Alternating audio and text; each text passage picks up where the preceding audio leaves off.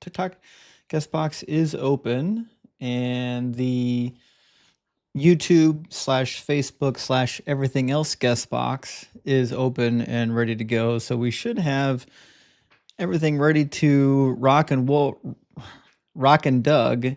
Good to see you guys. Welcome in. I see all the friends coming in to party. Ems is already up in here. Good to see you, Ems. And we've got a bunch of people waiting already on the YouTube queue. Ashera, good to see you. Great name, by the way. Should be a fun night. Sorry I couldn't start earlier. I was traveling home for work. So I was in the air for a little while, so I couldn't get home any earlier. But we're here now, and we're going to cook. You say there's echo on YouTube? Is that true? That'd be weird. Let me make sure my microphone's set up properly. Yeah, I got the right microphone. There shouldn't be any other audio feeding over. Interesting. Yeah, I think that must be on your guys' end. I don't hear an echo. You guys hear an echo? Ems, are you telling me it's choppy on TikTok? The crazy. That cannot be the case. Crazy. We had there's an audio delay. No echo. Interesting. Well, is it an audio delay or a video delay?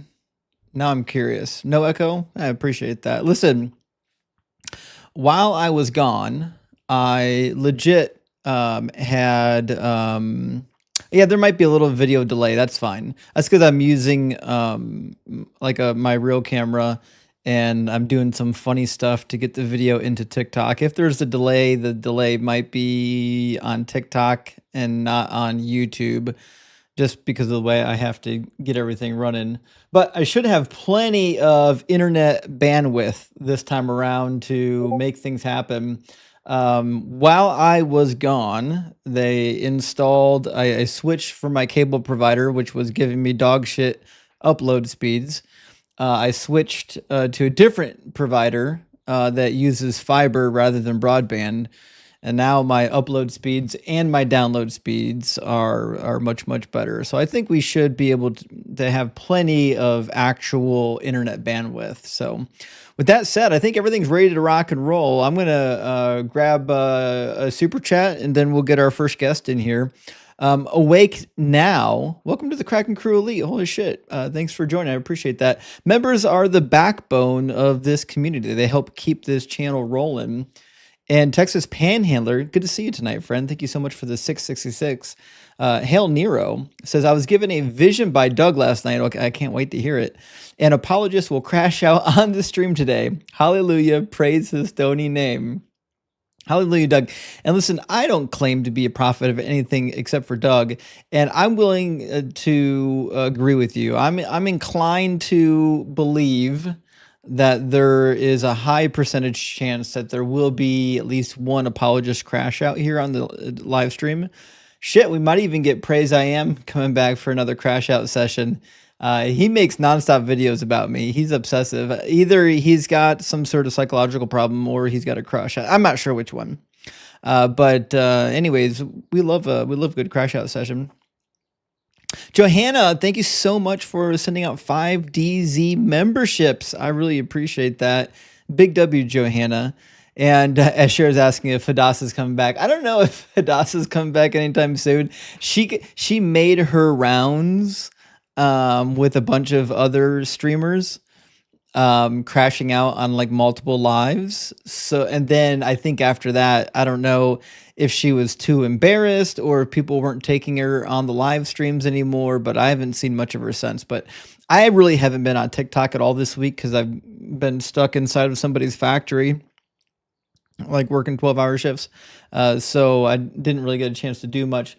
That being said, we had a guest on TikTok, and they must have requested by accident, but the TikTok guest box is open, and obviously the guest box on YouTube is open. You can go to the link shown above or over here if it's horizontal, and it's tinyurl.com/guestdz. It's also in the description of the YouTube / Facebook / everything else video. And Johanna, thank you so much for the super chat. Says, I'm hoping for a good laugh tonight. Listen, if we've learned anything from doing these live streams, it's that there's gonna be some laughs. There's gonna be some crash outs. It's gonna be crazy. Daniel wants to know what I do for work. I do engineering, and I design machines for a living. But sometimes I have to go to customer job sites when there are like really large deadlines that are looming, in order to make sure that the deadlines are hit. So like if we sell a machine, sometimes we guarantee its performance.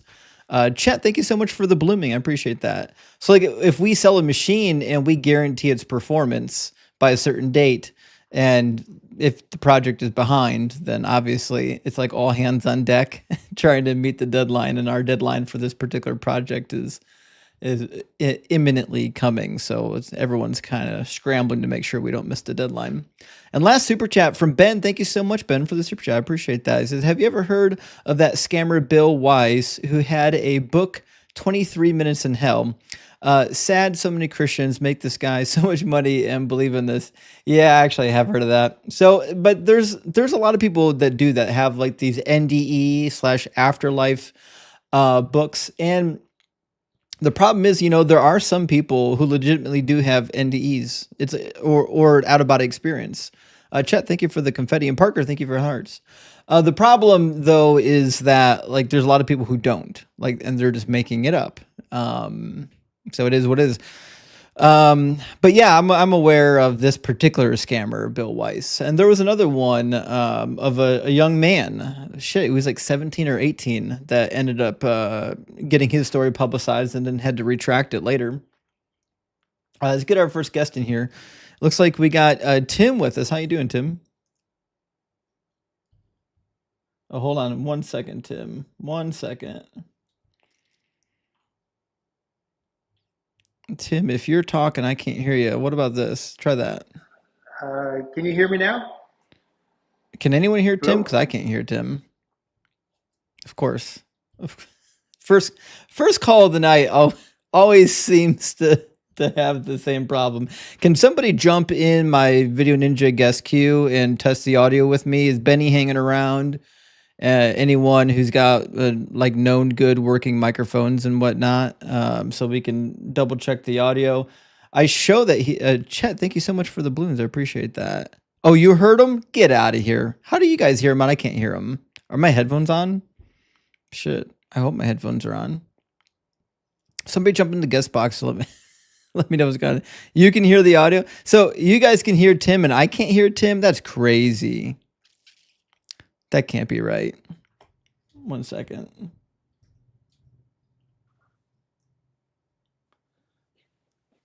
If I turn the speaker on right here, I can hear Tim. Hello? But it might actually echo if I do that. What's up, Tim? Not much.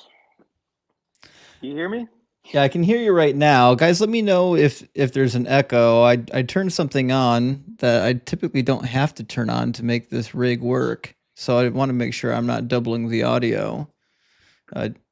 Anyways, Tim, welcome in. Sorry for the the first YouTube guest of the night always brings in some kind of there's an audio thingamajig that works this time and didn't work last time, or it worked last time and didn't work this time, but you're in now. Well, thank you. Thank you for having me. So, Tim, are you at least 18 and are you a believer? I am at least 18, over 18. I want to say I used to be a believer. I probably deconstructed unknowingly. But I've listened to your show for a very long time. And I actually just had a little cracking joke for you. I love a good your joke. rock. It's probably not a joke, but you wanted me to demonstrate the power of God over your rock, Doug. And if I strike your rock with iron rod twice, I bet you he would crack in half. It's guaranteed. Well, that's why Moses wasn't allowed in the promised land, because he struck Doug twice, and Doug was like, "No, nah, that wasn't the thing." Yeah. So there's that. Justin, I got no debate. I mean, you nail everything every time. I actually, I, I taunt my old pastor. I give him a hard time. I text him all these verses and the contradictions and everything. And yep, the only response they have is you don't have the Holy Spirit. Um, Words aren't words. What they mean. So Words are never words.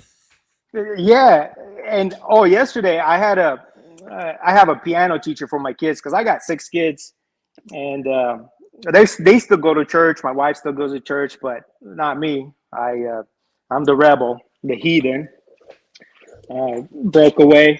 And that piano teacher, I was giving her all these talking points, and sure enough, even she was giving the same answers over and over, and it's just I don't know. Yeah, they don't have a lot of answers. Like Christianity as a whole doesn't have a lot of anything unique. Even if you go to like educated people, like Bible professors, they have the same old bad answers, just with a little more sophistication. That's it.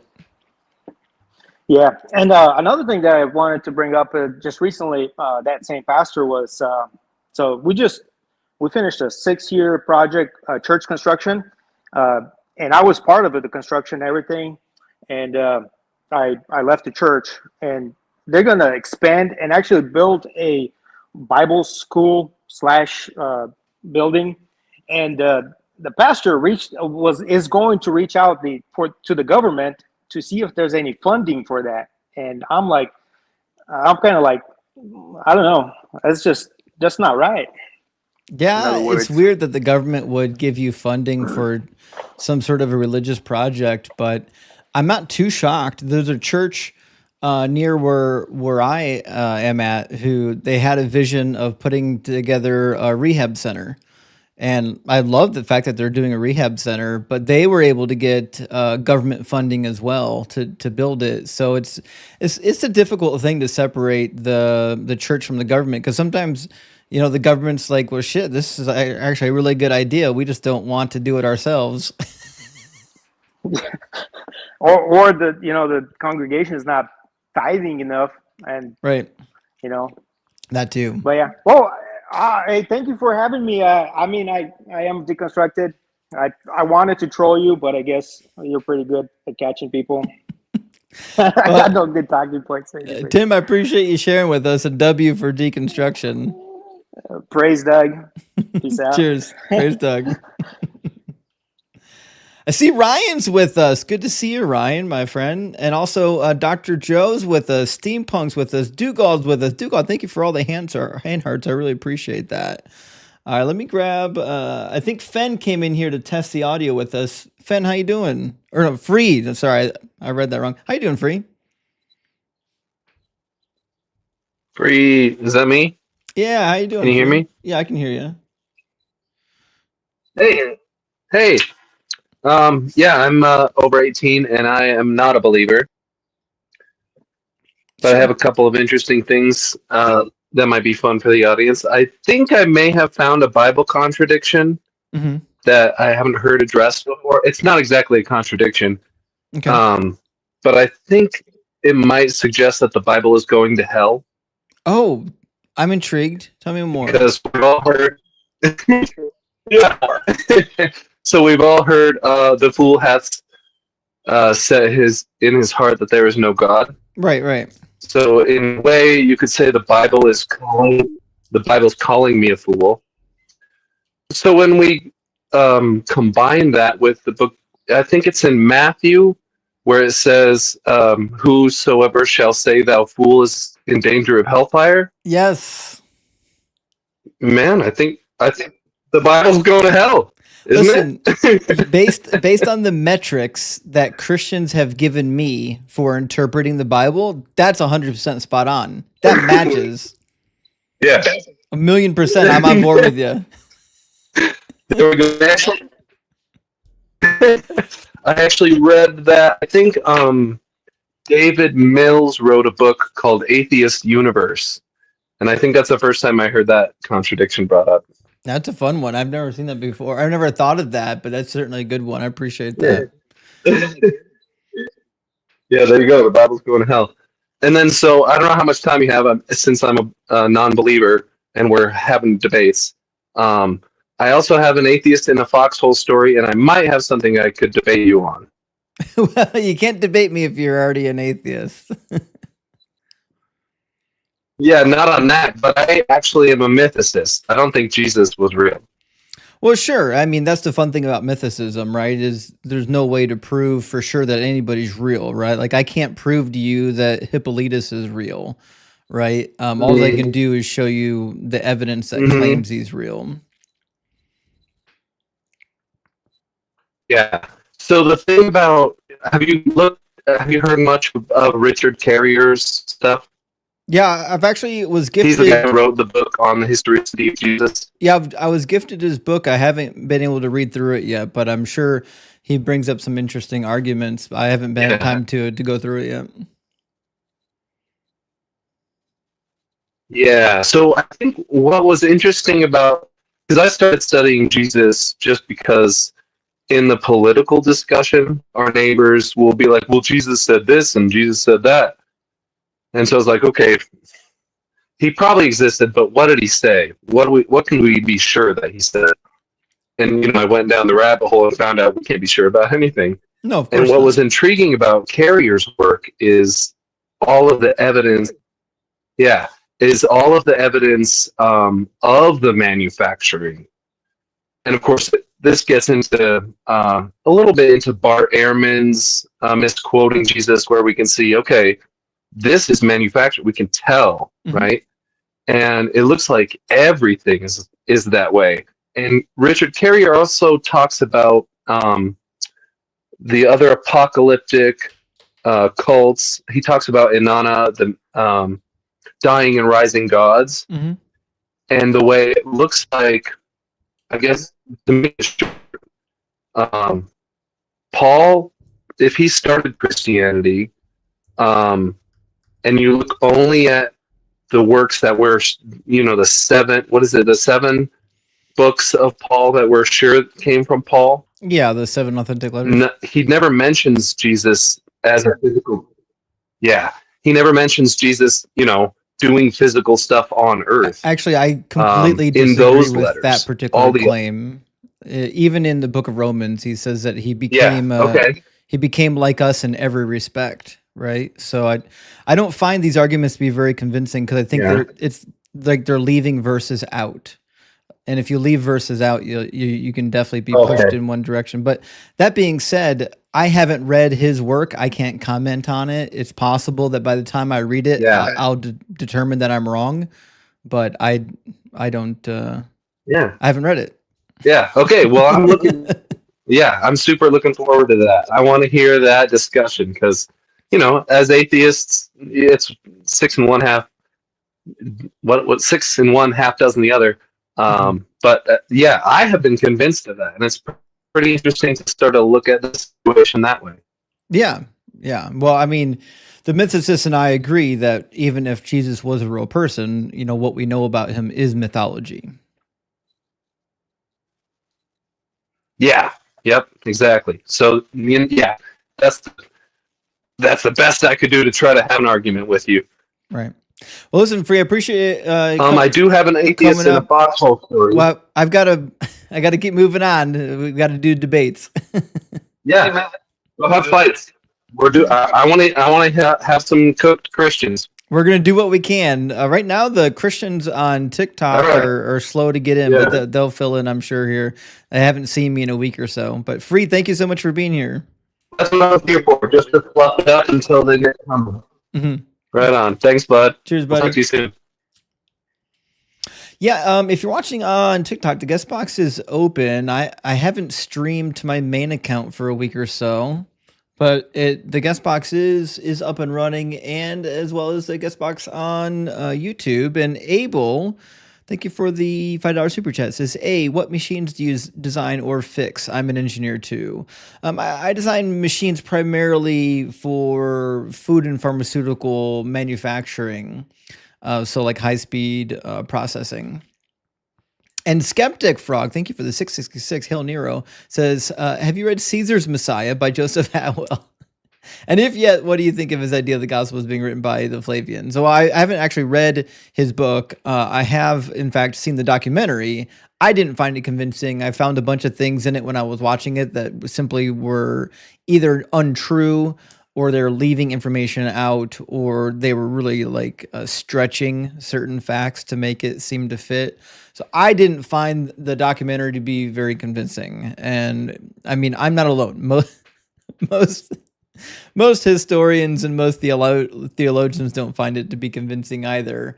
That's just the state of academia. If there was a better argument, I think academia would agree with it. Listen, liberal academia and historians would be chomping on the bit to have evidence that Jesus wasn't real. It doesn't seem to exist. You know what I mean? All you can do is say, well, there's no definitive proof that he was real. But we can say that about anybody from history. GL, thank you so much for the $20 super chat. Big W. It says, thanks for all the content, Justin. I was away for a few months, and it's nice to catch up. Well, GL, thank you so much for catching up on the content, and thank you so much for supporting the channel.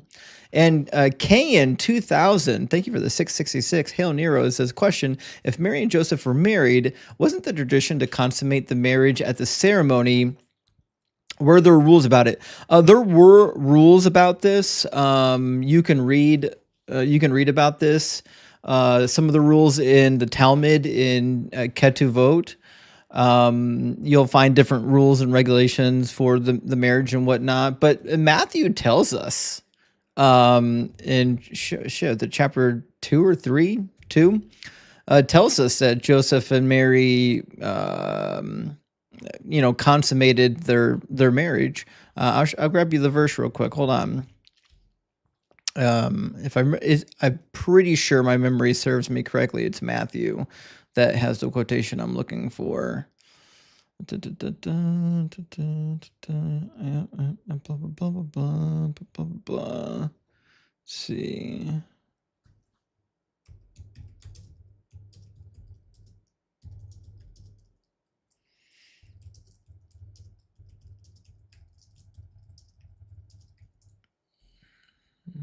Matthew 1:25.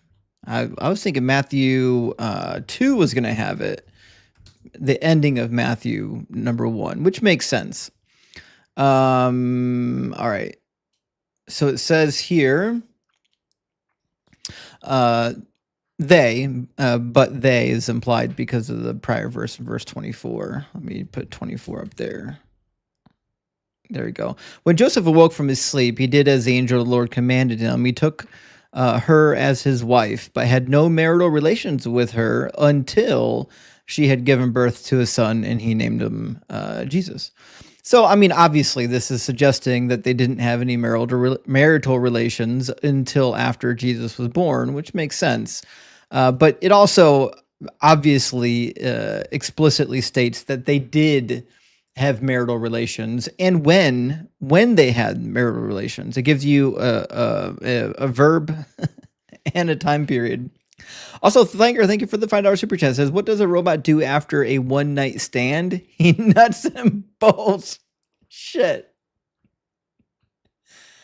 I've been designing machines and working with robots for over 20 years, and I cannot believe I've never heard that joke. That is amazing. That is a top tier joke. And Ashley, thank you for the $10 super chat. It says, please help destroy the myth that the Jesus character was peaceful. Well, yeah, I mean, he had a lot of things to say. Shit, in Matthew or Luke chapter 19, at the end of the parable, talking about his second coming, he says, these people who did not want me to be king over them, bring them before me and slaughter them in my very presence. That doesn't sound very loving. And the idea that he's sending anyone to hell for believing something is ridiculous. Connor, thank you for gifting out a DZ membership. I appreciate that. And Johanna, thank you so much for the super chat. I appreciate that. It says, joke, on a ship there are 20 boys, a convict, and a priest. The captain says to the convict, ship is sinking, get the boys and bring them up on the deck. The priest says to the convict, you think we have time? That sounds about right. Listen, I mean, that's what they do. It wouldn't be funny if it wasn't true. That's why it's funny, is because it's true. It's also tragic. Adele, good to see you tonight, friend. Thank you so much for the super chat. And it says, glad you made it home safely. Happy cooking. Well, thank you so much, Adele, and thank you for watching and supporting the channel. And also Larry gifting out 5 DZ memberships. Big W, Larry. I super appreciate the support and for sending out 5 new memberships. All right, let's get our next guest in. How you doing, KP? Hey, how's it going? How do I mute this? Am I muted? You ain't muted, no. Okay. How you doing? I've been watching a lot. well, welcome in. KP, are you at least 18 and are you a believer? I am over 18. I can justify belief in a higher power, but not the ones that people speak of. Fair enough. Which kind of Does higher that make power do you sense? believe in? It is crazy to say, to me, it's crazy to say that it is impossible that there could be a creator. We could be the start, we could be the second, you know? And to me, to justify belief is to say, well, this is a sorting center, you know? And that could be derived from just the talks of religion. But my question, I'd have a question for you. How did religion enter into the human world? Well, my understanding of the history of religion is it started out as an explanation for the phenomenon that people didn't understand. So like the sun in the sky, or why storms happen, or why the sea gets angry. They had to come up with explanations, and they didn't initially like think of these physical phenomenon, these natural phenomenon, as gods. They were just like a natural part of the world. It wasn't until much later that people started to develop this notion of what a god would be, and started to give these individuals, if you would call them such, give these characters status that we might say, oh, that sounds like a god. Okay, and as we become more educated, we leave a little bit away from that belief. Yeah. Because that's where my biggest, only reason I say I can believe is because where did it come from? But when you talk about what people believe, I don't believe that there's a Christian who really believes in God, because they don't live from the way that they teach from the book. They go against their own book, and most religions go against their book. And then a lot of it seems like it's to justify what a man would want and not what a God would want. Yeah, I agree. But what if we wrong? And what if we're wrong? And this is just to test the kind of human being you are, to see if you're allowed to make it to the next level, which they call heaven, or if you reject it and go to where they call hell, you know? Yeah. Because other than that, it's like, what's the purpose? Right. Yeah. I mean, I think the proof that that these people don't really believe in their religion is that they're all terrified of dying. If you truly believed that you were going to live forever, you shouldn't be scared of dying. That's all there is to it. Yeah. Even with the dying thing, like you hear people say, life has no meaning if you don't die. But wouldn't it have more meaning if you didn't die? Because you have more time to do things. I mean, it's hard to say. I mean, if, for example, if you have endless money, then money starts to be somewhat meaningless to you because you have an infinite amount of it. Whereas when you say, when you have $10 to your name and you're about to be, you got to pay rent in a week, money is incredibly fucking important. You're like looking at every single penny. So I think that the more rare something is, the more we tend to value it, Okay, so with that, right, I'm going to say where my mind is lost. To me, an infinite amount of money would just mean that you could truly enjoy life. Money would mean the most to you because that's the only thing you can use to get where you're going or what you want. Because with no money, like I said, if I only had $10, I'm only stuck to where I live. I can never leave this place. Right. I guess it depends on personality a little bit. Like, so for me, like if I had endless money, I would treat it like it was expendable. You know what I mean? I would treat it like toilet paper. But you'll do what you wanted to do and what you love, right? No, I'm saying I would waste a lot of it, is what I'm saying. I'm talking about my treatment of the actual money. Like if I had endless money, I would be treating it like it didn't have a lot of value, because to me it wouldn't have any value. I have endless amounts of it, right? Just like Yeah. but when you have limited time or limited anything, well, now you're counting every minute or you're counting every cent, because you're like, listen, it's very limited. I can't just be giving it away willy-nilly. I guess I look at it different because to me, is if I have a little bit of time, I'm like, I'm not even going to do anything with the time. I'm just sit here and wait for it to be over. Interesting. Yeah, I You know? think you and I might have different perspectives on this particular topic.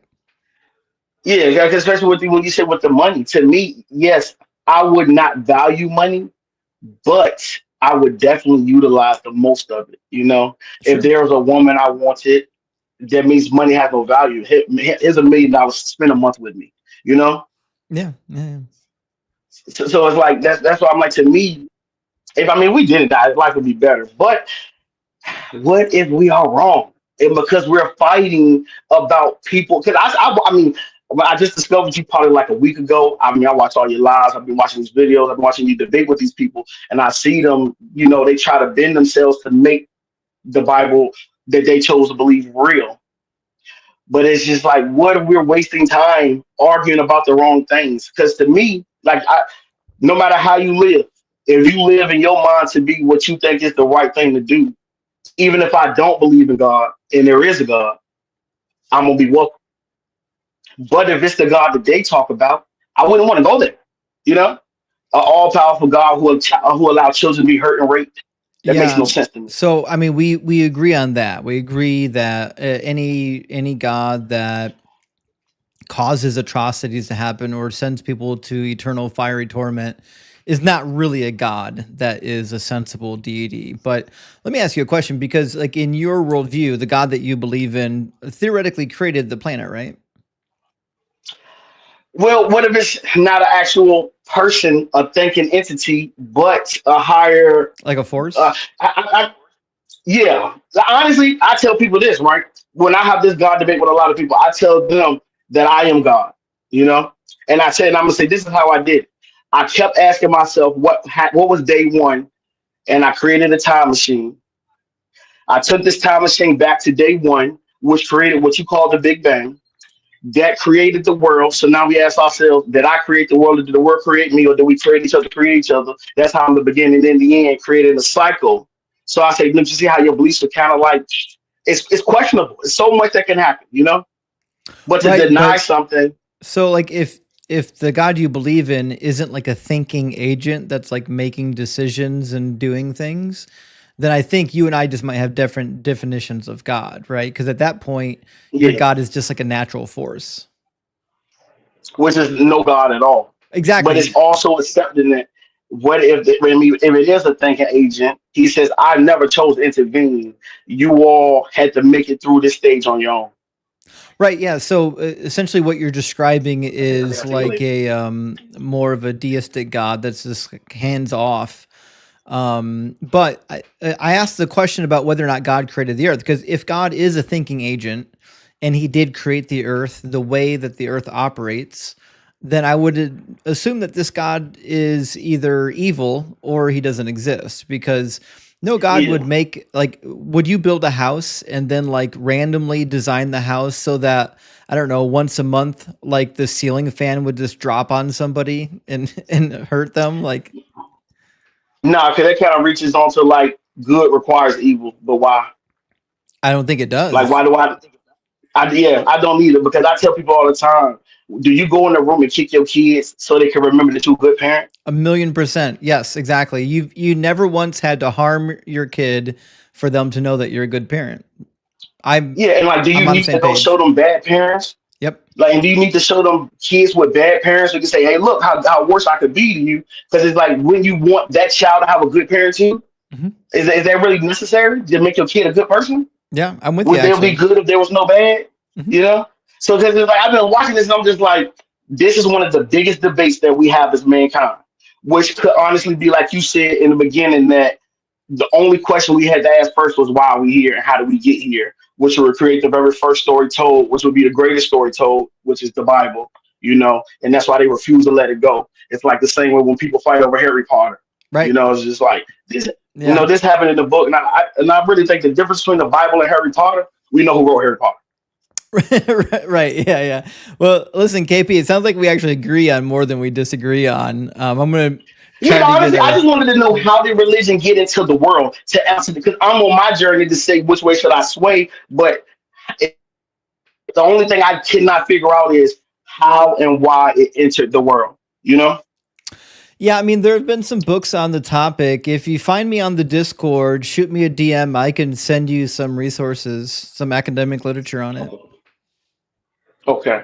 I don't know what the Discord is, but I'll try to figure that out. I saw your link on YouTube. I saw you in the short, and I started subscribing and watching. And I just really had to get that out my like what brought religion into the world because if it was just if you can explain how it came into the world, that'll say if God really is real, if he put it on the hearts and the minds to spread the message. But you do make more sense that I mean, what other question would I ask other than how did I get into this room? Right. Fair So enough. I mean, yeah, I appreciate you. I appreciate you. You do help. You did help me a lot because I mean that was my biggest question. You seem very knowledgeable. I seen all the debates. You know every. I mean, not every. When you got it. When they bring the things up, you know exactly where to go to the read. So I'm like, you will be the one to tell me how did it enter into the world. But I mean, like it makes a lot of sense. Yeah. Well, listen, KP, it was great talking to you. Hopefully I'll see you again. I'm gonna keep watching. I'm not letting go. I'm gonna keep watching. So appreciate you. Cheers, brother. Have a good one. You too. WKP, nice guy. All right, let me grab a couple super chats. We got our next guest coming in, and Dugald's coming to join us. How you doing, Dugald? Good, buddy. How are you? Doing good. What's on your mind, buddy? I actually just came up to do a small mod announcement for you because your likes and shares on the TikTok side are awful low for having 350 people in it. Oh, no. And I don't appreciate it. So I'm going to need for you all to tap and share because Justin should have way more than 54 shares and way more than 25,000 likes. Let's work on that, guys. Thank you. Thank you, Dugald. Also, guys, if you're not following Dugald yet on TikTok, please do. He's a great friend of mine, and he does live streams as well. So if you're looking for more live stream content, definitely drop Dugald to follow. Appreciate you, Justin. I just wanted a mod for you. Cheers, brother. Thank you so much. All right. Let me grab real quick I got, I think, 3 super chats, and we'll get our next guest in here. F. Dot. Good to hear from you, buddy. Thank you for the super chat. So how's the book coming along? Can't wait for that. It's I'm past halfway finished with it now, thank goodness. But work has been kicking my rump the last like 2, maybe 3 months, so I'm kind of stalled out. But I should be ready to work on it again here in like another week or 2. Radical Dreamers, thank you for the super chat. It says, do you think Jesus could have been exposed to Greek text from Septuagint? Do you think he could have spoken some Greek? Well, Radical, I mean, I personally think that the only thing, if Jesus was reading, was the Greek Septuagint. If you look at the words of Jesus, what he quotes in the New Testament, it's always from the Greek Septuagint. I can't think of a single time where Jesus actually quotes from the Hebrew text. Or it's more likely that we have no idea what Jesus ever said, and these are people putting words in Jesus's mouth. That's personally what I think. I don't think he said the shit that he said in the Bible. Zakul, thank you for the super chat. It says Cthulhu is Lord, and I'm with you 100%. And Hammond with us tonight. Good to see you, Hammond. Thank you for the $1 super chat. It says, just in general, how do creationists explain human diversity? In just 4,500 years, Tower of Babylon, there are Europeans with white skin or any human ethnic features for that matter. So this always dovetails into a conversation about evolution, because in reality, what they're just going to say is, well, I believe in macro evolution or micro evolution, but not macro evolution, right? They believe in, the power to make small changes, but, obviously not large changes, because they fundamentally don't understand what evolution is. Evolution is many, many thousands of years of small changes. And when you stack small change on top of small change and on top of another small change, you get radically different creatures. And Make the Best, thank you for the $5 super chat, says, what's the proper Judeo-Christian punishment for mixing fabrics? Lashes, eternal hellfire? Well, we're not entirely told, actually. If I had to guess, it just makes you unclean. You probably have to do your purification ritual and then segregate yourself for 7 days. That's likely the case, but I actually would have to verify that. That's a good question, though. Very good question. And Nokosi, thank you for the super chat, says, if Jesus was a real person, he's the God of the Christians, therefore not imaginary, and atheists proved you wrong. Well, no, you're wrong.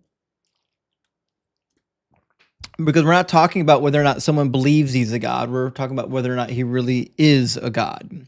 So just existing in real life doesn't make you a God. I could say that I'm a God. I could say shit that people believe I'm a God, and it still wouldn't make me God. So you should try harder, Nikosi. That was pathetic.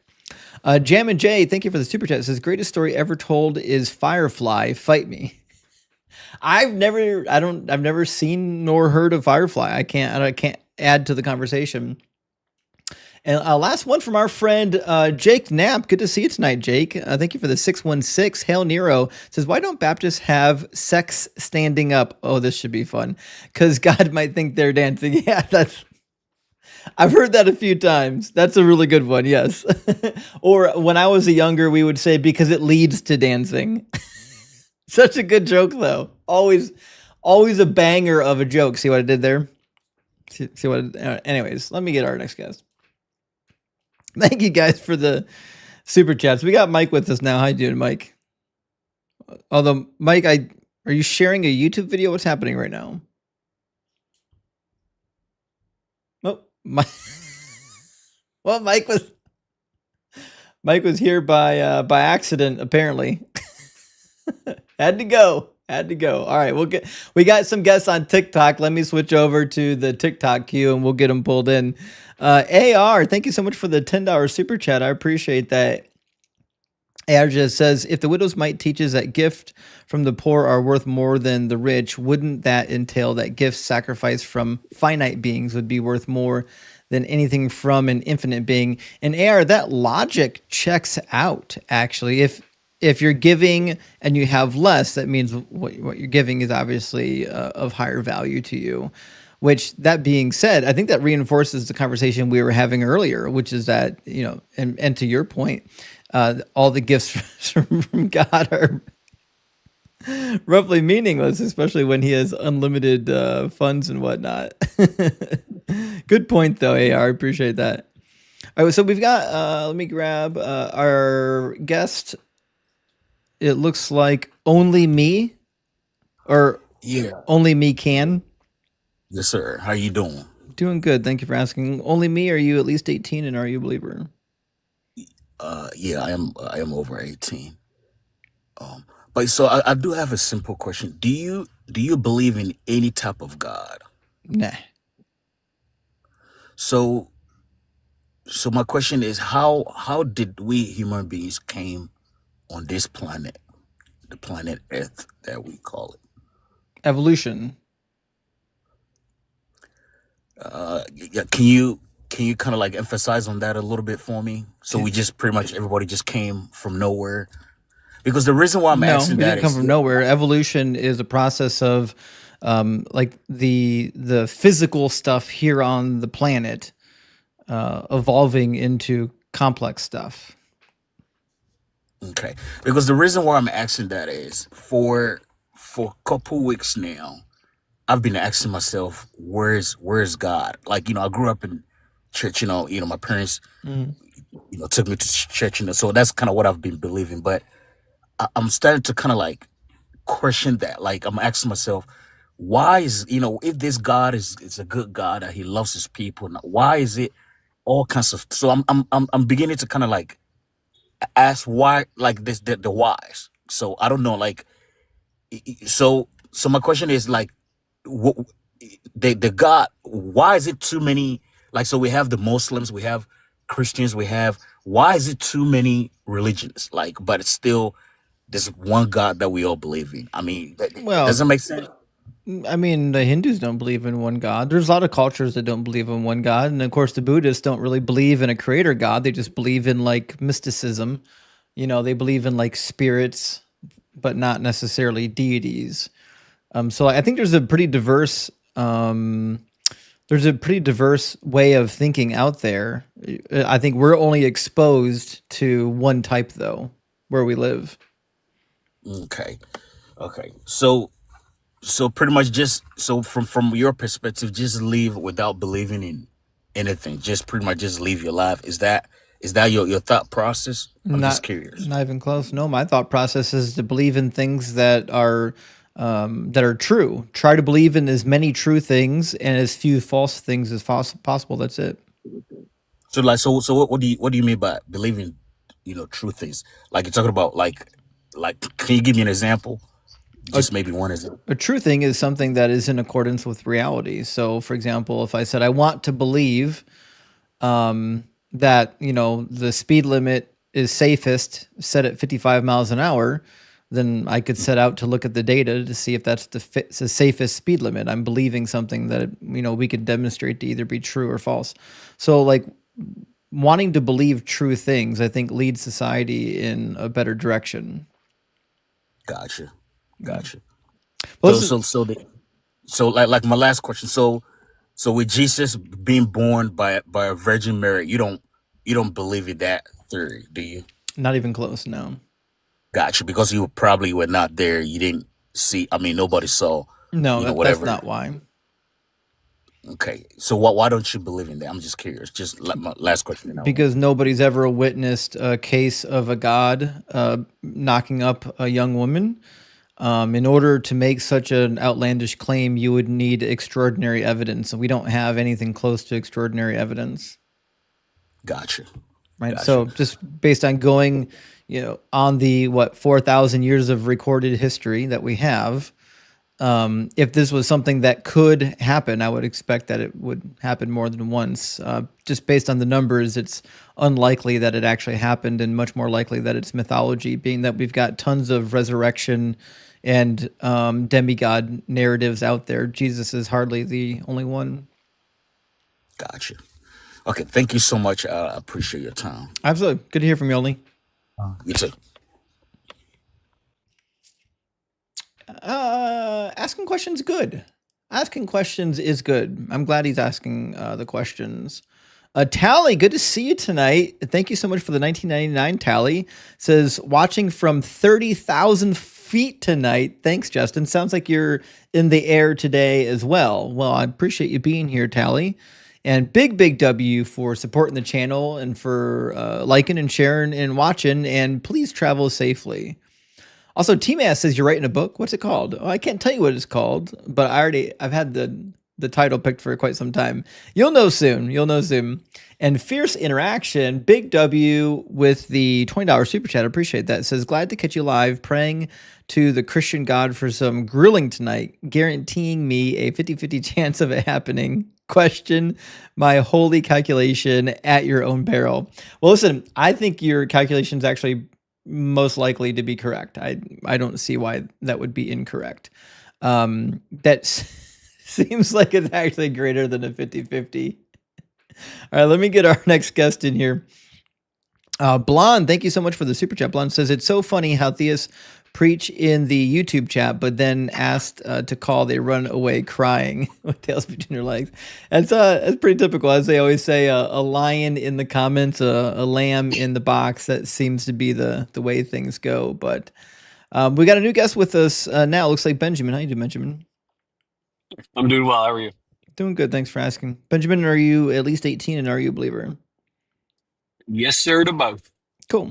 And what would be the most convincing evidence or argument for the Christian God being real? One singular thing, or am I allowed to compound? I mean, you can do multiples, but we can only really address one at a time, I would imagine. Okay. I would say what convinced me to give up atheism and go towards Christianity was twofold: the historicity of the Bible, and two, the stance of objective morality having to exist. Sure. Well, which one do you like to attack first? I'm good to talk about either, whichever one you want to start with. Okay. So, what about the historicity of the Bible proves that its God is real? It doesn't. It doesn't back up the truth claims of Christ being God. But if we can verify that all of the names are time period accurate, which would be very difficult to do Well, they're not 200 years though. later. Which ones are not? There's a bunch of names in the Bible that the timelines are off. The Pharaoh of the Exodus is off by about 200 years. Jesus's birth is off by like 10 different years. The Well, length of the Exodus is either 400 years or 430 years or 212 years, depending on which passage you're consulting. okay. Well, let's go through those. Who is the Pharaoh in Exodus? According to the end of Genesis and the beginning of Exodus chapter 1, it appears to be Ramses, because it says that they built the storehouses of Pithims and Ramses, which Ramses II was pretty well known for. Yes, appears to be, but we cannot say with certainty. It must be wrong if it doesn't name who it is, right? There is a little ambiguity there. But did they build the storehouses of Pithom and Ramses? Yes, that did happen Okay. under Ramses, but Okay, so are you suggesting then that the Israelites in Egypt built the storehouses of Ramses? That seems to be what the text is saying, right? yeah, I think modern scholarly consensus is that it was Ramses II, but we can't say that with certainty. Great. So then the problem you have is, according to the book of Kings, 1 Kings chapter 6, it dates the Exodus for 400 plus years prior to that. I think 480 years. Want to read it? Well, when this First Kings takes place. Also, how are Jewish people counting their years? Is it the same after the Babylonian exile, or did they ever adopt Assyrian calendars, Persian calendars? You get really muddy with that pretty quickly. I don't think so. I don't think it's muddy at all. So I'll explain.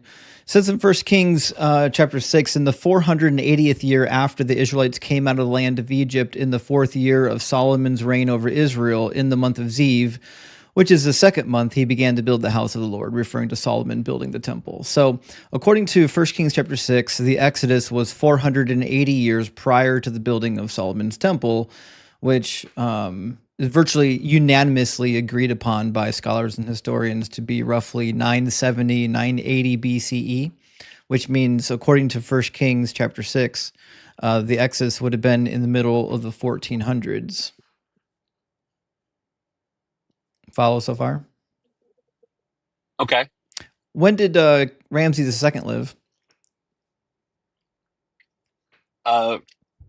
Ramses II was during the Third Kingdom period. I'm going to say probably the 900s.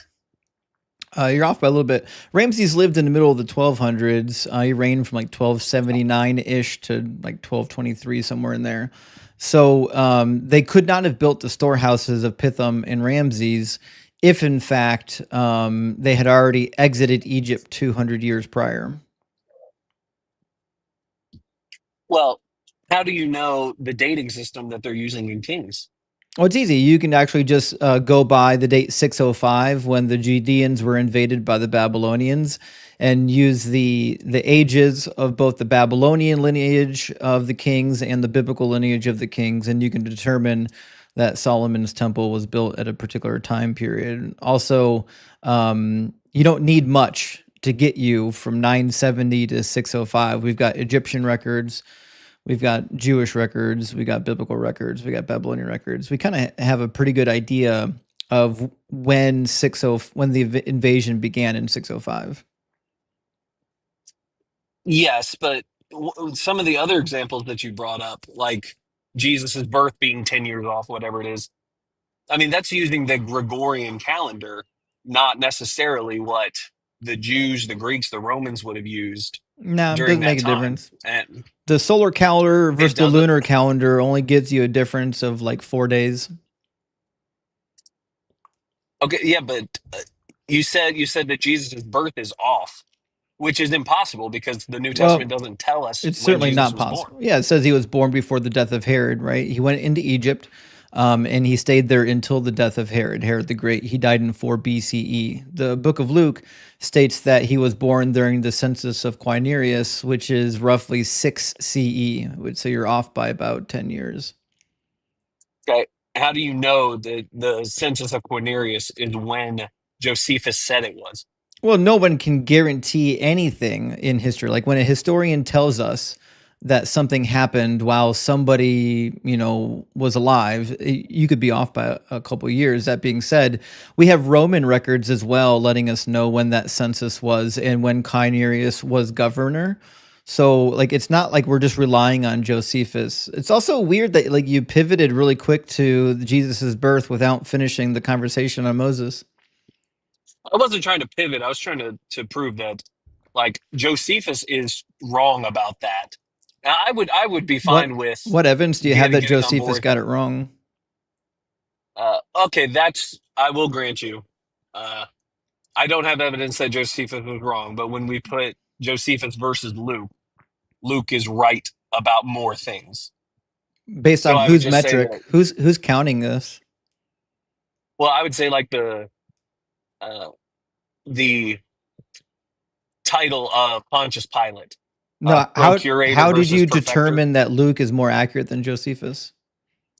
Well, in the other example we have of was Pontius Pilate the procurator or the perfecter, Luke is correct.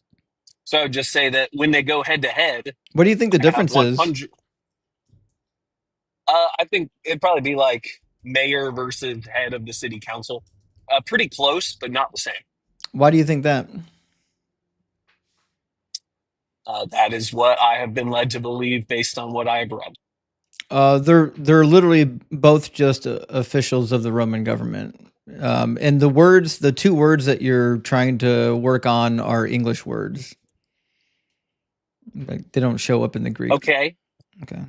Well, So you're making the a same weird argument that I made. You're making a weird like argument based on how two different English translators decided to translate the texts.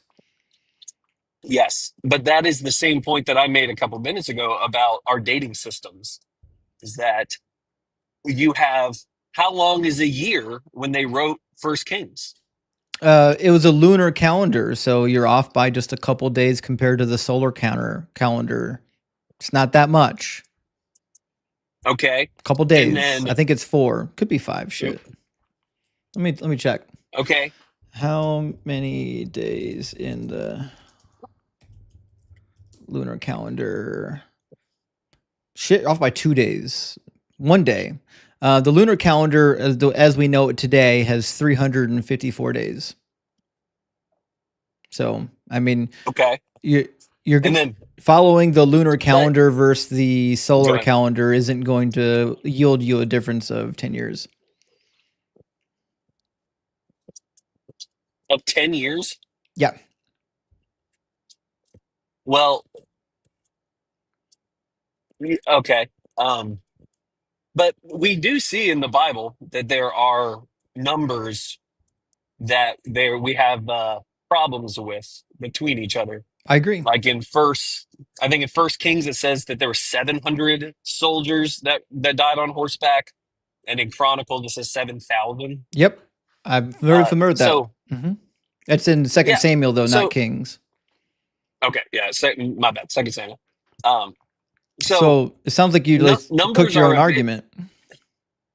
No, numbers are a very easy thing to miswrite, to get the count wrong, right? I mean, like if I asked you how many votes did Trump get, that's like immediately available, and you'd probably get 50 different answers if you asked 50 different Americans and they didn't have Google to tell them. But if the question is why is the Bible accurate, and you point to like these accounts with the dates and the numbers, and the dates and the numbers are wrong, then that means the Bible's not all that accurate. Now you're just making excuses for like why it's not accurate. Also, the New Testament couldn't even quote the Old Testament properly. Like, for example, in Mark chapter 2, Jesus says that Abiathar was the high priest when David and his men ate the showbread, but in fact, in 1 Samuel 21, it was Ahimelech.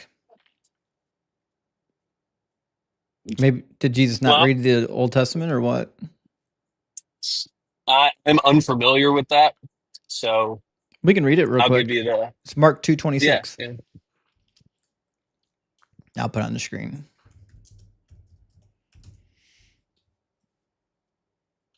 So in Mark 2:26, he says, he entered the house of God when Abiathar was the high priest and ate the bread of presence, which it is not lawful for any to eat but the priest, so on and so forth. And of course, Matthew cleans this up. When Matthew tells the same story, he just leaves out the name of Abiathar because Matthew's like, oops, that was the wrong guy. But if you go to 1 Samuel 21, it's clear that the priest acting in charge was Ahimelech. David came to Nob to the priest Ahimelech, and Ahimelech came trembling, so on and so forth. And then you get the whole narrative of David eating the showbread. So, like, if Jesus can't even get his history right, I don't really have a whole lot of hope for the rest of the Bible. Yeah. Okay. So I would say two things. I'd say three things because one, I don't want to run from legitimate arguments. So, like I will chalk that up to you're correct. That's got to be a mistake. But two, I would say I never claim the Bible's perfect. Right? When I read like this, the commentaries on the Civil War, I take that as history from Julius Caesar. But I also keep in the back of my mind, okay, some things could be incorrect. Or when I read, Herodotus, whatever. There's a lot wrong with Herodotus, but you know what I'm saying. Yeah, So but were could there those be written by mistakes? God? Absolutely. Well, the whole idea of biblical inerrancy wasn't even held by Justin Martyr or Polycarp. Like that's a very, in terms of the grand scheme, that's in the last 500-600 years that Protestants have declared there can be no mistakes in the Bible. Well, I'm not sure about that. For example, like Clement and Irenaeus talked about shit. Even Justin Martyr did. Now that you bring up Justin Martyr, hold on. I'm going to find you a quote from him. Justin Martyr says, I am entirely convinced that no scripture contradicts another. I shall admit that I do not understand what is recorded and shall strive to persuade those who imagine that the scriptures are contradictory to be rather of the same opinion myself. So Justin himself says that the scriptures can't contradict, although there are some that seem confusing. But we do in fact have real contradictions. Well, I would also say when Justin Martyr says that, what is established canon scripture at that point?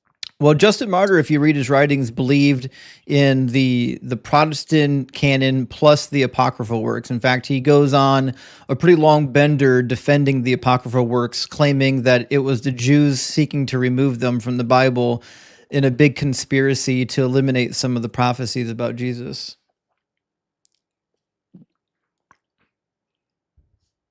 Okay, yeah, but when we point to, like you brought up Mark, right? And I don't know this. I'm more asking, putting it out there. Like, was Mark established canon scripture by that point?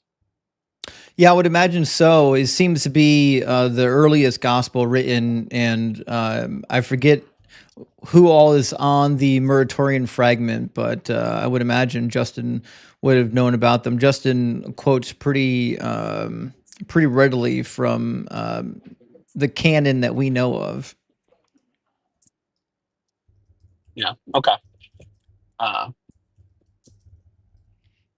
mean, and doubting Mark as being scripture would be pretty drastic. Oh, no, I wasn't saying, but like when Paul or Peter references scripture, they are talking about the Old Testament, right?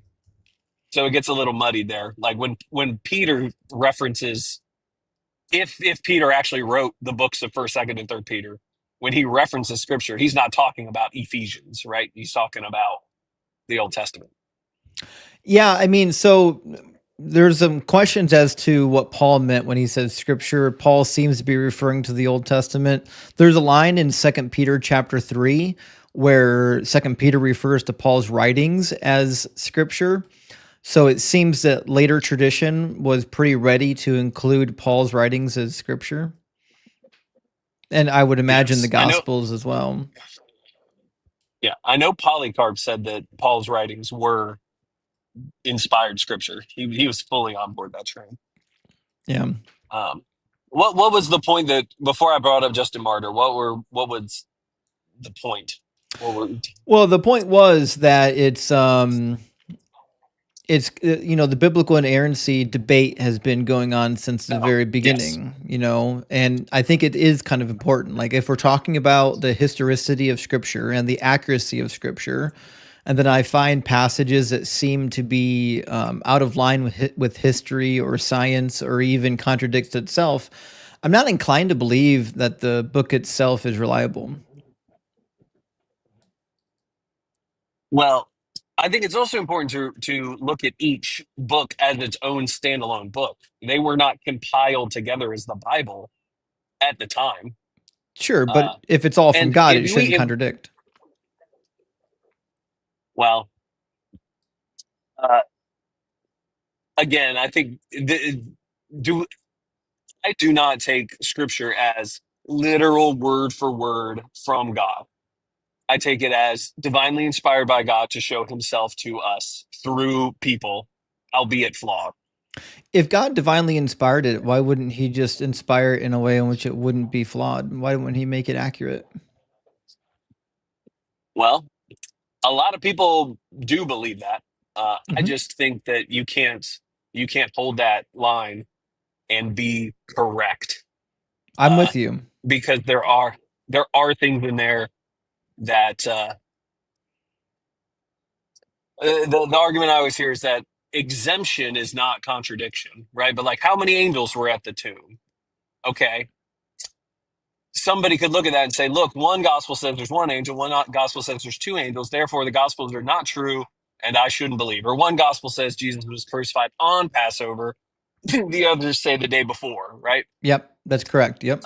So, yeah, the more logical thing I think to believe is that, okay, you have 60, 70 authors who are trying to compile the history of what they saw, and they're going to miss the mark sometimes, but most of the time they're going to accurately reflect what they've seen, heard, believe, and know.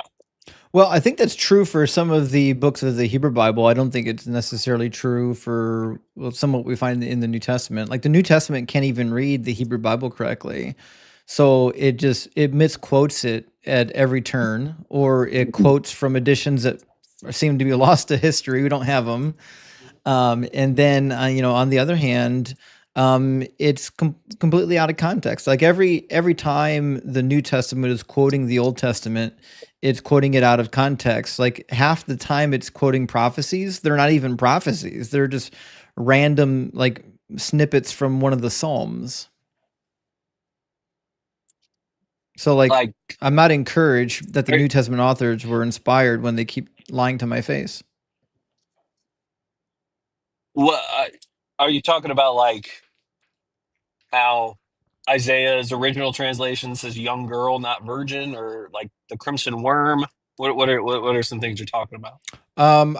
For example, in Matthew, right? I'm sorry, in John, I'm thinking. Give me a second to remember which chapter. Is it John 19? John 13? I think it's John 13. So in John 13, Jesus is predicting his own betrayal. Yeah, John 13:18 is the one. Let me grab it real quick.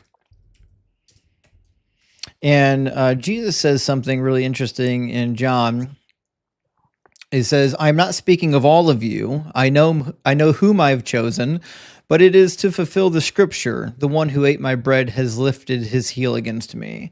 So Jesus is suggesting, like the situation here is that this scripture needs to be fulfilled. So he's treating this as though it's prophecy, right? But if you go to where this shows up, which is in Psalm 41, it's not a prophecy at all. Like it's just a random quotation from Psalm 41. In fact, the person speaking here literally says, "Heal me, I have sinned against you." It's obviously not about the Messiah. It's not a prophecy. He just found a random verse in a random psalm that talked about betrayal and said, well, It's a prophecy now.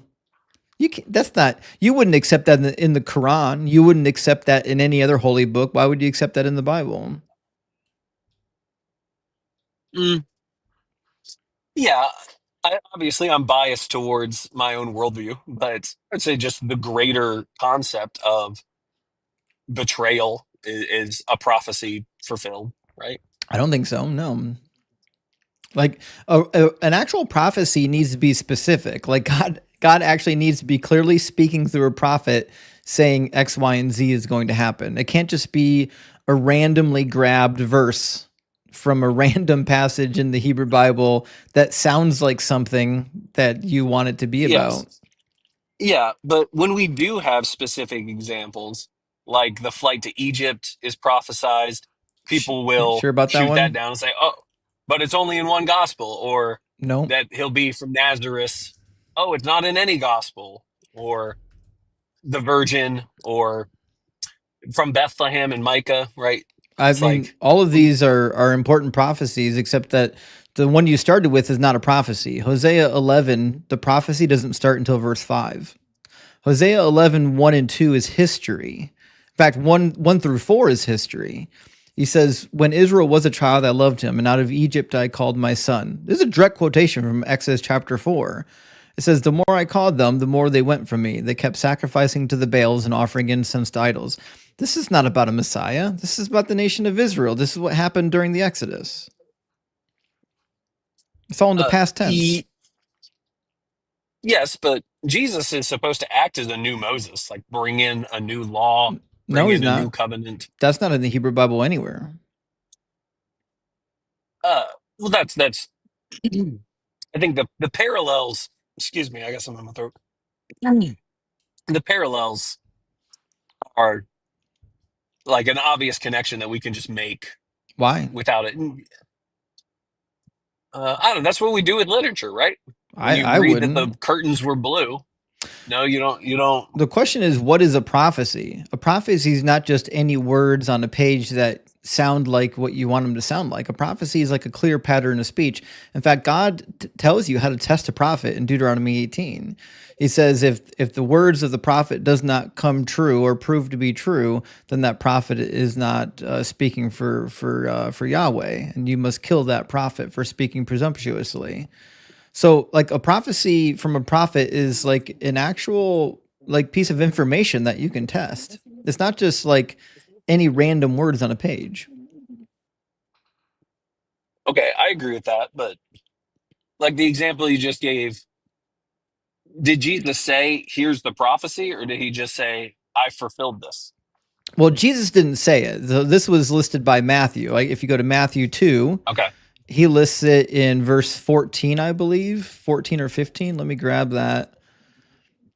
In 14, yeah, it says Joseph got up and took the child and his mother by night and went to Egypt. And then in 15, he says, and remained there until the death of Herod. This was to fulfill what had been spoken by the Lord through the prophet, out of Egypt I have called my son. So Matthew is interpreting it as though it's a prophecy, which is why I don't trust Matthew.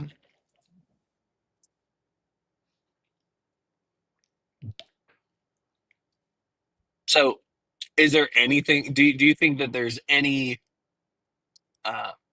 actual history recorded in the New Testament, or do you think it's all fabricated, written later? Like, what's your Well, stance on?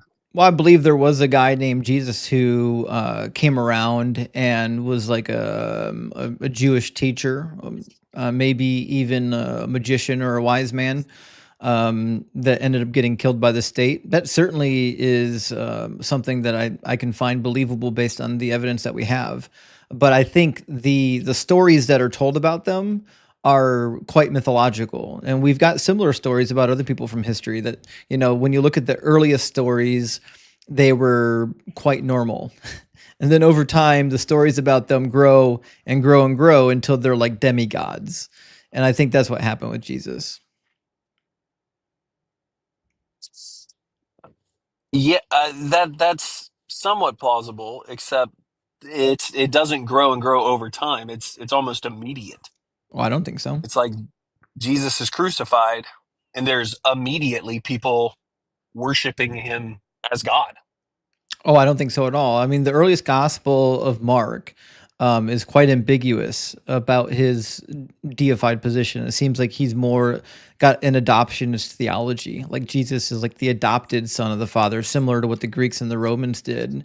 You don't get like a Jesus true demigod until you get to the book of John, which is quite late. Yeah, but Mark makes some claims, like when they only God can forgive sins, and then Jesus says, "Okay, I forgive sins."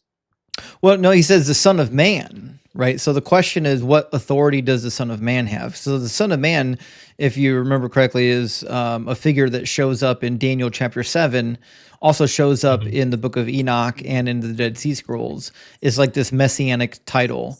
And so Jesus is explaining what authority the Son of Man has. He's saying that the Son of Man has authority to forgive sins, which is because God gave it to him. Because remember, the whole shtick is that all authority in heaven and earth has been given to the Son of Man. So he's just basically clarifying, yes, the Son of Man does in fact have the power to do some of these things that only God can do.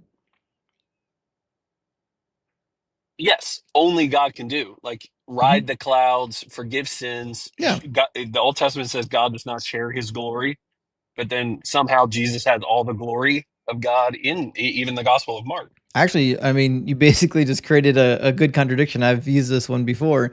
The only way around this, you're quoting from Isaiah chapter 45, if I remember correctly.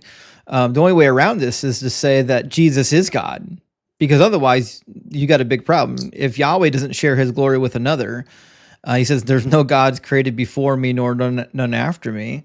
Then the only way to square this round peg is to say that Jesus actually is Yahweh, which creates a crazy logical contradiction. I mean, that's just the belief of mainstream Christianity that I know. Yeah. Jesus is the second person of the Trinity. I know. Yeah, but it's a logical contradiction. The Trinity is incoherent. Like it's either one God or it's three gods, but it's not three in one. Why would that be a contradiction? Because 1 + 1 + 1 = 3. Yeah, So three in one. three gods. It's like Nope. no, it's not three gods. That would be polytheism. I agree. Yes. Yeah. The Trinity would be polytheism if you're using like actual logic. Well, would you agree? Would you say that the Hebrews were monotheistic? No, I think the Hebrews were henotheistic. Okay.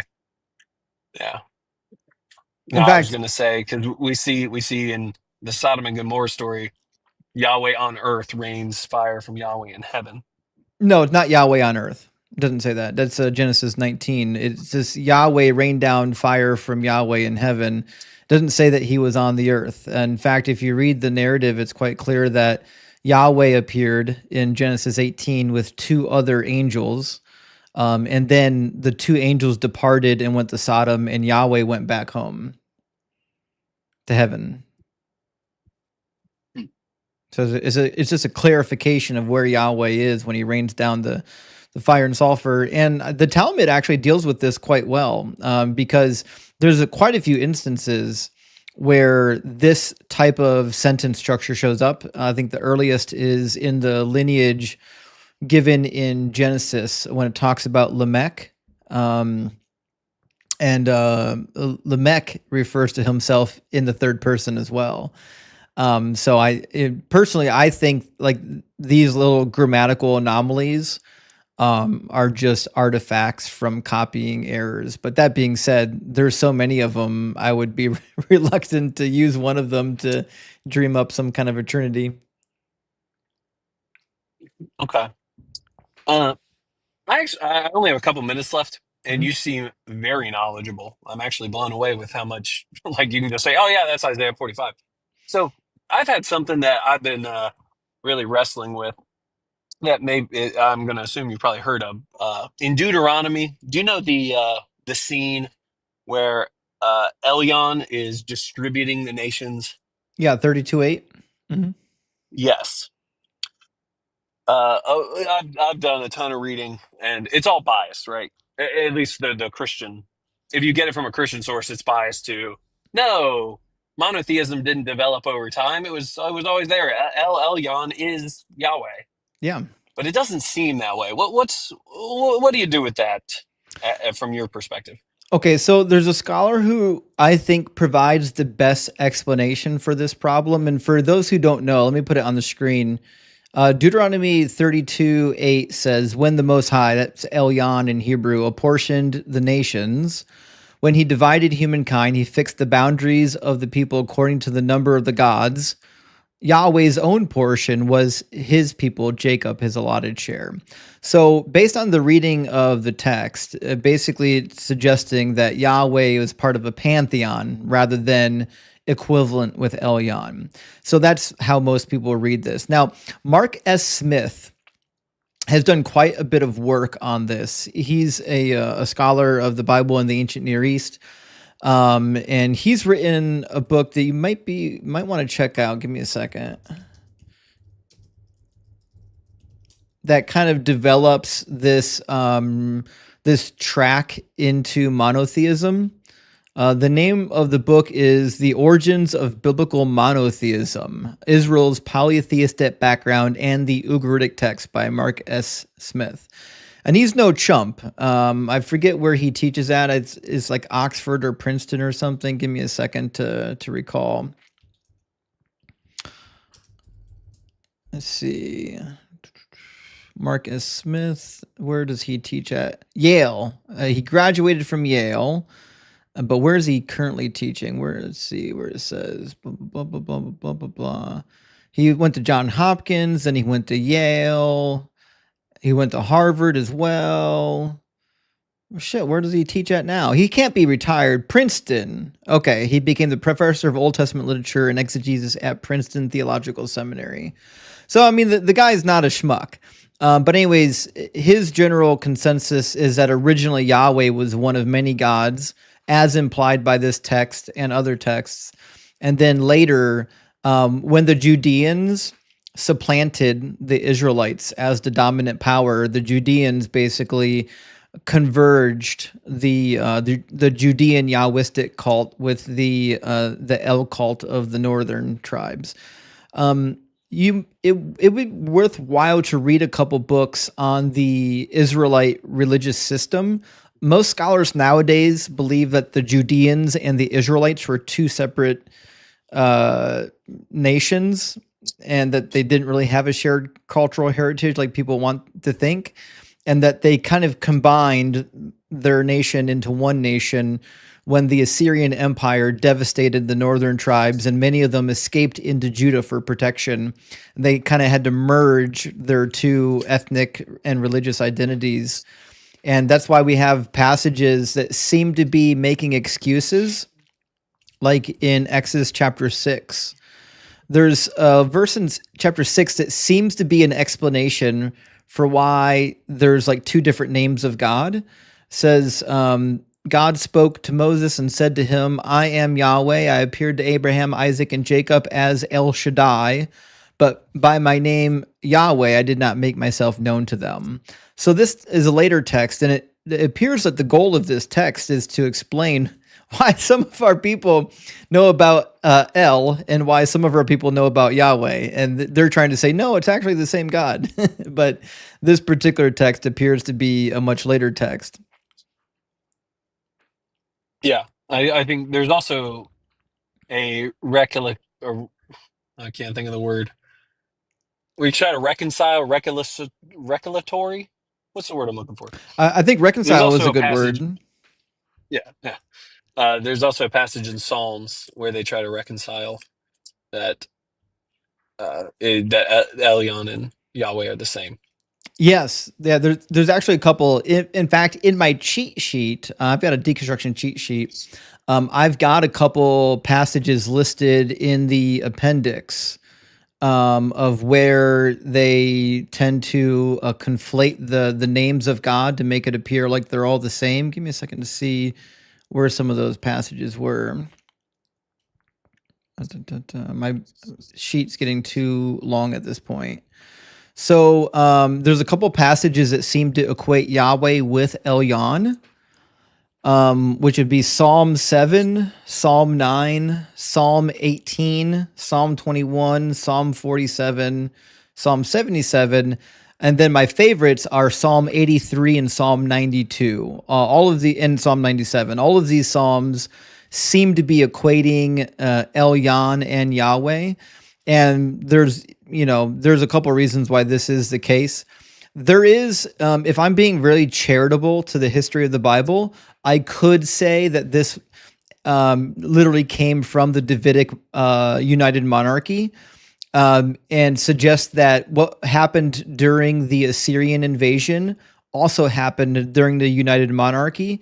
And that's personally my theory. I think it's harder to prove, and a lot of scholars agree with me, but they can't prove it. Meaning I agree with them. But I believe that when David became king and solidified his power, I believe the North and the South, who were originally two different people groups, actually did merge for a time period and become one united kingdom. And when they did, there was a concerted effort by the court, the king's court, to mix their religious backgrounds and try to make one solid religious background so that the kingdom could remain united. But I don't think the effort was good enough, which is why it split only 1.5 generations later. Well, unfortunately, I got to work at 8 o'clock. But I understand. Appreciate you talking to me. Yeah, Ben, thanks for coming up, man. I appreciate it. Yeah, you have a good night. Cheers. Have a good one. Oh shit! I just sorry, Ben. Thanks for coming to talk. Sorry to whoever I just accidentally kicked out of the guest box right now. Somebody was in my guest box, and I meant to send Ben off, and I accidentally booted them from the guest box. So I apologize to whoever that was. Luke Core, thank you so much for the super chat. Lou says Acts 1, 9 through 12 and Luke 24, 50 through 53. Jesus shoots up into space like a rocket going where? What's the point of a bodily ascension when you're a spirit anyway? So this is really good because this is also confirmed again in 1 Corinthians chapter 15, where Paul makes it pretty clear that Jesus had an actual body when he ascended even into the heavens. And so this is something that is lost on the modern reader, which is that even in biblical times, they didn't believe that you became immaterial. Like when you in the afterlife, that wasn't the thing. You just had a glorified body in the afterlife. And Jesus obviously received a glorified body. I think another question, Lou, that we should be asking ourselves is, according to the story, there's a whole crowd of people from Galilee who saw it happen. How does an entire crowd of Galileans, and I would imagine other people from the surrounding areas, how do they see a guy floating up into the clouds and not be like, well, you don't see that every day.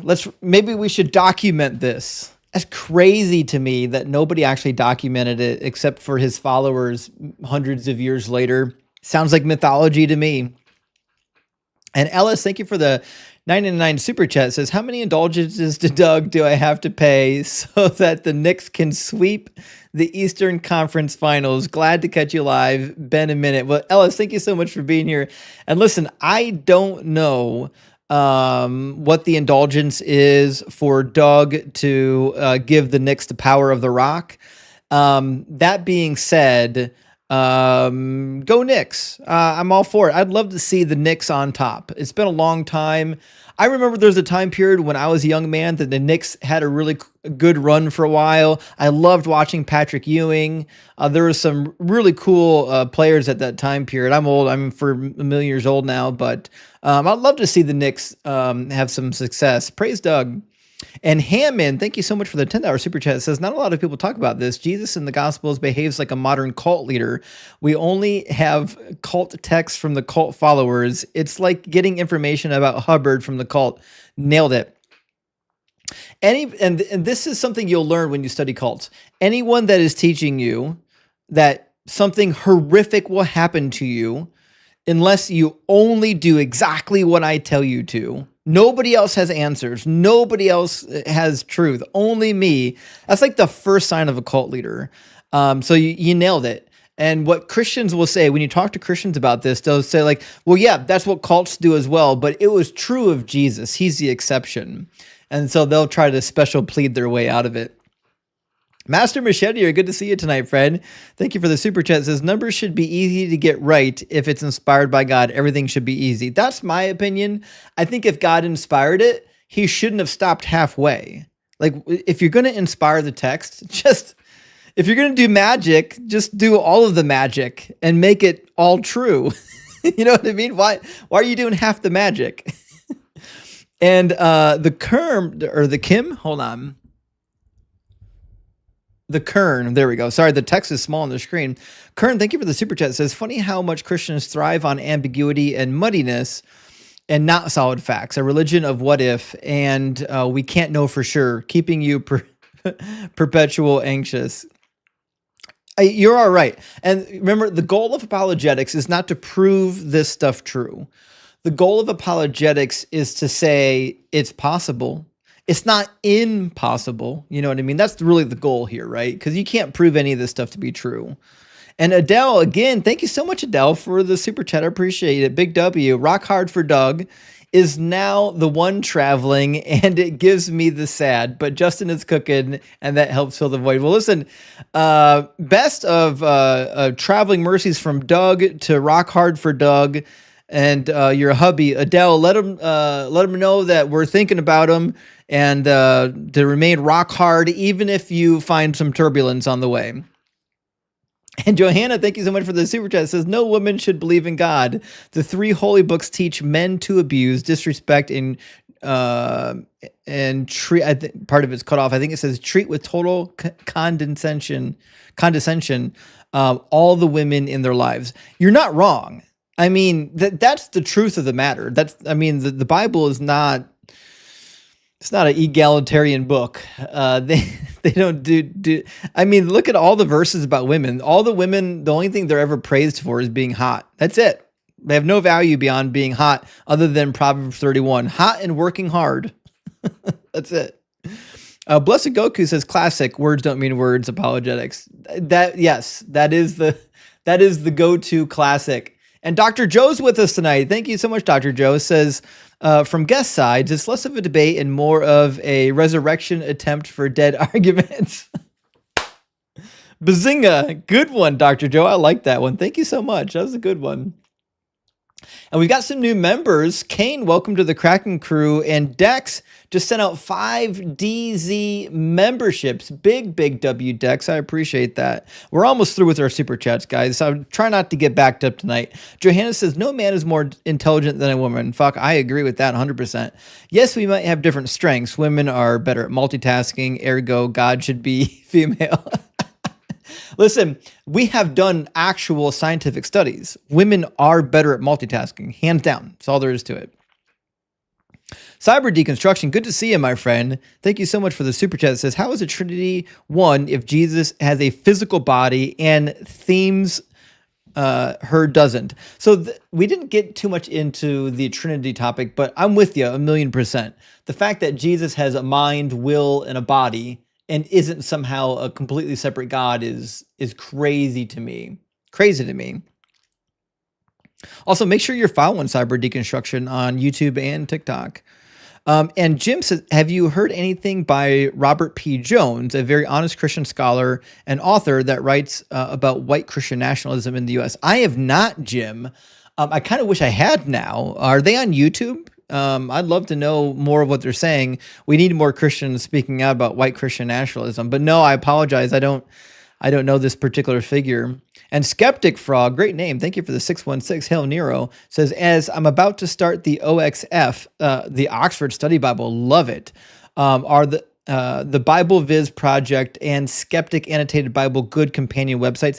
I haven't used Bible Viz, but I am familiar with the Skeptic Annotated Bible, and it's good. It's not great. I would make a lot of changes to it. It's certainly not done by a scholar. That's obvious, but it is good. It's very good. I would spend your hard-earned money on it, no doubt. And Brian says Moses grifted Israelites. His pen story, orphan became hero, and only person who can talk and see to God. Aaron's sons in grift number 2. God directs offerings of money, sacrifices, blood rituals, add flair. Yeah, I agree. It was a grift, actually. You know, all of these religions start with a grift, and that's just all there is to it. And Moses and Aaron, if they were real people, were grifters. I'm with you wholeheartedly. Jam and Jay with us tonight. Good to see you. Says guest math. A mistake plus Clevin gets you home by 7. That's about right. Yeah, that's Christian math. And Katie, thank you for the super chat. Says, thank you so much for these streams. Working through my deconstruction and your knowledge is super helpful. Well, Kate, thank you so much for supporting the stream. And I'm always trying to learn, So thank you for being here. And Mike, good to see you tonight, my friend. Thank you so much for the $20 super chat. Big W says, glad to see you back cooking. Just another praise for Doug and providing you the wisdom to do horizontal streams. May your sedimentary layers run ever deep. Well, thank you so much. Praise Doug. And definitely W on the puns. And we are streaming horizontal and vertical. The horizontal stream is on dzdebates. The vertical is on my main channel. And last one from Jeremy says, Bart Ehrman calls out in his book Armageddon, Revelation 21:12, high walls and gates. Why do they need security if this is still after Judgment Day? It's so funny. So this goes to prove what I've been saying for a long time, and other authors like Josephine Ford has said in her commentaries, which is that it's pretty clear that Revelation was written in multiple stages by multiple authors. And it seems to account for some of the editorial issues. All right, let's get our next guest in here. Nate's been waiting in our YouTube queue, so we got Nate with us now. How you doing, Nate? Nate, did we put you to sleep, my friend? Nate, can you hear us? Nate? No? Yes, no, maybe? Nate, you're on, bud. I want to send him a message, let him know he's on. He's waited all this time. Nate, man, can you hear us?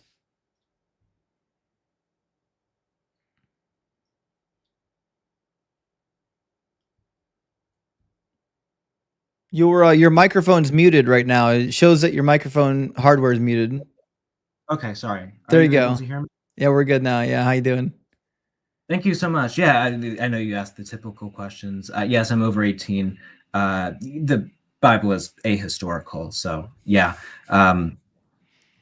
What I just want to say again, thank you so much for everything. I had no idea that the Greek editions of the Bible were like what allowed the New Testament to borrow so many things from the Old in a way that was just that. I also learned recently that the King James edition was the thing that basically every denomination pretty much from the 1800s to the 1950s have interpreted. So I just am wondering why there are so many denominations out there today if all of them are based on misinterpretations because the King James Version is a revisionist Bible. So, I mean, it is a revision Bible. It was revision of the Bishop's Bible. But let's imagine for a second that they all had one English translation. I still think there'd be all these denominations because I think people are picking and choosing the verses that they like. And I think it's also true that sometimes the Bible isn't clear on a particular topic. We'll say, for example, baptism, right? So the Anabaptist movement, they've probably got they've got to at least have 45 different splinter groups from people saying, well, no, you have to baptize this way. No, you can't do it that way. You got to do it this way, right? And they're so hell-bent on this nonsensical view that they're willing to split over it, even though realistically, most of them are reading the same Bible. A lot of them are reading the Geneva Bible. So I don't know if having one Bible would even help. I think people just are disagreeing because the text isn't very clear. Mm-hmm. Yeah, that's a good point. And I guess I just have another couple of questions. The word deconstruction, there's a philosophical sense, and then there's also more just the kind of the community.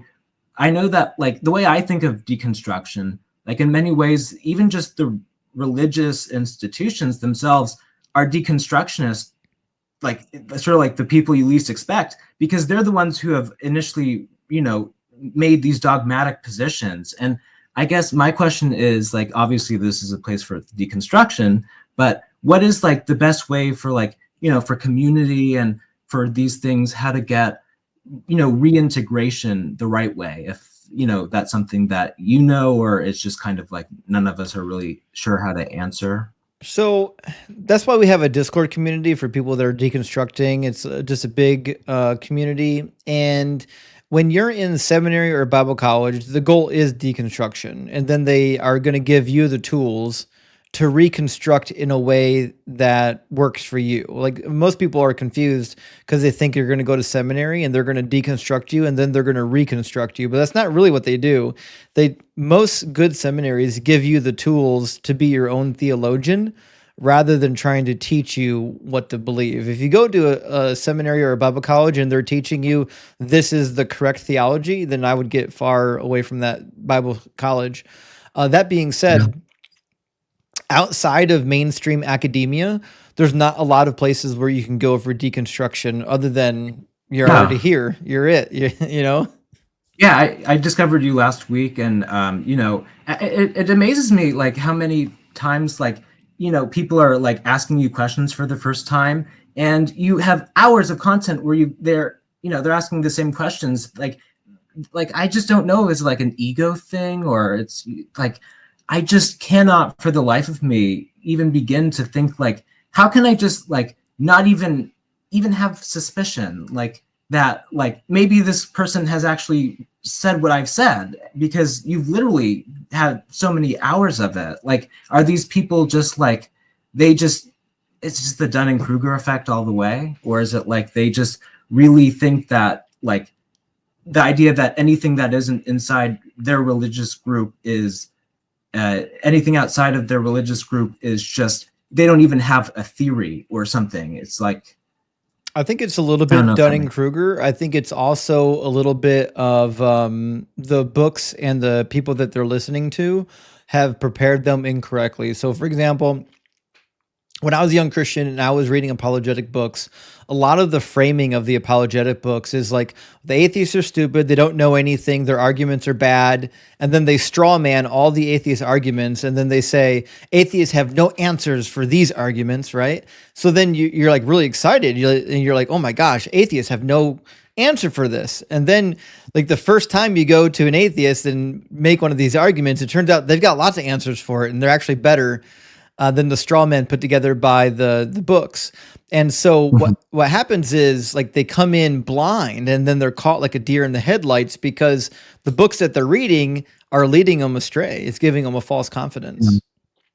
I guess it's like also like, how do people like not like have moral accountability? Like TikTok, obviously there's a lot of people, but how is it just like naturally that, like, when people are having PhDs and masters and other people aren't, like, how could, like, even like that lead to where we are today? Like, I'm not saying, like, it's some conspiracy, but like, how can so many people be duped when there are actual academic institutions? Like how is there just this not, if the truth is so powerful, and like, just why isn't it like more wide known? If like why just aren't people like, just why isn't society in general just like trusting people who have doctorates over people who are just rhetorically very just selling snake oil?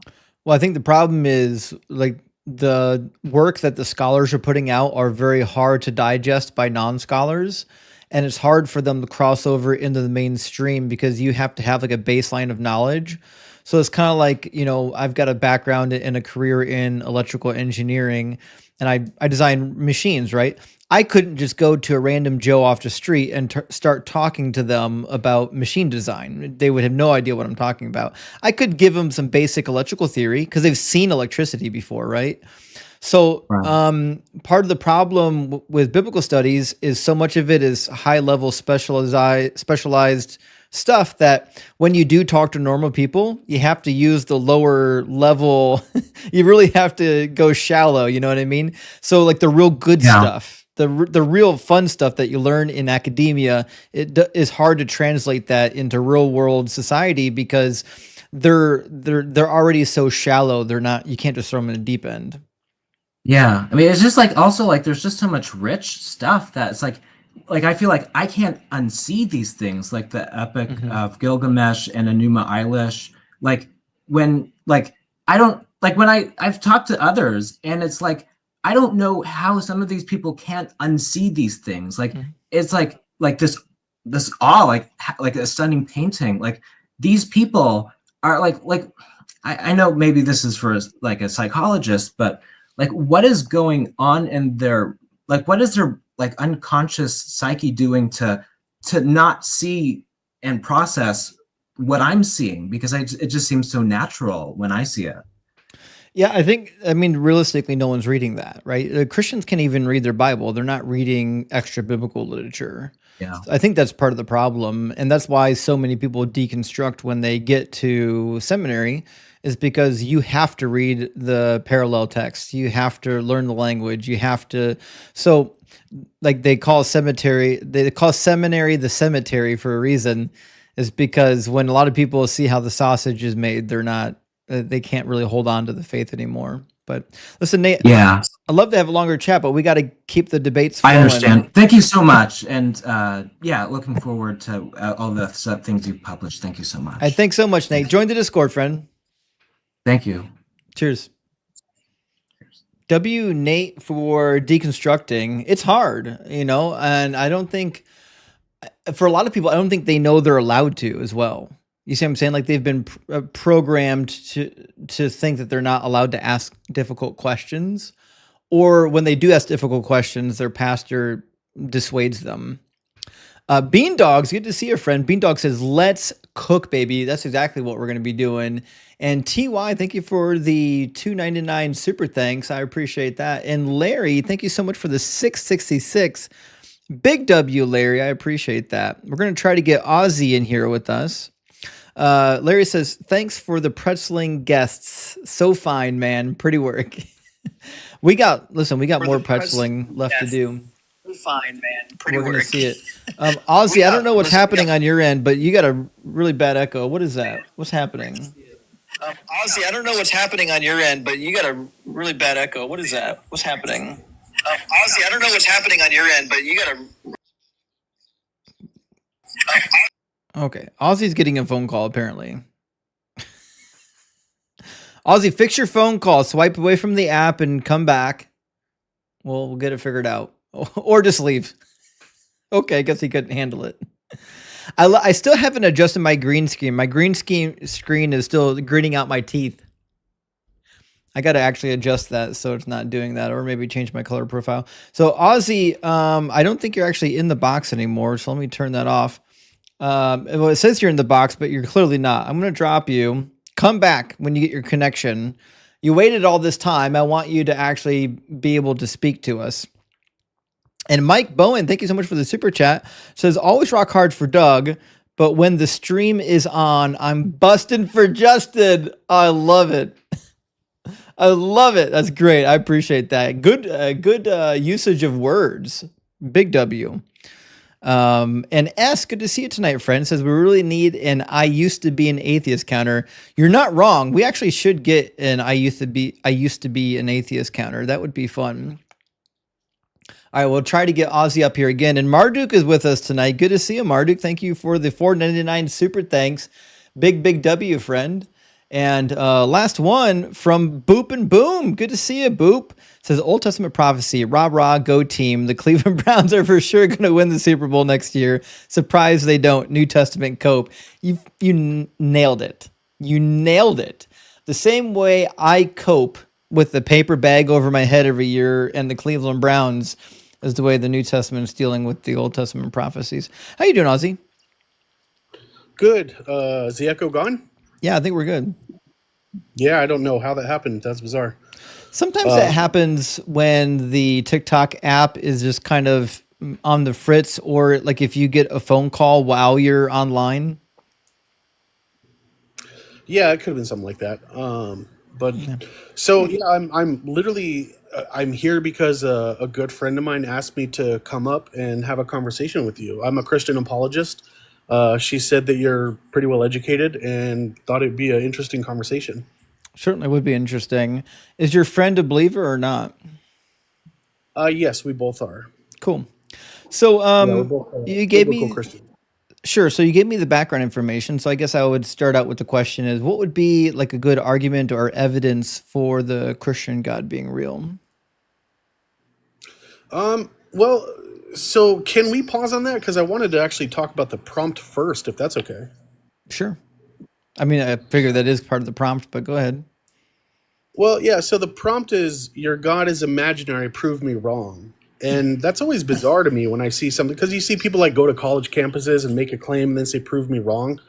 Like immediately that shouts out to me, like shifting the burden of proof. So if you're saying my God is Can you prove me wrong? imaginary, well, hold on. What I'm saying is if you're starting with a claim your God is imaginary, don't you have the burden of proof?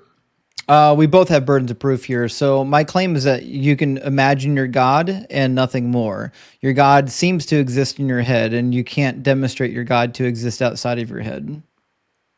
Okay, can you prove that? Yeah, because you can't do it. So the fact that you can't prove your God to exist outside of your head demonstrates that your God only exists inside your head. So are you referring to objective truth? No, I'm suggesting that the claim I'm making is that your God can only be proven as far as your imagination. Right, and what led you to that conclusion is what I'm asking. That you can't Like prove you and I, that you you and I can't personally prove your had that God to exist outside of your head, which is why rather than actually giving an argument or evidence for your God existing, you're trying to get out of it and you're trying to burden shift. But you and I have never had a conversation, so how could you like say that? Well, go ahead and try it then. Prove me wrong. Well, okay.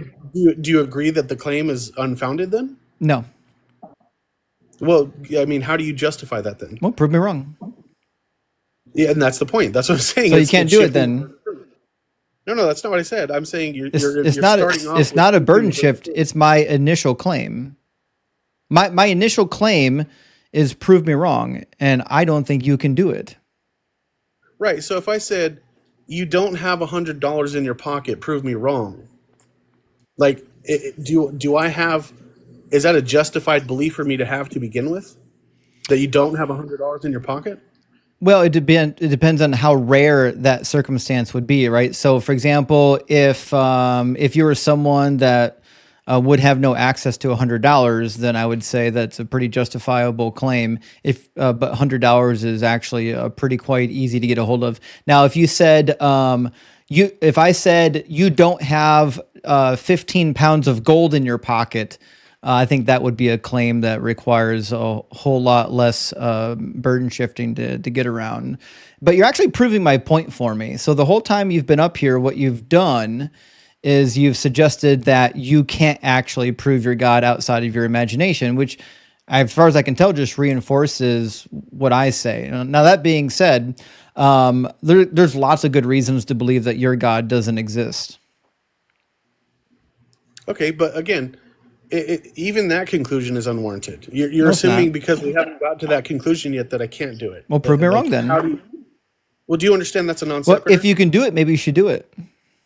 Okay, do you agree that that's a non sequitur? Well, let me ask you a question. No, I don't agree. Can you demonstrate that your God exists outside of your imagination?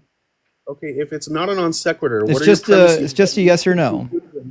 Yeah, what are your premises? It's just a yes or no, Ozzy. Can you demonstrate that your God exists beyond your imagination? Okay, what are your premises that lead to the Listen, conclusion? you can burden that I shift cannot all day demonstrate- long. I talk to apologists way better than you. I'm not going to let you burden shift all night. Answer yes or no. Are you capable of demonstrating your God to exist outside of your imagination? It requires a yes, no, or I don't know. Your prompt is the one that is making the Okay, burden. so you can't answer the question then? You're incapable? Is that what you believe? I'm asking you. Okay, is that what you believe? I'm asking you to answer the question. I'm asking, are you capable of demonstrating your God to exist or providing an argument for your God's existence outside of your imagination? Is that something you're capable of doing? I am capable of doing that. Oh, great. Thank you. That's all you had to say is yes. The correct answer would have been yes. So that's what I'm interested in. I'm interested in the argument or the evidence that would demonstrate your God to exist outside of your imagination. Would you like to get on to that? Okay, absolutely. As soon as you admit that your prompt is definitely burden and proof shifting. It's actually not. Okay, your God is imaginary, prove me wrong. Your addition of prove me wrong is what makes it shifting the burden of proof. No, it's not. It's not a shifting burden of proof. If that's my starting point, my starting point is that you can't prove me wrong. A burden shift would be if I made a claim without any further, any further structure after that. If I just said your God does not exist and that was it, and then you came in here and I said, well, prove me wrong, that would be a burden shift. This is the starting point, which means it's not a burden shift. It's a starting point for the burden. So you can cry all you want that you can't demonstrate your God to be real, but our starting point is that you can't prove me wrong, and you're demonstrating that you're afraid to do it. But it doesn't say you can't prove me wrong. It says prove me wrong. Prove me wrong. So if you're making the claim, are you going to give me an argument or not? Do you agree that the person making the claim has the burden of proof? Yes or no? It depends on the form of the argument, right? So if we're having like an actual philosophical argument, then all claims, the burden of proof is on the person making the claim. I'm making two statements here. One is that your God is imaginary, which I can defend. The other is that you can't demonstrate otherwise. And you will never be able to demonstrate that, which is why you're terrified of doing it.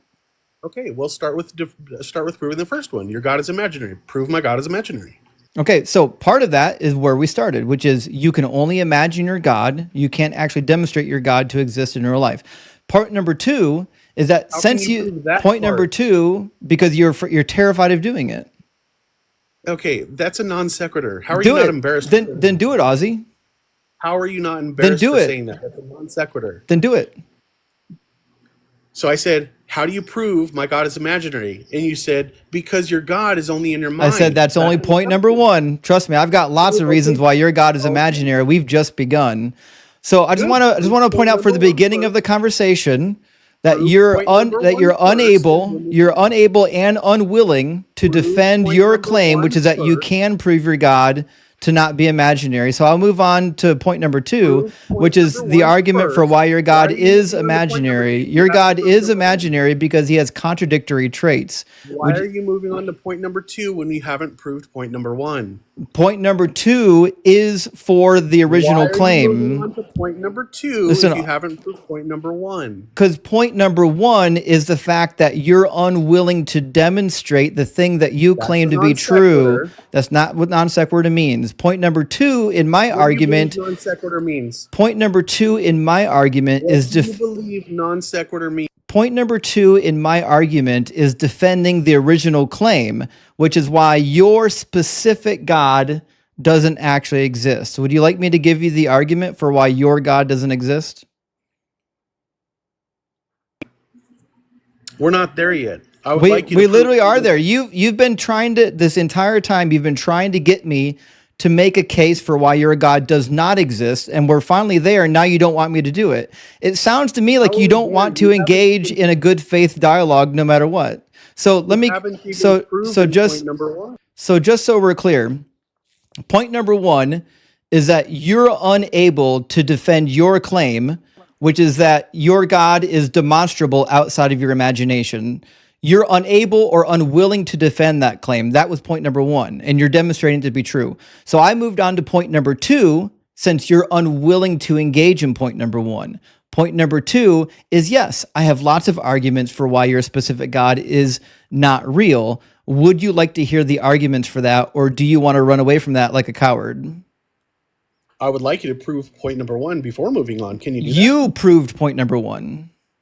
How did I prove that I don't have How did I prove that God doesn't exist apart from my imagination? Point number one is that you are unable to demonstrate God outside of your imagination. If you could do it, you would have just fucking done it already.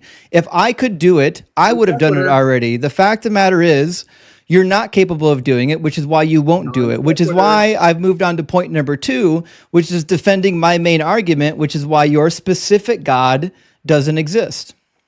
Would you like to have an actual conversation on anything substantive, or do you want to dance around bullshit claims that you don't like the way I've structured my debate?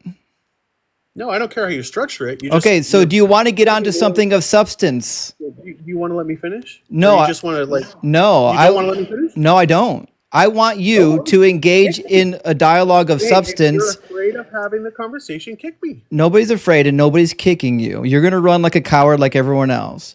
So I want to have a dialogue on the actual substance.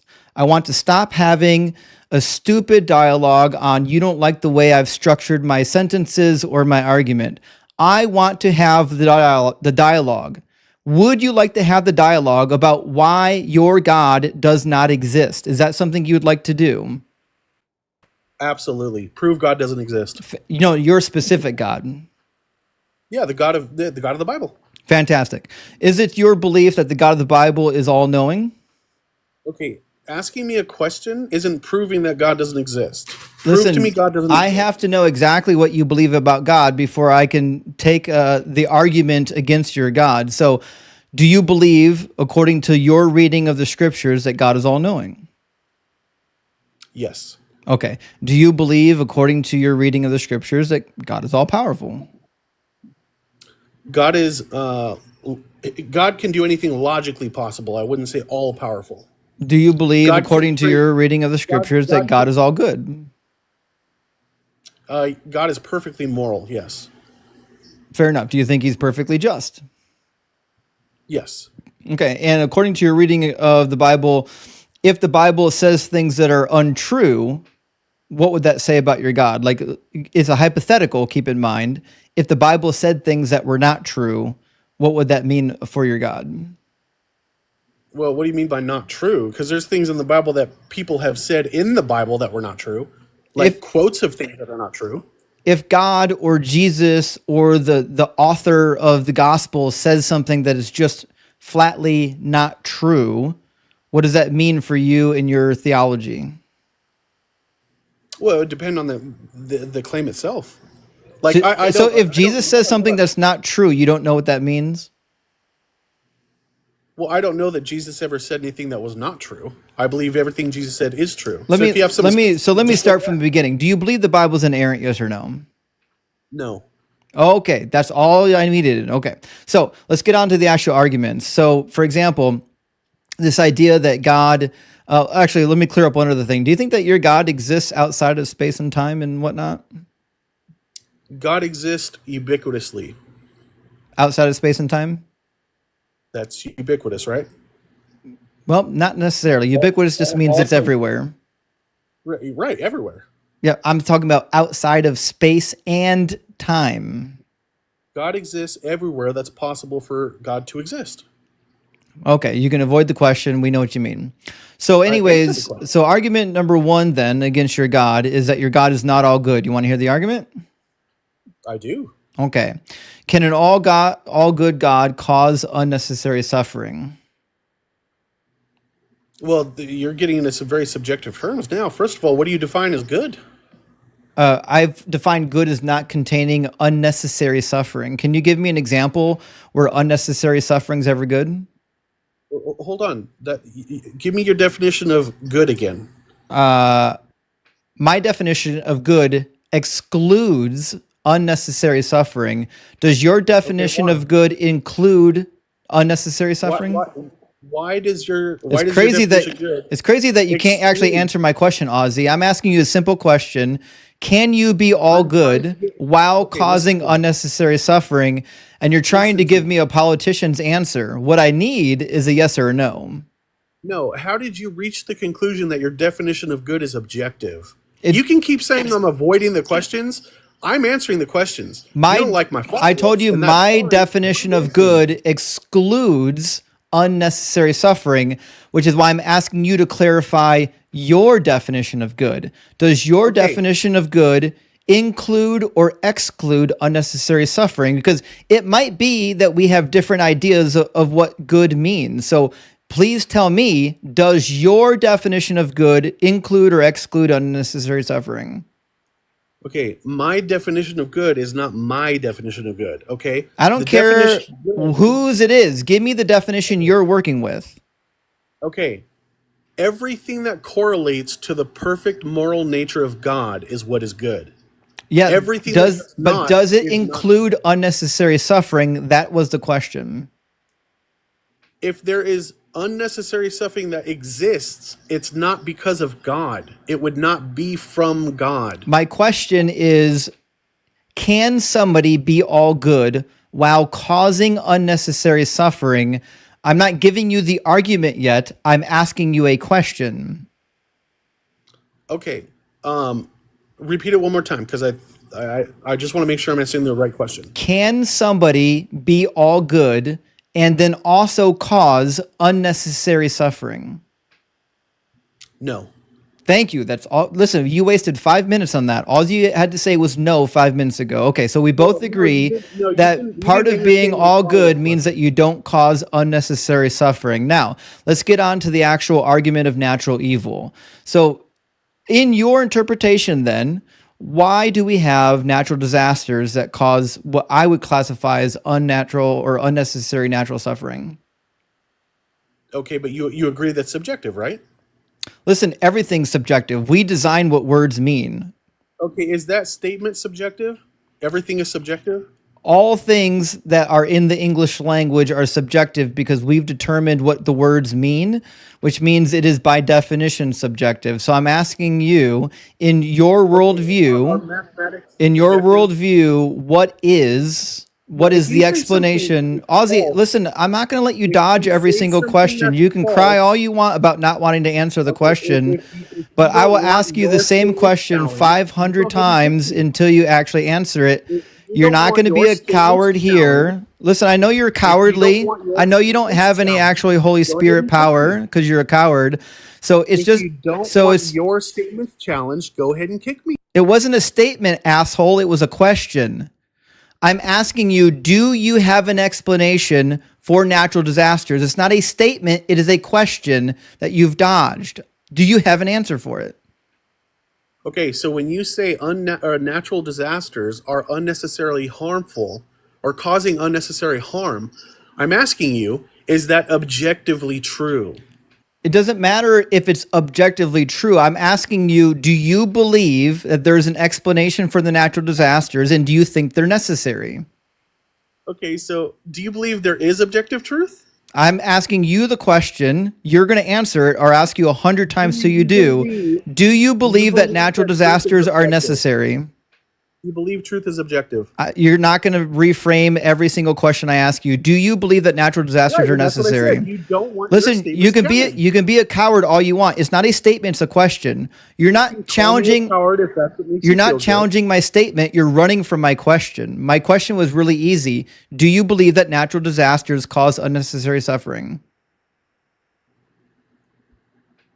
You just don't want your statements challenged? I want you to answer my questions. You're not challenging my statement. I haven't made a statement yet.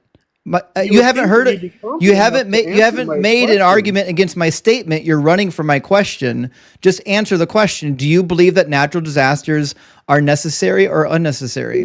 If you are so confident in your position, I'm confident that you're too cowardly to actually engage in dialogue. So answer the question.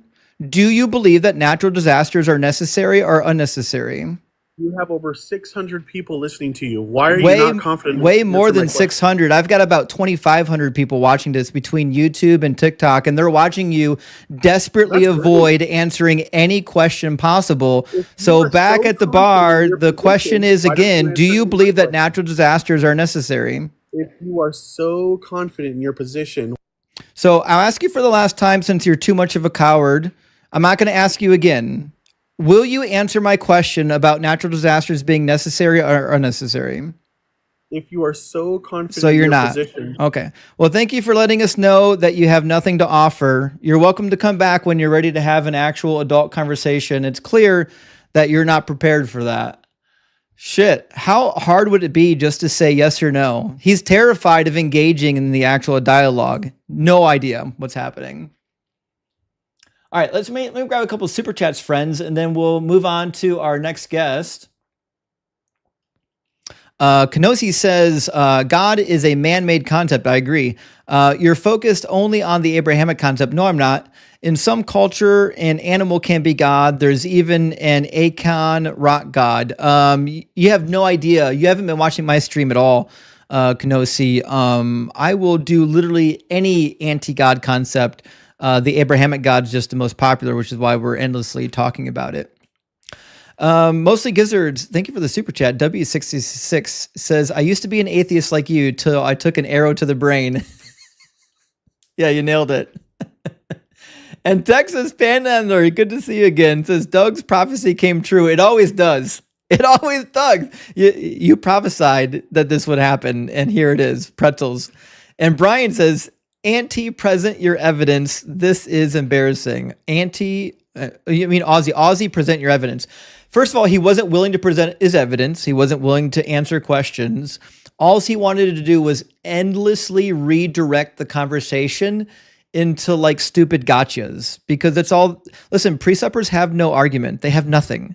All they have is like dumb gotchas and avoidance tactics. Chip says the problem today is knowledge is growing exponentially faster than human cognition, and learning structures can't keep. I think you mean can't keep up. Well, that is true. Like they talk about being in the age of information. I think that's an understatement. The amount of information we have available to us is mind-boggling, which is why it's so much fun to learn. Like you never get to the end of it. You never stop learning. It's amazing. And Godless, good to see you tonight. Thank you for the super chat. It says, folks who are deconstructing can always go to Freedom from Religion. I agree, actually. And my friend Josh, you know him as Rock Hard for Doug, just joined the Freedom from Religion Foundation. He's going to be helping people out. And Lord Farquaad, great name, it says, funny how what I used to believe is wrong, morally, factually, scientifically, and even the mythology borrows from others, I was lied to as a child. Yeah, we all were. I think it was in good faith. I don't think they meant to lead us astray, but they certainly did. And Eris, thank you for the $5 super chat. It says, so when basketball players are passing the rock around, they are sharing the praise of Doug. That's why basketball is one of Doug's favorite rituals. I agree. That's why they say pass me the rock. It's all about Doug, guys. And the further you look into everything, it's always about Doug. That's the facts of the matter. Doug is the rock solid truth, and there's no way around that. All right, we're going to get another guest in here in just a second. Give me a second. Half a second. 3/4 of a second. Tyler, thank you for the $10 super chat. Big W says, I feel Doug in this Chili's tonight. That's a quote from I feel God in this Chili's tonight. But shit, what was that? Was that Talladega Nights? I'm trying to remember where that quote came from. That's a really good one, though. Shit, now I forget where it came from. It's such a good one. Super Sweaty Nerds with us tonight. Good to see you, Sweaty. Says, asking if everything is subjective is objectively true is a disingenuous attempt at question begging. It really is. He was hoping to find some like a really stupid gotcha. He couldn't do it. He just kept doing avoidance tactics rather than engaging in the actual conversation. And Penelope is with us. Good to see you, Penelope. Thank you for the $10. It says, looking forward to the day when con artist apologists have to get a real job instead of spinning yarn and fleecing the sheep. It's funny how he came in really confident as being an apologist, and he left just being a coward. It's funny how that always seems to be the case. And Josh, thank you for the super chat. It says, guest is a coward, doo-doo-bird. Yeah, you nailed it. And PJ, thank you so much for the super chat. It says, God's Not Dead movie night when. We should do a God's Not Dead movie and do some apologetics on it, or some anti-apologetics on it. That'd be really good. And Helping Mega says his friend got her revenge. Praise Doug. I think that's what was happening. Somebody was setting him up. How you doing, Woke? Woke? Good evening. Woke, you're really quiet. Can you get closer to your phone? Yeah, hold on one second.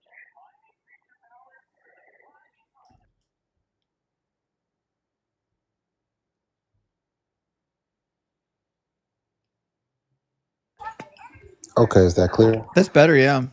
Yeah, appreciate that. Also, Lady Linux, thank you for the subscription on TikTok. I appreciate that. So, Woke, are you at least 18 and are you a believer? Yes and yes. Cool. And what God do you believe in?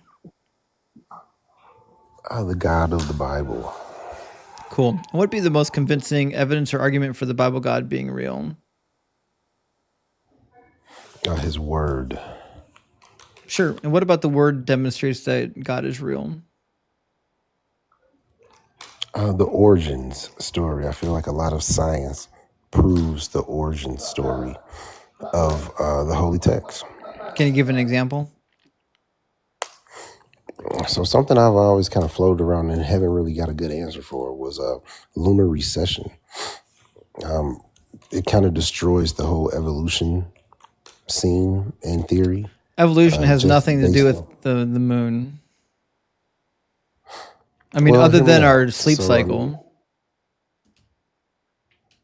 Right. But just so, like, long story short, lunar recession, I mean, based on the math, how it maths out, is if the world was as large, or I'm sorry, as old as it, written in mainstream science, the moon would have, practically been up on the earth, several billions of years ago. Why? And that we just don't have the evidence. Well, because the lunar recession, due to lunar recession. Are you familiar with that subject at all? Yep. Yeah, I mean, like when you work the numbers, like it numbers from puts what? The moon. So with the moon receding away from us, recessing away from us rather, in this status, I mean, we can work the math backwards and see that it was at one point closer than what it, than what mainstream says. For how long? I'm not sure. It's like the scenario, or the analogy, the thought experiment goes along as if you walked into a room and saw a candle burning. You really wouldn't know anything other than, that the candle was lit and that it was burning. So like by, reverse engineering and extrapolations, you can deduct and see how fast does the candle burn. But again, that won't answer the question, when was the candle lit? Nor will it answer the question, how tall was the candle?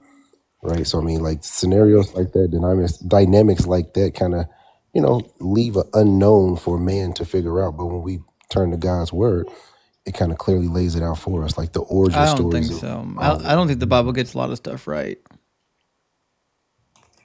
Yeah. It's God's word. And if you like got an idea of who God is, like how could he really put himself into a book? I think a lot of people just lean on the book too much and they look for everything to come from it. How much of the Bible is true? I would say it's all true. 100% of it? Well, like the last guest said, I mean, there's some things in there that stated that to not be true, right? Okay, so it's not 100% of it. Well, but it exposes the untrue parts and the true parts. Well, if it has untrue parts, then it means it's not all true. That's just definitionally accurate. Okay. So I guess I'll start at the beginning. Is the Bible 100% true? No. Okay. What percentage true is it? Trustworthy. I would say it's 99% truth and 100% trustworthy. Oh, really interesting. Do rabbits chew cud, or what about rock badgers? Do they chew cud? I haven't looked that one up. I'm not even familiar with that term. And so, there's a lot of translations of the Bible. And right now we're kind of like in a golden era where you can just pick the best translation for you to read and get really good understanding. But I am aware of that scripture. I'm just not familiar with the terms. I haven't looked it up, haven't had interest to look it up. The definition of cud is pretty well known in English language. The idiom that we get in Hebrew means to regurgitate or to bring up again, referring to bring up from the stomach. Chewing the cud in the Hebrew Bible just refers to regurgitating your food and chewing it a second time. Oh, so what's that about? Well, The Is it like a question is, sin or something? no, it's not a sin. In Leviticus 11, it says that rock badgers and rabbits chew their cud, but they don't. Oh, I mean, I don't know what to say about that. I mean, is that like a unarguable fact? I mean, I'm pretty sure somewhere in the world that it seems very reasonable for an animal to do that. No, their entire Yeah. biology would have to change. They'd have to change to either a multi-chambered stomach or a fermenting stomach, and neither one of them do that. And we know that, like, they've never done that, like, not from a certain region of the world. Like, there's not a particular rabbit that does that. Nope. In fact, rock badgers completely lacked the ability to regurgitate at all. Is it possible the animal was misdiagnosed, No. miscategorized? I mean, I don't. That doesn't make me not even a little bit throw the Bible to the side and say it's all fake or it's all a joke. Well, I didn't never said Yeah. it's all a joke. What I'm saying is I don't think the Bible is good historically. I don't think it's good. For example, in history, right? Adam and Eve theoretically lived 6,000 years ago, but we have human settlements from past 10 and 12,000 years ago that they were already doing farming and agriculture. Yeah, and I think that could be true and not compromise the Bible. How? Not even a little bit. I think it can be true because the Bible documents particularly the story of the Hebrew people or the Israelites or the Hebrew Israelites, whatever, category they are in. God's chosen people. It's pretty much their story. And I understand like other Were Adam and cultures Eve the have, first humans? I personally, so the Bible, I believe the Bible. I trust the Bible is true and I believe it. But me personally, Right, but were Adam and Eve I first believe- humans? according to the Bible, yes. According Okay. to the Bible, yes. Do you believe that? I personally believe, according to the Bible, Adam and Eve was the first people of the Hebrews. I don't Okay, think they're so necessarily there were the- other peoples before Adam and all- Eve. I can work with that. It doesn't like take away my faith or anything. It's just I understand this is a story for a particular people by their God. Well, the problem is the Bible says that they're the parents of all humanity.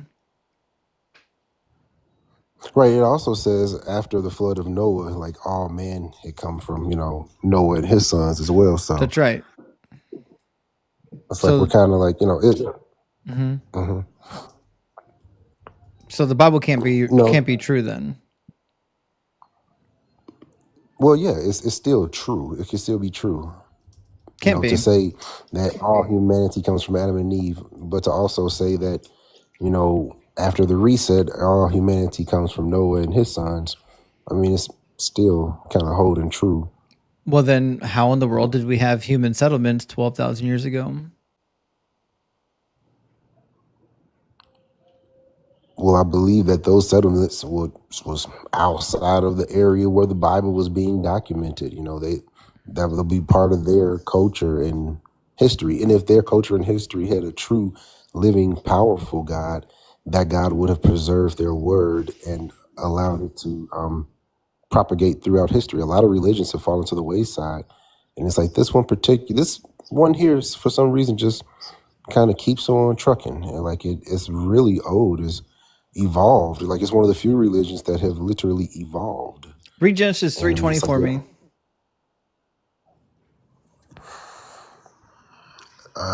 It says the man named his wife Eve because she was the mother of all living. So there couldn't have been humans before Eve.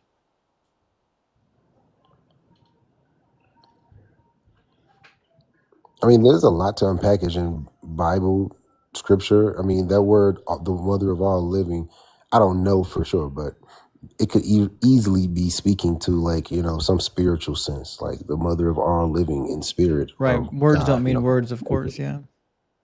Well, no, I mean, it's like, because the Bible's been interpreted and translated and interpreted. How is Eve the translated spiritual over- mother of all the living? I don't know. I just kind of pulled that one out. I don't know. I can't really Yeah. speak to that verse and make it make sense more than what the words say. It says Eve is the mother of all living. I mean, I still side with that. I agree with that. I mean, and again, moving on beyond her and Adam. I mean, it's like, yeah, I mean, I guess you have to reconcile the fact, yeah, all living came from Eve, started with Eve. Great. So then we're back at square one, which is if Eve is the mother of all living, then how in the world did we have people living before Eve? So again, the only way I can reconcile that for me to make sense for me is like, is this again, is for the Hebrew Israelites and their people. This is like their story. God writing to them, for them, by them. It says all living. They're the only people that have been created on the earth. Oh, I mean, it could have been excluding those other people that were not part of this group of people, right? They could have looked at all other groups of people as dead or not living because they were, not with the spiritual God or whatever the case may be. But there's a lot of that goes on in the Bible. And why in the world would they not just say these are the parents of the Hebrews? Because we actually are given the lineage of the Hebrews. We know who they are, and their lineage starts with Ever in the Bible after Adam and Eve. Like the Hebrews don't exist until after Adam and Eve. Right. That's 100% correct. But the lineage, as far as tracing back to Adam, I mean, I guess you can call those the ancient Hebrews, right? Before they were even dubbed Hebrew or the phrase was coined. The Hebrews are people who are descendant from Ever. I understand that, but again, Ever, that's that's Noah's grandson, and so we're talking about Noah, who definitely came from Adam and Eve. But Noah wasn't a Hebrew. I don't know the exact. Right, because his grandson. So then Adam and Eve weren't Hebrew. Dude, are you tracking what I'm saying? Like, I mean, they were considered technically like the ancient Hebrews, right? They were not. If Hebrew was a last name. Well, listen to what I'm trying to say. If Hebrew was the last name that these people were given, John Hebrew. Just follow with me here, because I think this is crazy work. If Hebrew was their last name, Ever was the one that kind of got the ball in motion, letting everyone know like this is our last name. But that's not disqualifying or excluding his grandparents and great grandparents. Do you know what I'm saying? It's like, I mean, no. Okay, let's imagine, for example, that you're a descendant from Attila the Hun. We're going to call you a Hunnite for now. You're a descendant from Attila the Hun. Were Attila's parents Hunnites? Yes. No. Why not? Because you can't be born to your son. A Hunnite is somebody who comes from the line of Attila the Hun. Okay, this is just how words work. I mean, here. Well, so this is more of what this is, right? My grandfather played for high school football. My dad played college football. I played college football or semi-pros. My son, he's an NFL athlete. I mean, to say that he doesn't come from a long line of football players is just like ignoring his past. But a football player is a category. It's a classification of something. We're talking about lineage. We're talking about genealogy. And genealogy isn't retroactive. If you came from Abraham, that means the Abrahamites can't predate Abraham himself. But if my son gets up and receives a trophy and like, I come from a long line of football stars. Football is an activity. Say, hey, it's not a genealogy. Well, let's make it a genealogy, all right? For the sake of the argument. Though. They're not the same category. Woke. One is an activity and one is an actual genealogy. One's a bloodline. This can't be real. I can't be having this conversation with a grown man. Well, that wasn't nice, but I mean, yeah. I mean, I don't know what's difficult. Just focus up. I'm tired. I don't want to have stupid conversations about how football is the equivalent of a genealogy. They're not the same. They're not the same.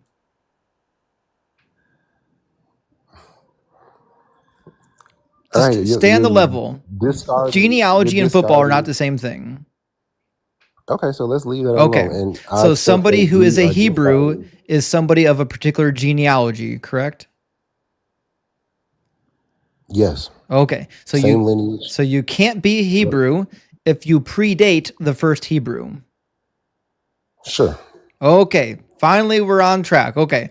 So no, Adam and Eve were not Hebrews because they predate the first Hebrew. So the question is, if all humanity came from Adam and Eve, as the Bible tells us, then certainly it can't be true that people existed before Adam and Eve, which is why you're pretzeling. I'm trying to figure this out, why you're pretzeling on this. I'm not familiar with that term, but again, I mean, it's like if you don't want to accept that their lineage is Hebrew lineage, right? I mean, again, I believe that this Bible is speaking directly for the Hebrew people and their lineage. So if it says Eve is the the mother of all living, right? I could concede to that is like some poetic way of referencing the mother of this people. Not the Hebrews, though. The Hebrews specifically. I mean, not necessarily the world. But I mean, No, if it's the the world, world, the mother of all okay. living. Eve gave birth to what led to Noah, and then Noah and his family populated the entire world, all of them, which means Eve is the mother of all living. Yep, I have no problems with that. Like that's Okay. what the scripture says. Yes, and the scripture is wrong because there were people living prior to Adam and Eve.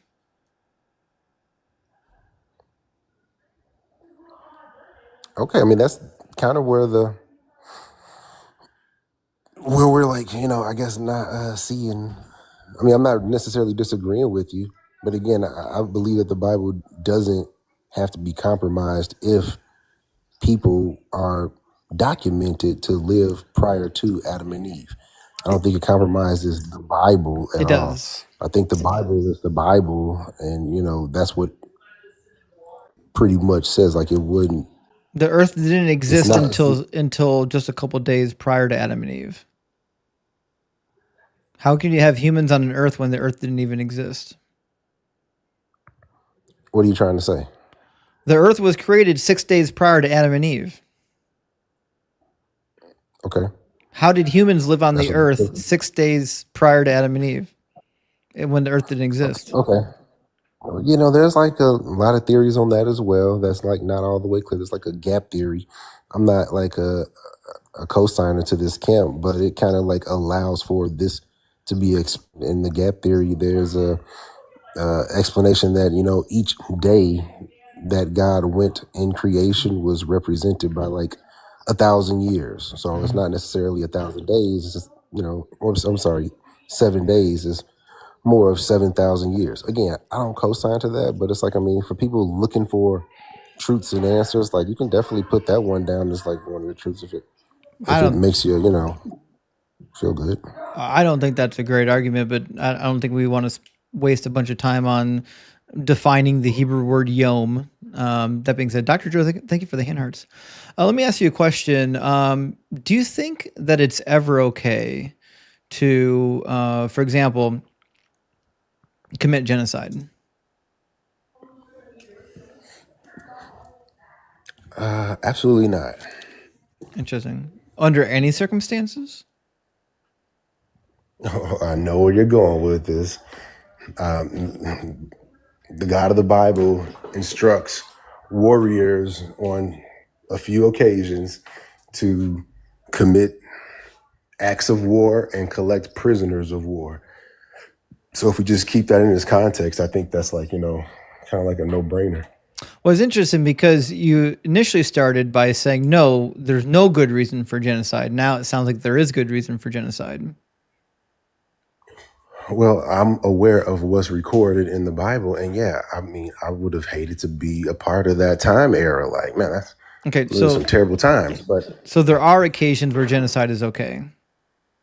It's absolutely necessary. I mean, I think we learned in elementary school that war in most cases are what promotes peace. Like in order to maintain peace, you have to have war. So It's like there's a genocide is balance. necessary.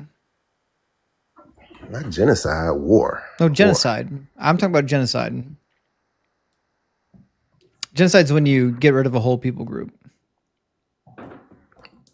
And so I understand that happened in the Bible, and that was God's way of telling his people, right, how to go about fighting war and battles. Like they regarded God's word Right. as That's why I'm for asking everything. you to pay attention. I'm asking you, what are the occasions on which genocide is justified? In the Bible cases, I believe they were all justified. Just generally Can we speaking, get into what are the qualifications that makes a genocide necessary? you got to hear it from God. You have to. Okay, so It genocide's has to only be okay if God tells you. only if God lets the people know, like, hey, we got to go and air them out. Like if that's coming from God, man, it's you better boot up. But I mean, for So, Woke, I selfish don't know reasons, why you can't say yes or no to my questions. They're just yes or no questions. So, let me the get it occasion again. by which genocide is acceptable is when God tells you, correct? Yes. Okay, fantastic. Now, if God tells you to do anything, then by definition, the right thing to do is to do that thing.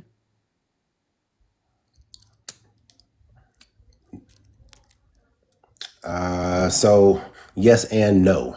Yes Right. I and understand no. that the Bible. I understand the Bible has stories of things that we just would not be able to do in this current age. So I'm really strong on like being able to read the Bible with discernment and with a open heart, like a real honest heart. Like God is not telling anybody to go and make slaves of somebody. I didn't say he God is not was. telling. I mean, he does do that in the No, I know. Bible. I'm not saying he's doing it now. Just pay attention. I feel like you're trying to get ahead of my argument and you don't know what my argument is. Every time you try to skip ahead, all you do is waste both of our time because I'm just going to keep redirecting you back to where the argument is. So stop trying to guess where I'm going because you don't know where I'm going. Okay, let's roll. Let's go. Cool. Okay. So if God tells you to do something, then it's always the right thing to do it, isn't it? Yes. In your worldview, not mine. Yes. I mean, but I also know God's not telling anybody to do anything I didn't say he other than was. reading. I don't know why you keep trying to Right. jump to that. That's not my argument, Woke. You keep trying to get ahead of my argument. You don't know what my argument is. You're wasting your time and mine. Okay. So we agree that anything God tells you to do, it's always the right thing to do it. Cool. Next question is, if God told you to go to the local orphanage and adopt all the babies and then turn them into baby paste and then, roll them out into strips and dehydrate them into fruit by the foot and use that as your daily snack, would the fruit by the foot baby paste be the right thing to do? No. Why? But God told you to do it. I'm taking that one up with him. God can. He will have. I to didn't personally ask come you if you visit would me. do it. I didn't ask you if you would. I'm not I asked doing you if it would be the right thing to do to follow God's orders. No, I'm not getting into that. No. It's just a yes or no. Would it be the right thing to do to follow the orders? No. So disobeying God, the right sorry. thing to do is to disobey God. In this example and scenario that you provided, absolutely yes. He's giving me good common sense to know how to protect his creation and not, But genocide wreak isn't havoc on it. protecting So, creation. in the biblical stories, I believe they were. In biblical context, I believe they were. Oh, is that the case? What about when God killed all the Egyptian firstborn? Who was he protecting? When God killed the Egyptian firstborn, you're talking about the story of Moses, right? Mm-hmm. And what's your question? Was that right? No, who's he protecting? Oh, I would have to read. Was he protecting? Do you think he was protecting anybody in that story? No, I think according to the story, he's just showing off. It's a display of his power.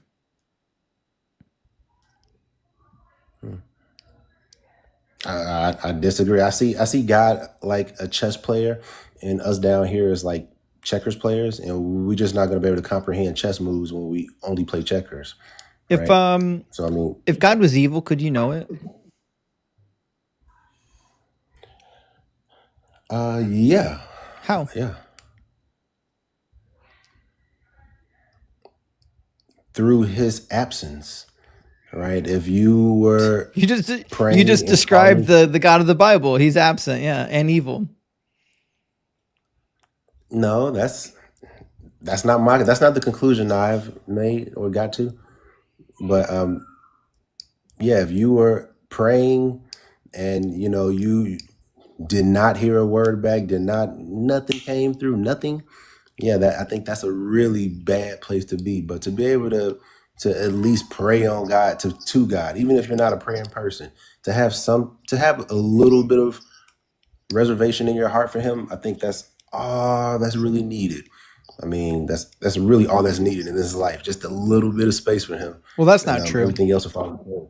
There are billions of people that die without knowledge of this God that are earnestly seeking this God. And so that's just simply not true. Why does God allow certain diseases like Lesch-Nyman syndrome? Well, I mean, so I can answer that with scripture because it says, God creates vessels for honor and vessels for dishonor. Like he's running the show, right? And I mean, some of us are made for dishonor. So God And some of us are created made the baby to have Lesch-Nyman syndrome, to gouge his own eyeballs out and scratch his face uncontrollably. God made that baby to do that.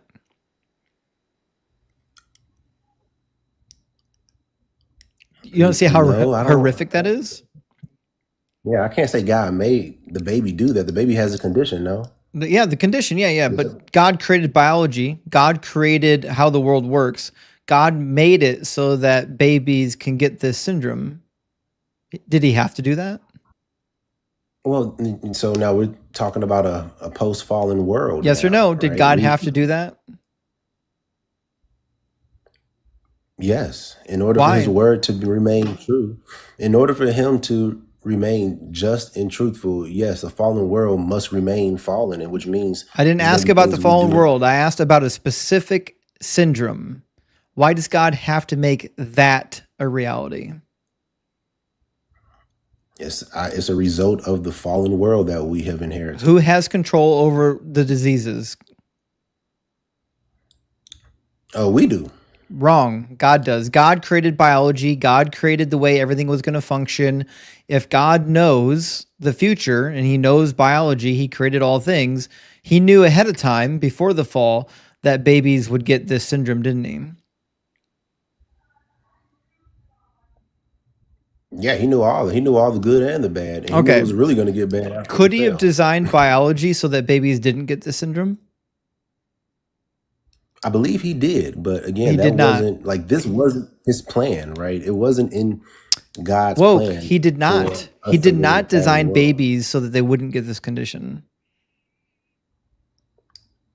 So who designed it then? He did. God designed human beings in a way in which babies would get Lesch-Nyman syndrome. Nobody created biology other than God. That's a result, right? He made it perfect, but It's in not a fallen result. world, like we don't have people are born blind, which is Did Adam and Eve create the syndrome? I believe so. I believe they Wrong had all again. the genes in them. Whoa. God well. created biology. God made all of this the case. Adam and Eve didn't create anything.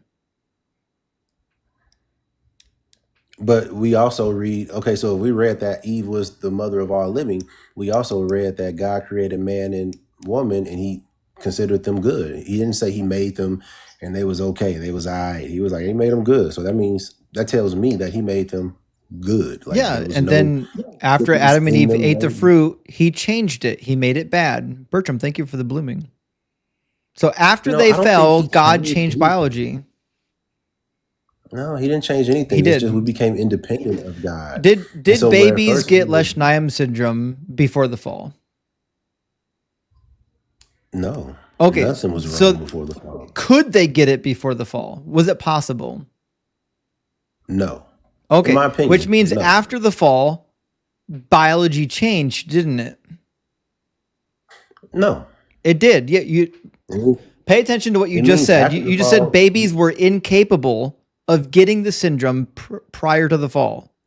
After the fall, babies were capable of getting the syndrome, which means their biology changed. No, that does not mean that. It does.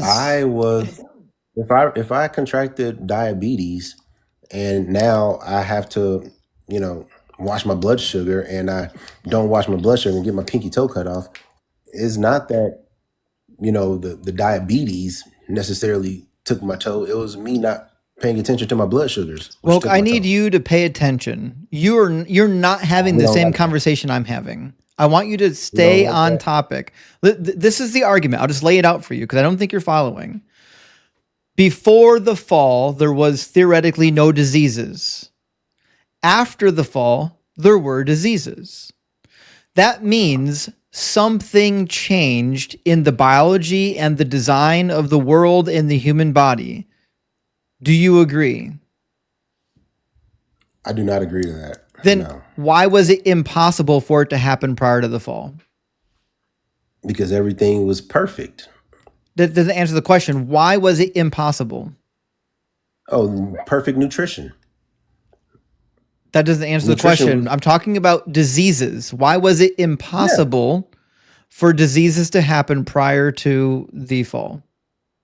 Because living with God, Adam and Eve had knowledge of how to take care of themselves, and he took care of themselves as well. Now, I'm sorry, before the fall. After the fall, God's no longer taking care of them. They don't even have access to the fresh fruits and vegetables. Listen, I don't care what bullshit biology you think is happening here. We can run with that answer. It's a poor answer, but we're going to run with it. You still end up with the same result. The result is after Adam and Eve sinned, God did something that resulted in human beings getting these diseases. It's God's doing. Man did something. No. God did it. No, man. Yes. They didn't have access to fresh fruits and vegetables anymore. Yeah, they literally do. We have access to fresh fruits and vegetables as we speak.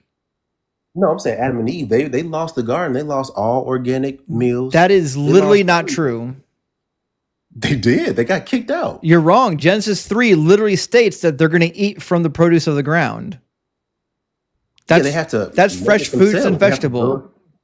They have to grow it themselves. It doesn't matter if they have to grow it themselves. It's still organic. They're not putting chemicals on it. They're not putting Roundup on this. They're growing fruits and vegetables the old-fashioned way. Soil in the garden was crazy. Top quality. All right, listen, woke. This conversation is too far above your pay grade. Let's try something simpler.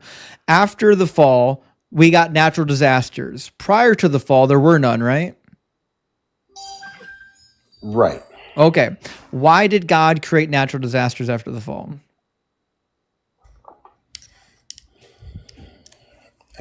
How do we get there? Are we jumping to a conclusion that God created natural disasters? We know he did. Nobody has control over the way the world behaves. Like, no one created weather other than God. God created the way the earth behaves. So I have to believe that God controls the weather and the Bible literally says God controls the weather. Okay. I could dig that. Natural disasters, in your worldview, are a result of the fall of mankind. Do you agree? Yes. Okay. Did God have to make that the case? I think so. Why? I'm pretty sure he did. Because paradise was perfect. And no, that doesn't answer my question. My question is why? Why did God have to make natural disasters? So, to give us a reminder of his power and that, God has to randomly kill 100,000 people a year to remind us of his power? That's what does natural disasters kill 100,000 people every year? On average, you have to average it out. Sometimes more, sometimes less. But it also it inflicts untold amounts of suffering, even on people who don't die. You know, people get caught up in natural disasters and live through it. Like they lose limbs, but they live through it. Yeah, it's literally the result of a fallen world. Like, I No, mean, it's not. even the pain they experience in those natural Yeah, disasters. Payne, thank you for the galaxy. So you're not tracking the conversation at all. So I'm just gonna tell you the argument, okay? The argument is that God causes unnecessary suffering, therefore he's not all good, therefore he's bullshit. Natural disasters are not necessary for anything. They are definitionally unnecessary. So because God causes the unnecessary suffering brought by natural disasters, either one of two things is true. The God isn't all good, or the God doesn't exist, or he's not all powerful, or maybe he's not all knowing, but he can't be all three of the omni properties. Do you track?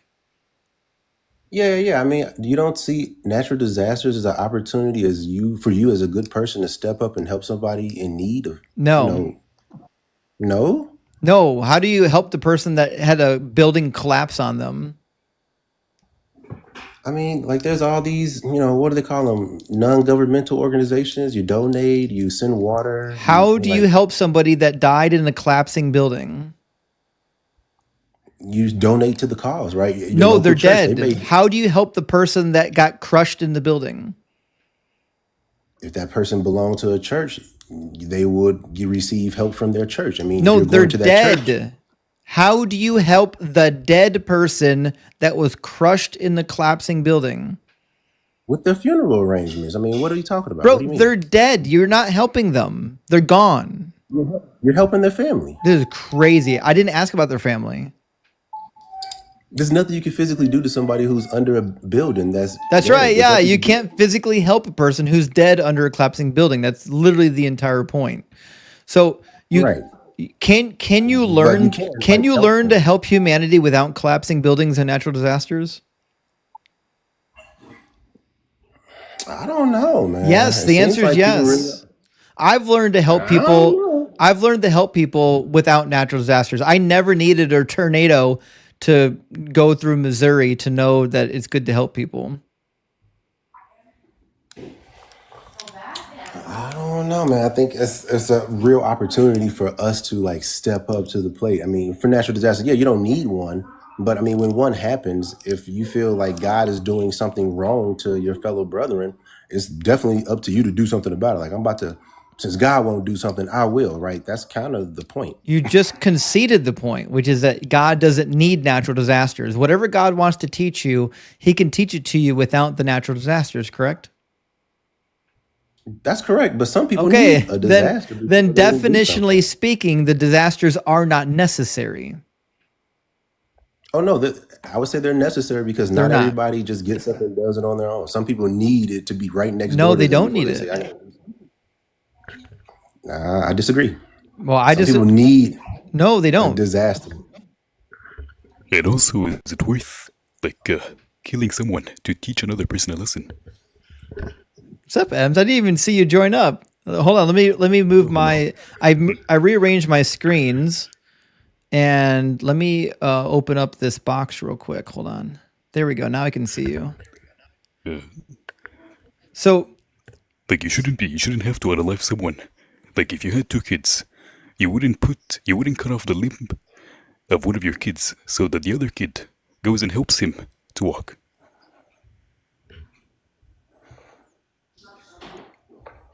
I'm sorry, is that it? I'm not hearing it's a that statement. voice. When you think about wait. M said you wouldn't cut off one of the limbs. Oh, who's getting a phone call? M says you wouldn't cut off one of the limbs of your children to help your other child. Mm-hmm. To learn to help his brother.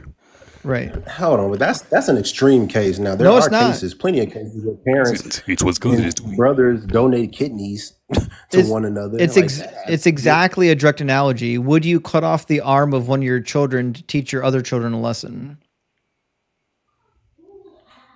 To teach a lesson? No, I wouldn't. No, not at all. But they need to learn how to help their brother. Nah, that's not. I'm not God. Well, you finally figured it out. Okay, so if you're not willing to do it, that means it's not a good idea. Which means it's not a good idea when God does it. Now you're just special pleading. No, I mean that's bringing God down to my level. I mean, He made the earth in 6 days. I can't. So I mean, I'm definitely not about to do anything that involves another person's life. When I mean, that's truly God's realm. He deals with the life.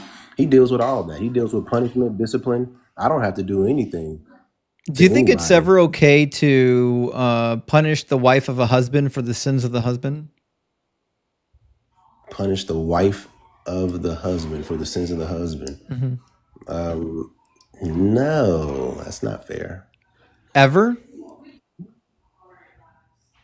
I mean, I don't know everything. I'm sure somebody's got a caveat out there, but I can't. Enlighten me, surprise me.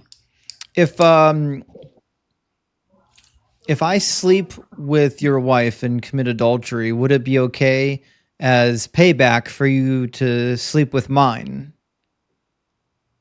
Well, so now the Bible says that. It says, do not do that because there's no amount of money you can put in that man's hand to quench his wrath on you, right? So, I mean, brothers, be wise out there. Don't mess around nobody's wife. But me personally, how I feel, I'm like from the old school. If she chose you, she chose you. Like she chose who that's what women do anyways. They just choose But who you're they want really to. struggling to pay attention to the questions. I'll just ask the same question. If I committed adultery with your wife, would it be acceptable as payback for you to do it with my wife? It's just a yes or no. Oh, that's like an eye for an eye. That's Kind of literally thing. what I'm asking you. Yes, is it acceptable? Yeah. That's not how I live. I Yes don't want to or live like no. That's all I need. according to the Bible, yes.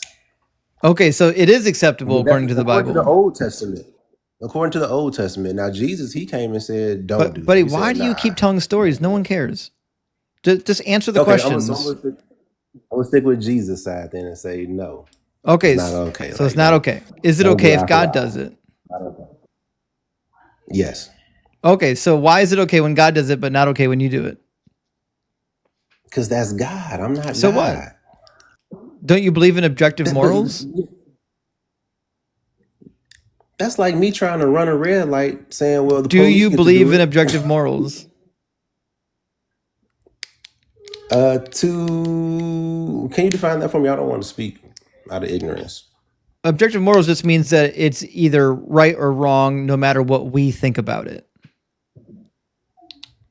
I understand. Yes, there's some objective morals. I understand there's some gray areas too. But yeah, I try to live in the black and white. Okay. So is there ever an occasion, no matter who's doing it, including God, where it would be acceptable to have some women raped because their husband committed a crime? No. Never, not even for God. No. Have No, you I mean, read 2 Samuel 12? Understand we're reducing God to a person, but I mean, according to your view, he's three persons. So a person is an irrelevant topic. So you want to read 2 Samuel 12 with me? sure. Okay. I'm going to put it on the screen. 1 second. Where's my browser at? Okay. So this is the punishment given to David when he committed adultery with Bathsheba and knocked her up, so on and so forth. Thus saith the Lord, I will raise up trouble against you from within your own house, and I will take your wives before your eyes and give them to your neighbor. He shall lie with your wives in broad daylight, for you did it secretly, but I will do this thing before all Israel in broad daylight. So God is suggesting he's going to have, as punishment for what David did, he's going to have 10 of David's wives, Yeah, that's tough, man. That's real tough. He should have obeyed. But the wives And it's didn't a have anything to do beautiful with it. See, did you say it is tough That's that what I women heard. are raped? Yeah, that's tough. What did you say after that? I'd hate to be married to this guy. If somebody raped your wife, would you say, oh, darn, that's tough? No, grape is terrible. Like, period. Then why is it okay when God does I'm it? all for it. Did I miss how God did it? Yeah, he says, I will do this thing. He said, I will. Yeah. I will take your wives before your eyes. I will raise up trouble against you.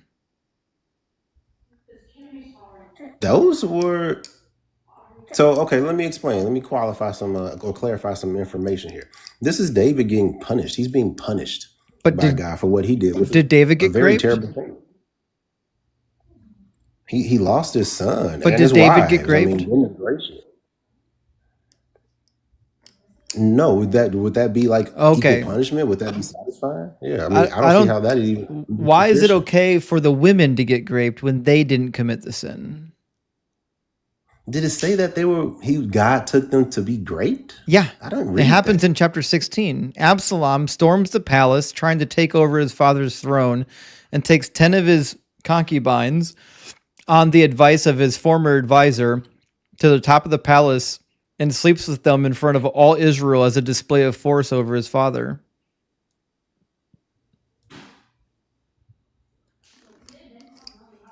So he took 10 of his wives. I'm a little vague on the story. I do remember, but I just don't recall it going down that way. Absalom took 10 of David's wives and raped them all? Yeah, on top of the palace in front of broad daylight to demonstrate that he's in charge. That don't sound like grape to me. That sounds like a party. No, that sounds like grape. It was on the top of a house? On top of the palace as a show of force after he chased his father out of his own palace. He came in with an army, chased out his father, took the throne, and then took 10 of his wives and slept with them on top of the palace as a display of force over his father in front of all the Israelites. That's not a party. That's a coup. And the women, they went along with it? Like they went to the top of the palace and participated? They Or were they captured. They were captured. They were taken. They were taken and forcefully raped on top of the palace. Do you think they consented to sleeping with their own stepchild on top of the palace in front of all the Israelites? Do you think David's wives consented to that? I think Absalom just walked into the palace and 10 of David's wives were like, oh, I'm married to the king, but let me go up on top of the palace and commit adultery, a crime worthy of death, according to Deuteronomy 22. Let's go to the top of the palace and willfully commit adultery with my own stepchild. You think that's what happened? In front of the whole No, country. I do. I in am front of the aware whole that country. That's tough. Yeah, That's some that's some tough. victim blaming bullshit. What were they wearing, Ems? Did they have it coming? He literally said that he should have obeyed God if he didn't want that to happen. He literally said that like 2 minutes ago. Yeah. Yeah, I don't have anything to add to that because that's just terrible. I'm I know familiar it's with terrible. the story. I just never really got that out of that. And how do you not get it out? It says it. How do you think this is consensual? I never interpreted it that way, and that's what I'm saying. Like I never interpreted it like Do you have reading comprehension? Do you think that when Absalom stormed the palace, he came in there lovingly, or do you think he came in there with an army and a sword? Well, considering the relationship, it always came off to me. I always interpreted as there was like this is the son, like he said, flexing on his dad. He's like he's mad. This is more than this is more than just a father-son. This is more than a father-son rivalry. This is like kings fighting. Yeah, yeah, it's a coup. Yeah, it's really bad. That's tough. I mean, I don't have anything to say to that, bro. Like I really don't. I mean, that's just. I don't think that's like a order of God. Like God is orchestrating great, right? I don't think that is what's happening here. But that's what it says. Yeah, I definitely do. I'm gonna do a deep dive on that. I'm gonna dive deep on that, and I hope I bump into you again so I can like put you up on some game with this one because it's just not what you're interpreting. Like you can't. It certainly is. You can't be. God says, "I will raise up trouble against you from within your own house, And I will take your wives before your eyes and give them to your neighbor. He will lie with your wives in broad daylight. God is saying, I'm doing it. I'm causing it to happen. Whatever happened to those women was God's causing. Remember, this is a punishment for David. God is causing it to happen. Yep. I get it. That it doesn't look good. I know That it doesn't look good good. at all. But I guarantee you, the next time we bump into each other, I'm going to have some good information for you, and it's going to clarify that for you. I'm willing to bet you're not. This was. I've been knocking down atheists for a few weeks now, and it's I've really watched you get crushed agree. on a dozen doubt it. lives before this one. I doubt it very much. In fact, just like a Crushed? week ago, I saw you get absolutely roasted in Thinkers Live on the slavery topic. I don't think you're as good as you think you are. The slavery topic is real sensitive for Black folks. So I mean, it's nothing that I can really speak to on that. But I mean, the Bible is true, is right. I mean, if you side with it, you know you're gonna always be right. It's just a matter of you don't have to have all the knowledge now. And I don't come before you today as I have all knowledge. I'm learning. I'm definitely learning that I'm not a deconstructing Christian, because it seems like the deconstructing Christians have just created another set of Christianity. It's which weird is, because interesting. when I saw you on Thinkers Live, you started on the panel by saying you're deconstructing. It's almost like Yeah, you're you know, I telling thought her. I was. It's almost like you're just up here lying. I thought I wanted to, but it's like really tough out there. These deconstructing communities, These guys are can't be full of honest. anger and sadness. So yeah, Yeah, I'm I know. definitely happy that I'm no Yeah. longer deconstructing. I'm just staying on the side that I'm on. Yeah, I think you're unable to be honest. I think you're out here just trying to have conversations dishonestly, which is why you were trying to tell me that these poor women consented. But listen, stay woke. Read up on the passage and bring your apologetic with you next time, and then we'll talk about it a second time. Be looking forward to it. All right, cheers, man. Ems, buddy, welcome. I didn't even see you come in. I'm so sorry. If I saw you in the guest It's box, I okay. would have brought you up. It's I was like, I think that the Christians and the Muslims, like when they read their book, they turn off the comprehension part of their brain off. They just read the words and mouth it out, but they do not understand what they're reading. Yeah, it's true. They're used to reading it for reading's sake, but they're not really reading it for comprehension's sake. But let me grab a couple super chats, guys, and then we'll get our next guest into the guest box. Hillbear, thank you so much for the $1 super thanks. And Adam Brown says, you have more patience than me to speak with these people who only want to debate semantics. Praise Doug. You nailed it. It is. It's really a game of semantics all the time. And it is weary, drives me up the wall. It's a little bit wearisome. Also, a Carnage Asana, thank you for the $2 super thanks. And LA Silver Surfer with us. Thank you so much, LA Silver Surfer, for the $4.99 super hype.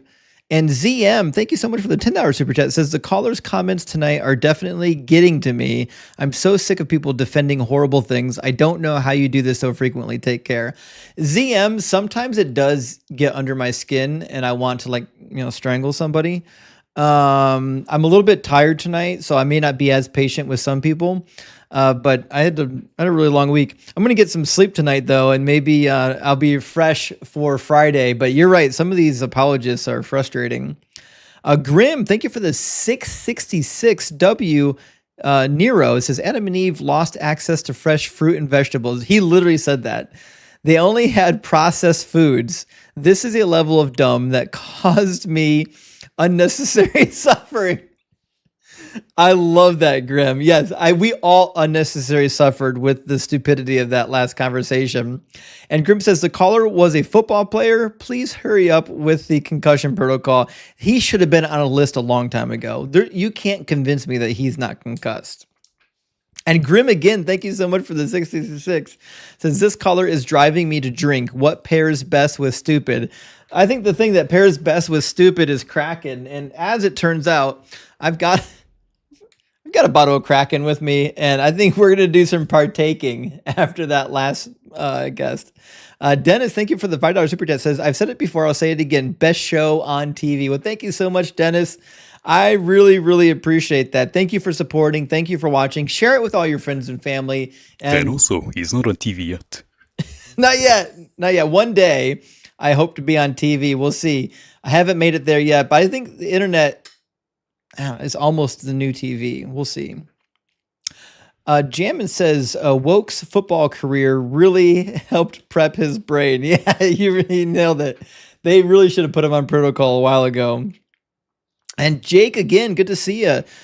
Jake with the $10 super chat says, Stay Woke was a football player, so perhaps he suffers from CTE, cognitive theological entrapment.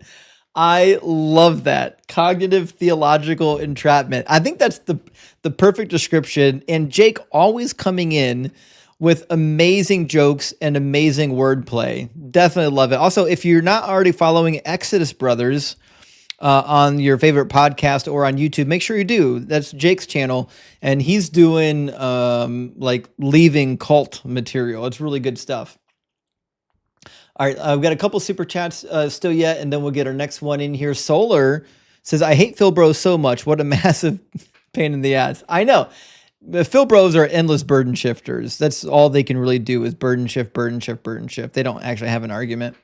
And Jim Nessie says, Ozzy has never been touched, so chose apologetics. Yeah, that's pretty much it. I don't know if Ems was here for Ozzy. He was before the prior guest. He was a really obnoxious Phil Bro that just wanted to endlessly burden shift and complain about definitions.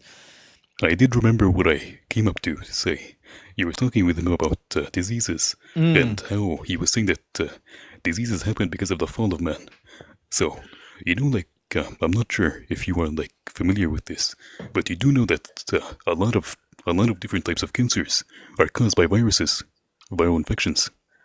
So you could have a virus, which is again a microorganism per se, outside of your body, infecting your body, causing your cells to develop cancer. So again, you would have to say that these specific viruses came into existence after the fall of man. Yeah. And we know for sure that there are some animal species that are like not immune, but pretty damn near immune to most cancers. So like God could have done it. The viruses I mentioned are human specific. Yeah. Like the human papillomavirus and hepatitis B and hepatitis C. And some specific types of viruses that cause human specific leukemia. They do not affect animals. 1,000,000%. I'm totally with you. We need to bring this up with the next one. Bearded Heretic, thank you for the $10 super chat, says, I would love for a single theist argument to give me pause. The fact that none of them can agree on a cohesive viewpoint and show any demonstrable evidence just serves to reassure me even more. So that's a really good point, Bearded. Like, I think when people first started getting into the debate spaces, they think, oh, I'm curious what argument the Christians are going to bring. And then they never bring anything good. Even when I was a Christian, I was like, these are not good arguments. Why are they doing this? Bryce, thank you for the $10 super chat. It says the moon is the result of a collision between Earth and a celestial body 4.5 billion years ago. So technically the moon was touching the Earth, then gravity took over, nothing to do with evolution. Yeah, that's my understanding. Plus, it only moves like an inch and a half a year or some small stupid number, right? So like that's not much, guys. An inch and a half per year is not. I know it adds up. I get it, but I don't think that's a great argument. But anyways, that's all he had. What are you gonna do? Bryce says, if the Bible's not 100% true, then what grounds your belief in any God? Believe that any God wrote it. Why accept a book that has known lies on faith? I should have asked that question. I didn't get around to it, but that's the right question. If it says things that are untrue, why should you trust any of it? Because if it's from God, it shouldn't say anything that's false. And Carlos is with us tonight. Good to see you, Carlos. Thank you for the $10 or the 10 subbies that you sent out. Big W. Thank you for that. Very generous. And Kevin, thank you for the $10 super chat. Kevin says, thank you for what you do. Well, thank you for supporting the work. I appreciate that, Kevin. And Ford, thank you for the super chat. It says, religions change all the time. Religions that can't change, like Christian Science, die out. The caller should look into syncretism. Yes, precisely. Syncretism is the reason why religions stay, is because they're flexible. The ones that are completely inflexible eventually die out or turn into death cults. AR, thank you for the super chat. Aussie fled to apologists' great refuge. Semantics. You're right. That's all they have are semantics. That's it. And Rockinant, Rockin' Auntie. I hope I said that right. Granddad got his good looks from me. Yes, we're into the genealogy conversation. That's actually really on point. And Mike says somebody said no one could be worse than Ozzy, and Stay Woke said hold my beer. Yeah, I think it is. At least he was more palatable to talk to, even if he was kind of slow, meandering, and wouldn't answer questions.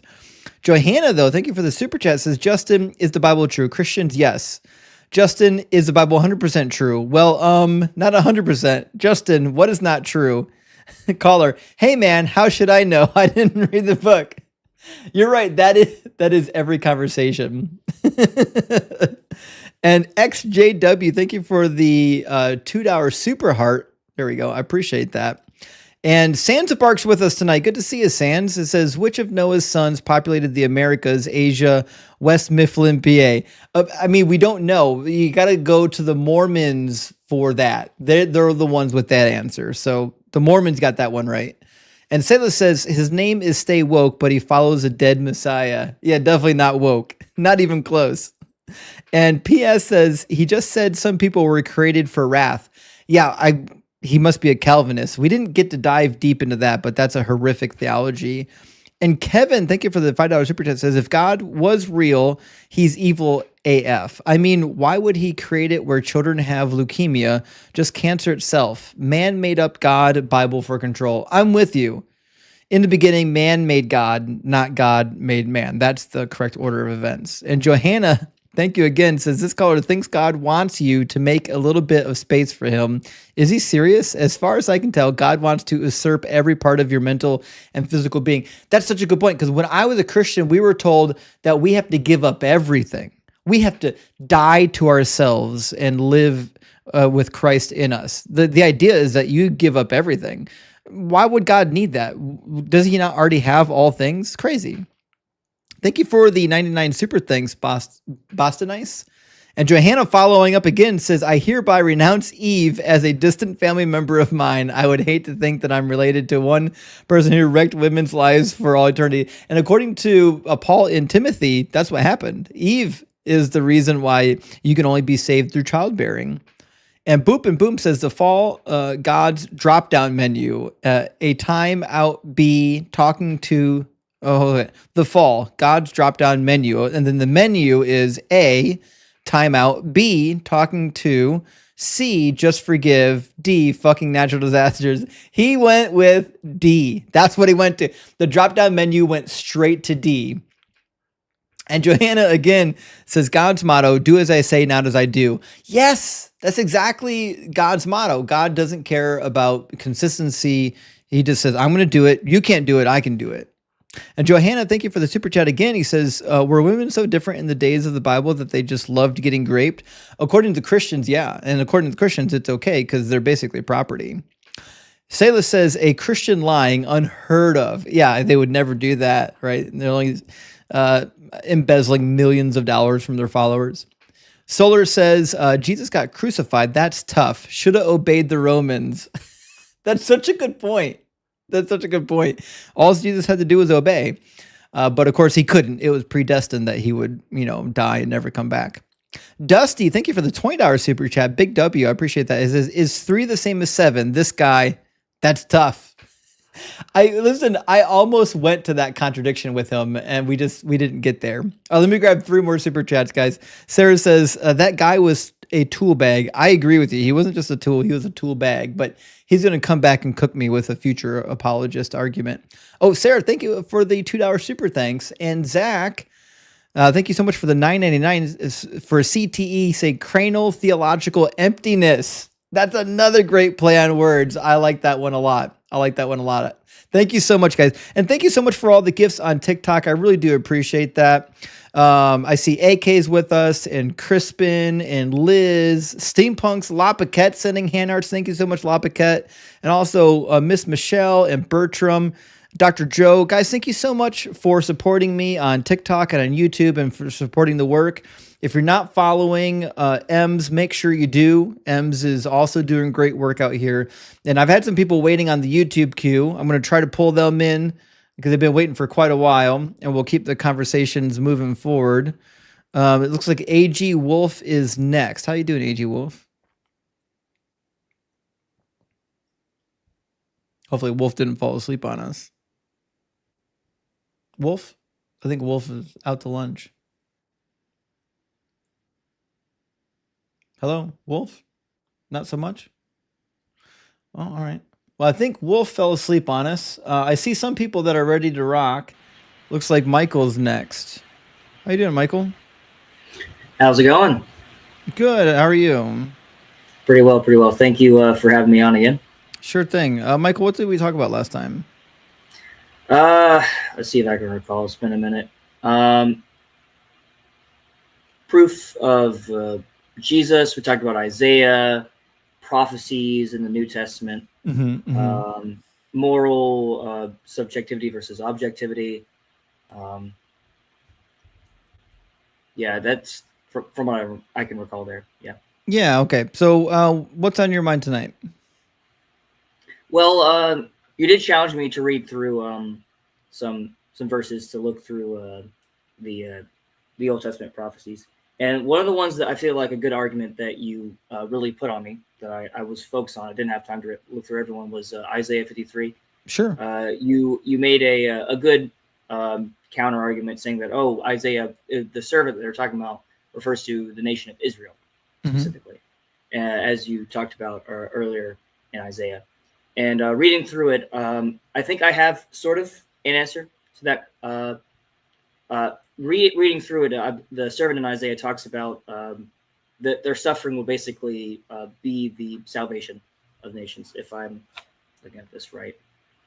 But from the logical standpoint, I was thinking about that. That would mean that, in a way, the people that persecute, if Israel was the servant in this psalm in 53. And that would mean that the people, by persecuting Israel, would be justified, which doesn't seem very logical, if that makes sense.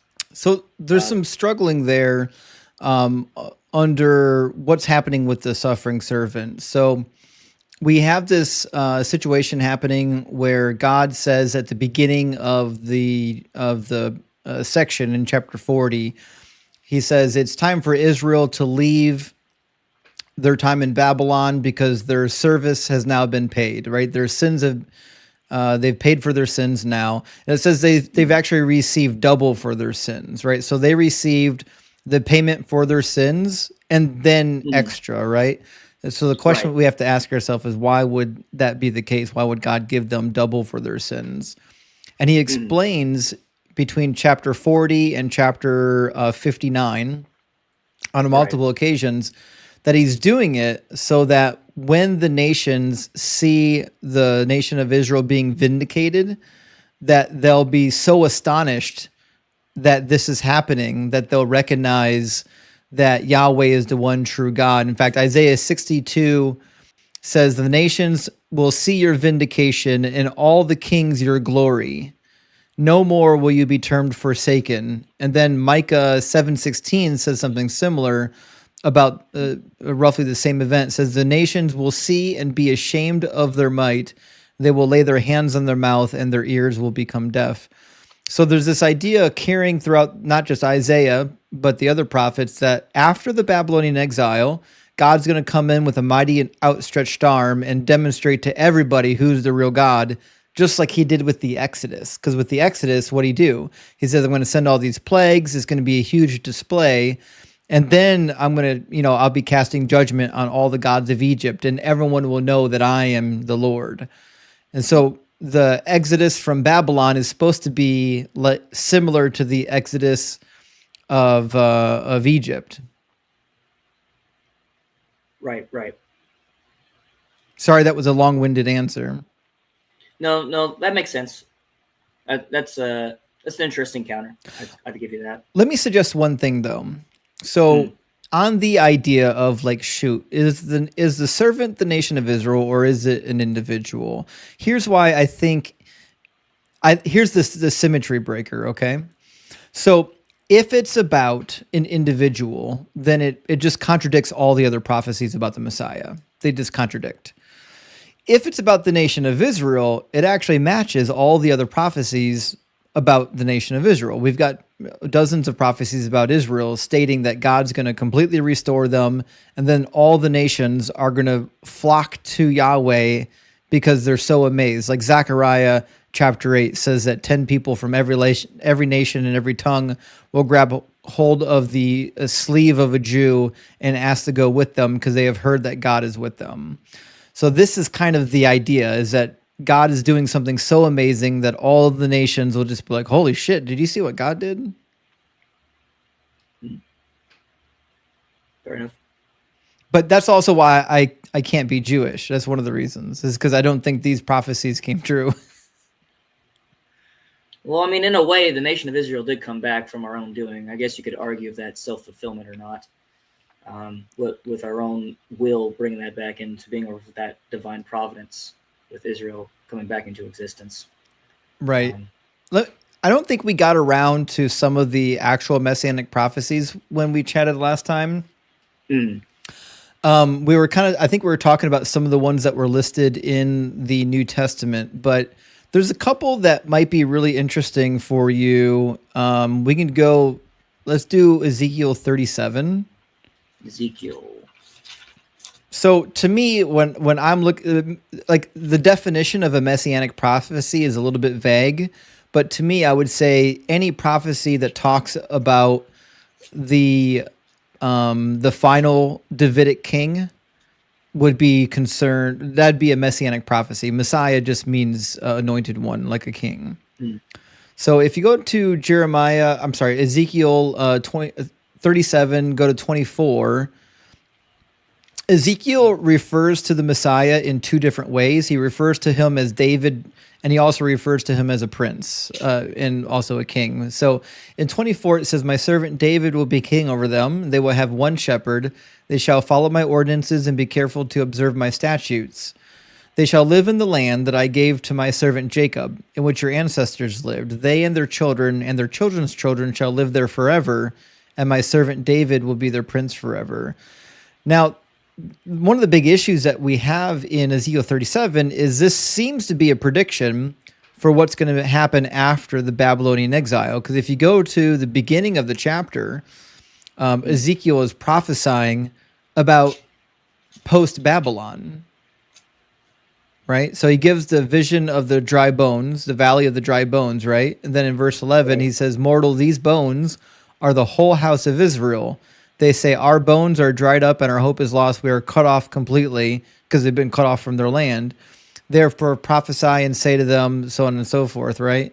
So it seems to me that Ezekiel was under the understanding that after the Babylonian exile, we would have this Davidic kingdom again, and it would never end.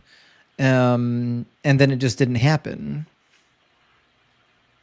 Yeah, and I think that's also one of the main reasons as well in the New Testament. The Pharisees were also against Jesus, is because they were expecting a military kingdom like it was described in Ezekiel, but I believe the perspective is it brought about a different type of kingdom, and that's a lot of the conflict they had with Jesus actually in the New Testament as well. Yeah, if I'm not mistaken. I don't think you're wrong. I think there's kind of two different voices in the Gospels in terms of what they thought Jesus was supposed to do.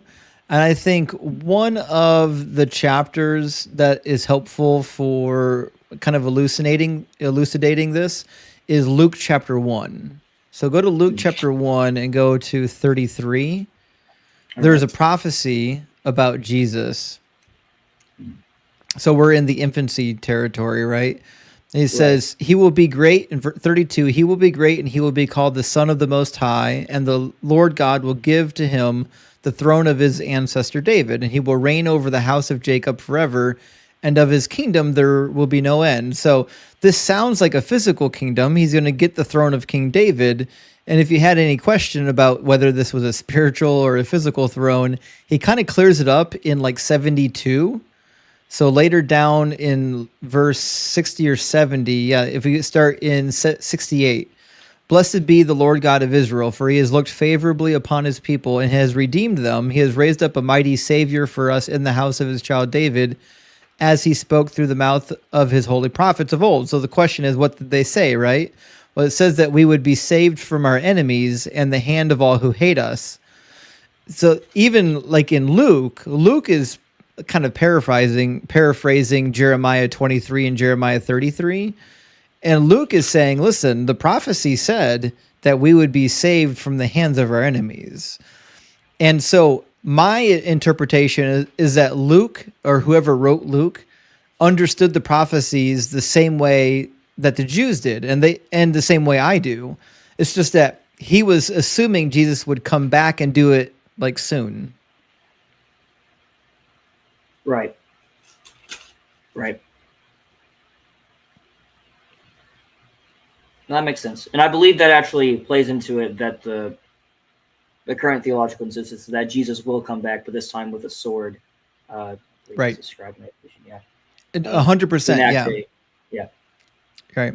So, and the question I would have is, it seems to be that what's happening is like all of the actual messianic parts of the prophecies, like the stuff that makes you the real Messiah, all of those things get pushed to the second coming.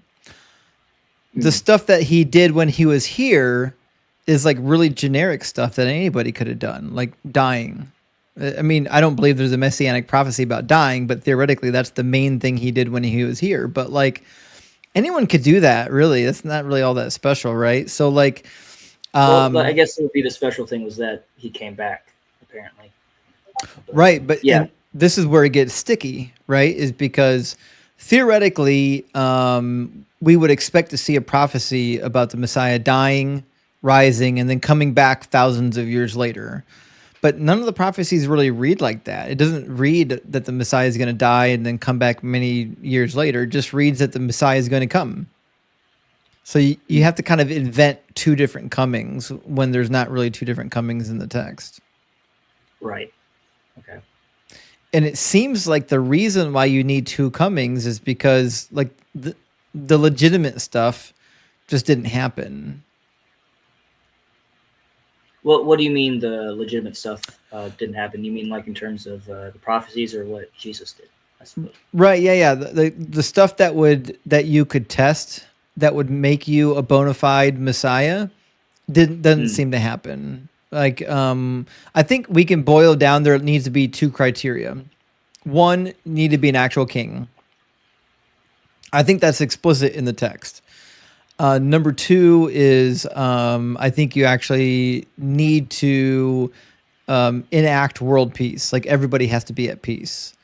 These two are so firmly rooted in the Old Testament prophecies that the Jews, even today, have a slogan. It's a two-part slogan. Sometimes they say one part, sometimes they say both.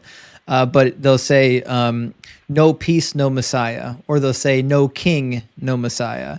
It's this general idea that like anyone who's really familiar with the Hebrew Bible knows that the two main things the Messiah is supposed to do is bring peace and to be a king. Well, I guess you could say he did become king of the spiritual world, in a way. Christ's kingdom, God's kingdom. Right. Yes. That's what the New Testament is trying to say, right? So Luke says, yeah, that's the lens it takes it for is the kingdom of God, essentially. He's now the king of this new kingdom, which in a way is the church, and that's its kingdom on earth. And of course, to enact a new kingdom when he comes back. Yeah. Yeah. I mean, that's basically it, right? The general idea is that it's not a literal kingdom; it's a spiritual kingdom. Mm-hmm. Right. But that gets really muddy to me because it seems to me from the Hebrew Bible that when it talks about like spiritual matters, it's not referring to like the immaterial world. Like spirits actually existed in the real world. You know what I mean? Mm-hmm. Yeah. Sometimes you'll find them in the Bible listed as shades instead of spirits. Mm-hmm. Shades, like a shade of a soul, perhaps, or yes, yeah, yep. Or you'll find that they're visible too. Like so, when Solomon is raised from the dead by Saul in the Witch of Endor, like he's visible. Like as they're witnessing him come up, they describe what they witnessed. He says he looks like, the son of a god. So like these spirits have like a physical, manifestation in the physical world. They don't seem to be immaterial. Yeah, probably into the metaphysics. I think I don't really comprehend the whole aspects of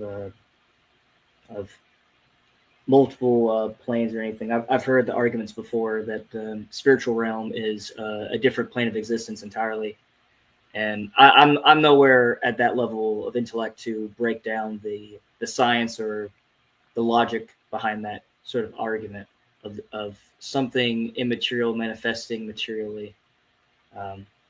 It's an interesting thought, I think, but yeah. I'm sorry, I don't really know where I'm going with this line of this logic here. That's okay. I think part of the problem with the afterlife is like the Book of Revelation and elsewhere talks about how it's going to be a renewed heaven and renewed earth, like Revelation 21.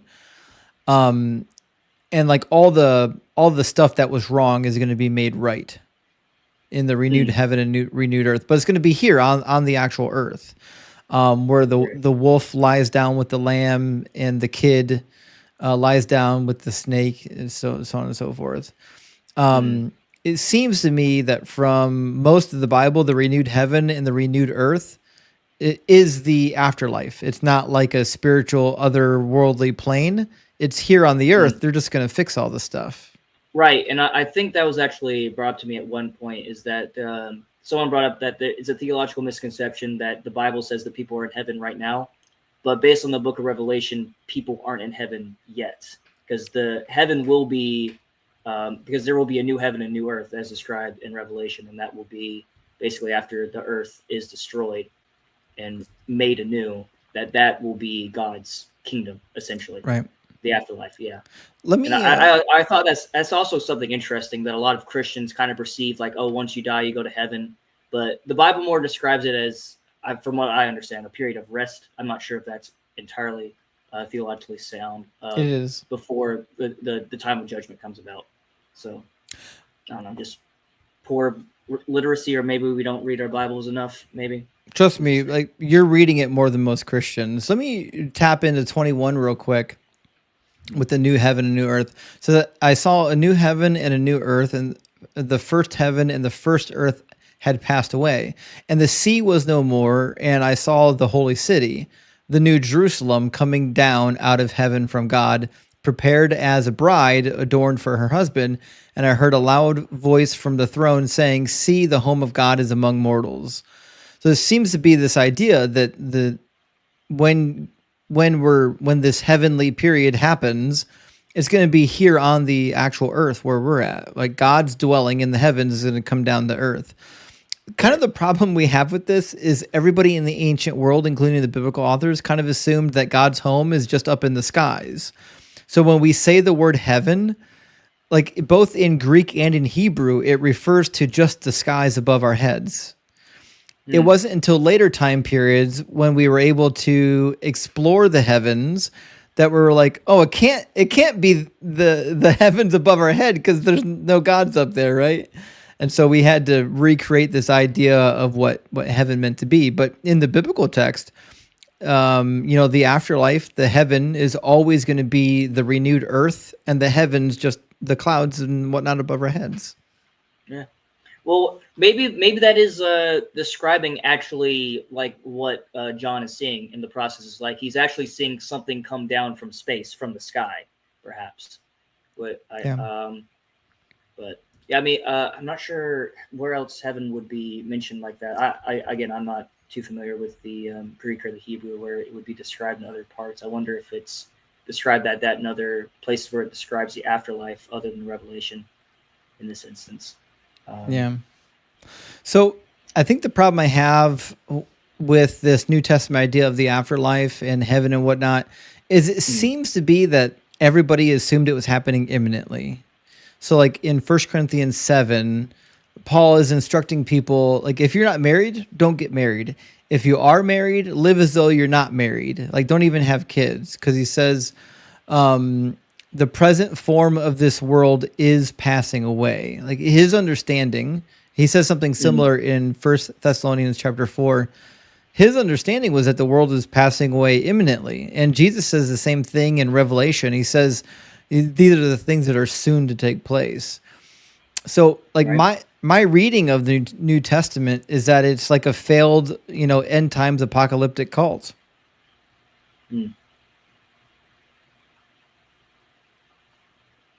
I mean, that's a good point. And I've heard the argument put forward that in terms of what is soon, I believe it's ascribed, I think it's in the Old Testament, I forget in which verse exactly, that 1,000 years to God is like a day. I'm not sure if I'm quoting that exactly right. Close enough. Yeah. I know this is a sidetrack point, but someone has brought up the fact, well, actually, maybe it's going to be like it is in 3 days, where it's essentially close to maybe 3,000 years or 2,000 and some change. Exactly. That's reading into like when people think the end would actually come. But that's a sidetrack, I guess, in that point. And I believe also in the Bible, it mentions that no man will know the day or the hour. Jesus did mention that at some point in one of the synoptics, I believe. Yeah, he did. Yeah. Again, I'm sorry, I'm not if I misquote anything in particular. No, you're doing great. Yeah.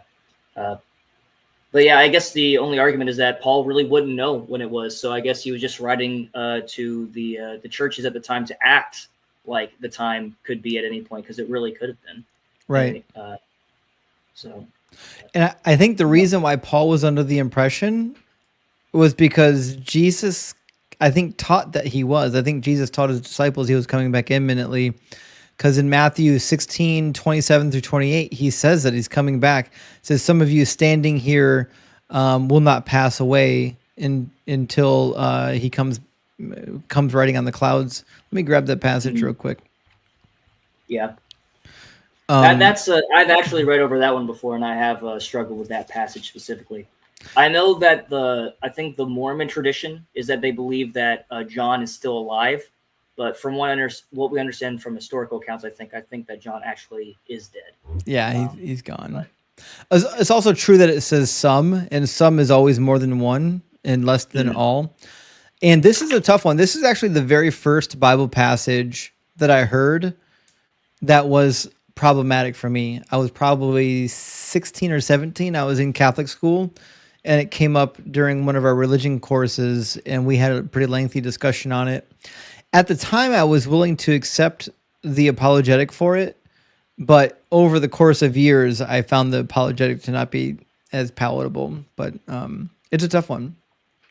Yeah. Right.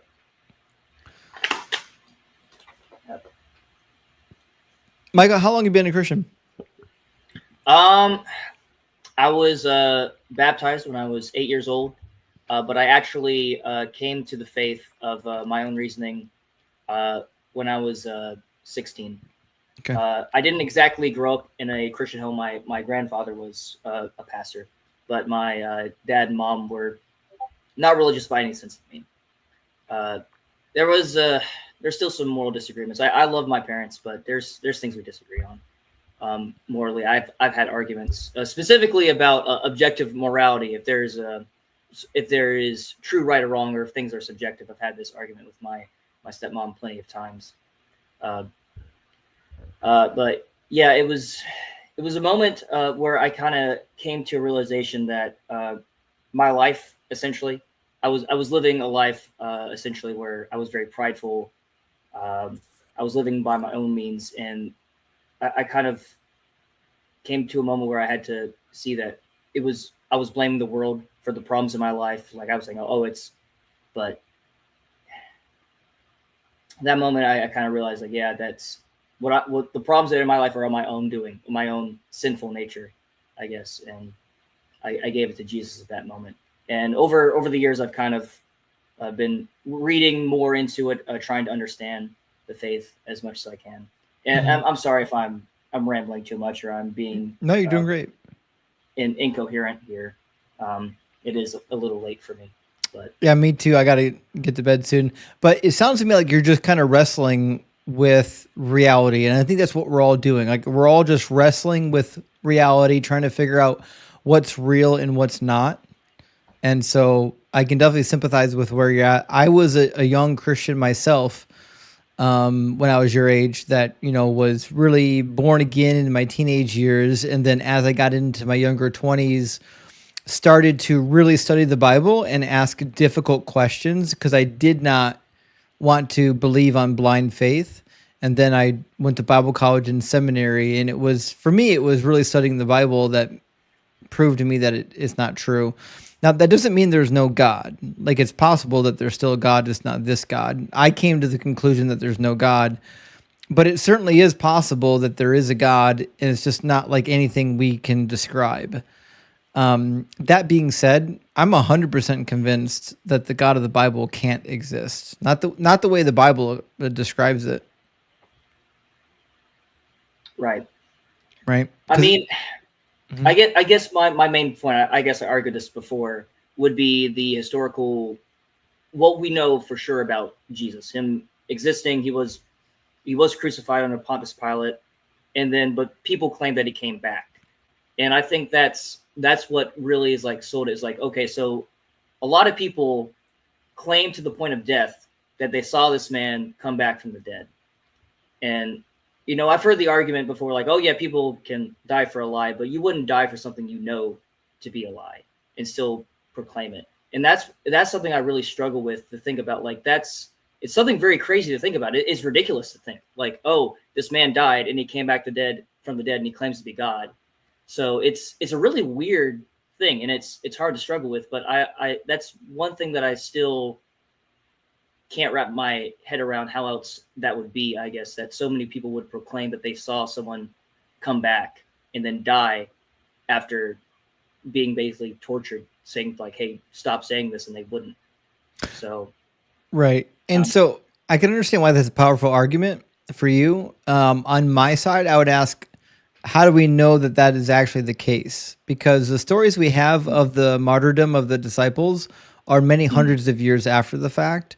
And they include all kinds of really crazy details. Like if you read the apocryphal Acts of Peter, like Simon Magus and Peter get into a wizard's duel, and a dog gives a speech.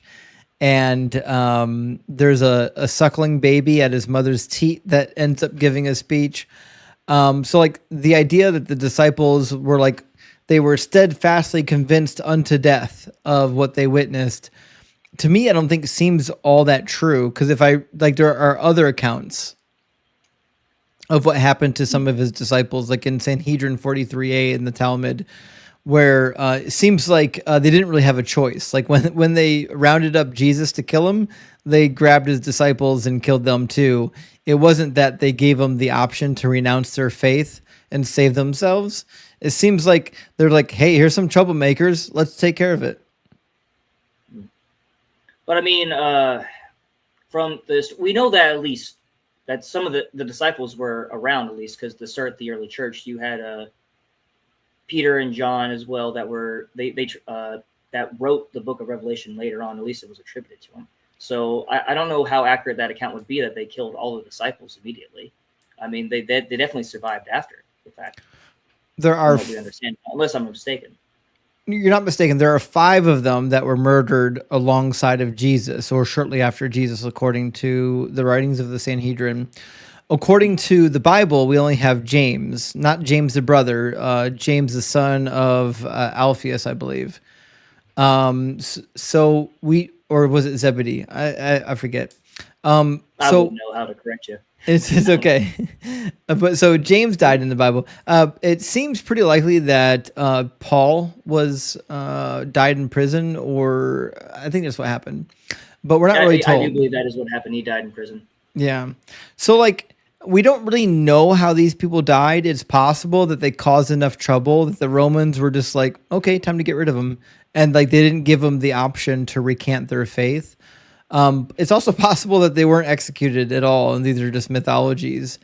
But that being said, I think people are willing to. Let me tell you what I think happened. Okay, in the first century, there were a lot of resurrection accounts. There was a big fervor over people who theoretically resurrected. I can think of like a dozen people that claim to have resurrected around the time of Jesus. The most famous is probably Nero, right?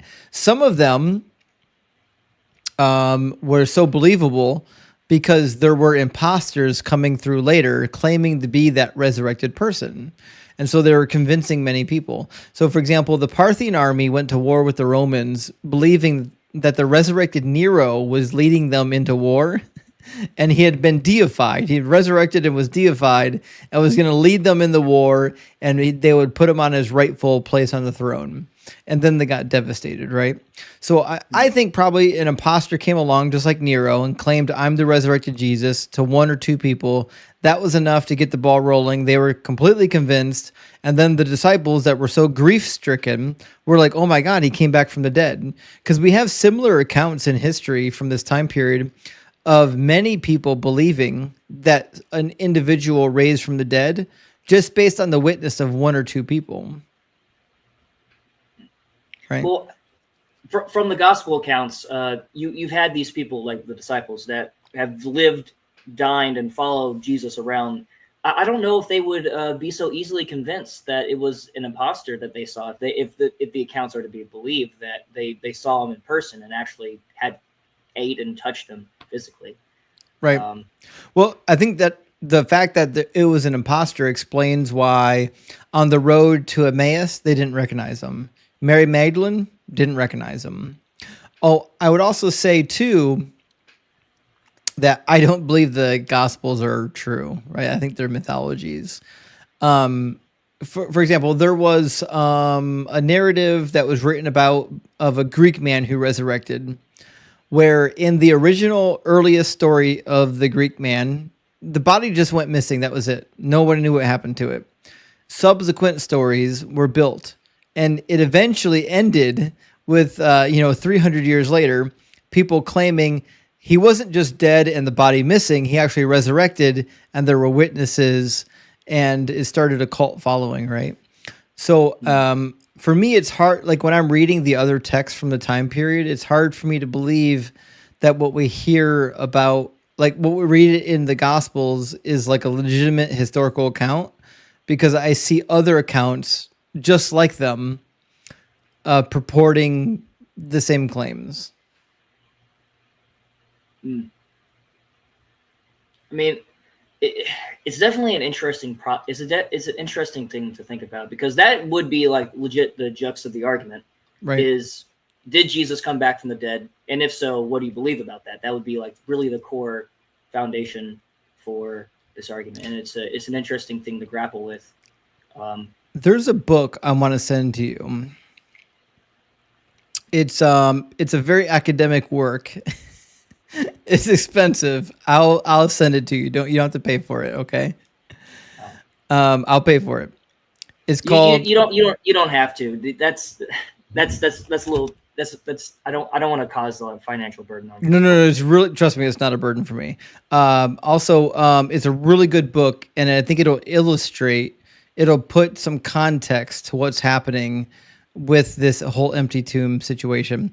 There's a scholar named John Cook who wrote a book called Empty Tomb, Resurrection, Apotheosis, where he documents how empty tombs, resurrections, and apotheosis was very common at the time of Jesus, and demonstrates how Jesus' narrative is very similar to other narratives from the time period.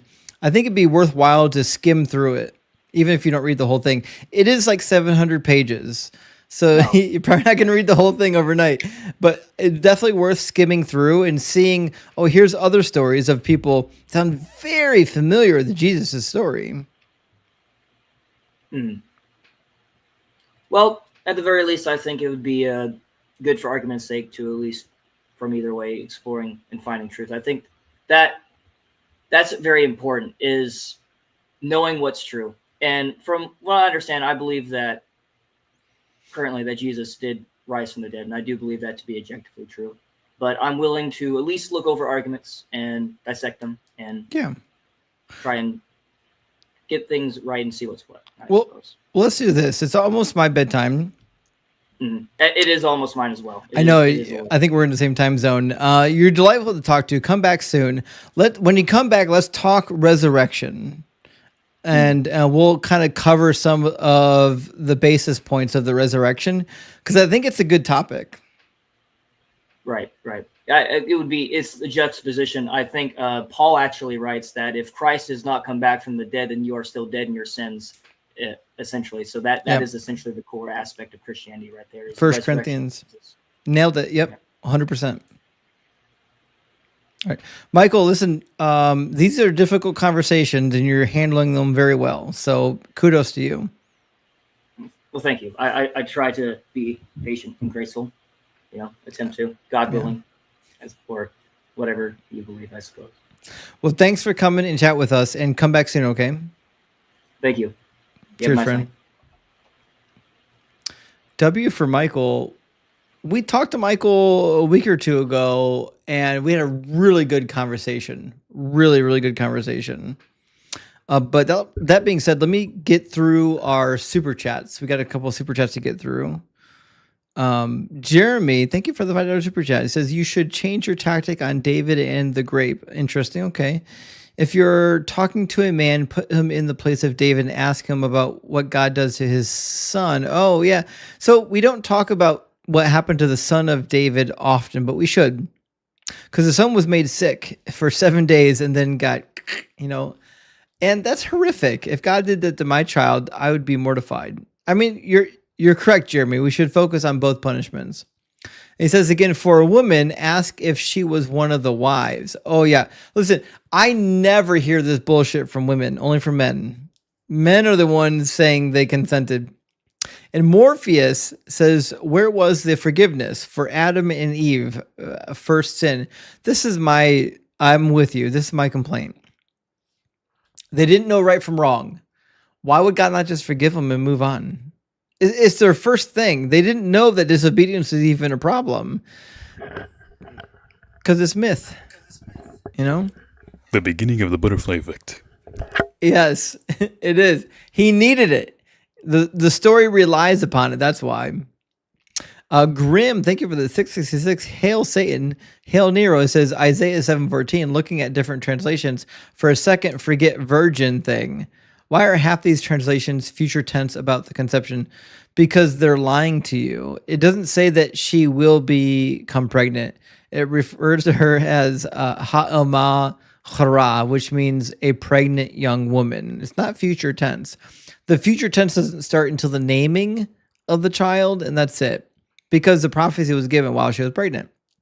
That's all there is to it. So the translations are just lying to you, Grim. Now, in the Greek Septuagint, it is future tense. The Greek Septuagint changed it.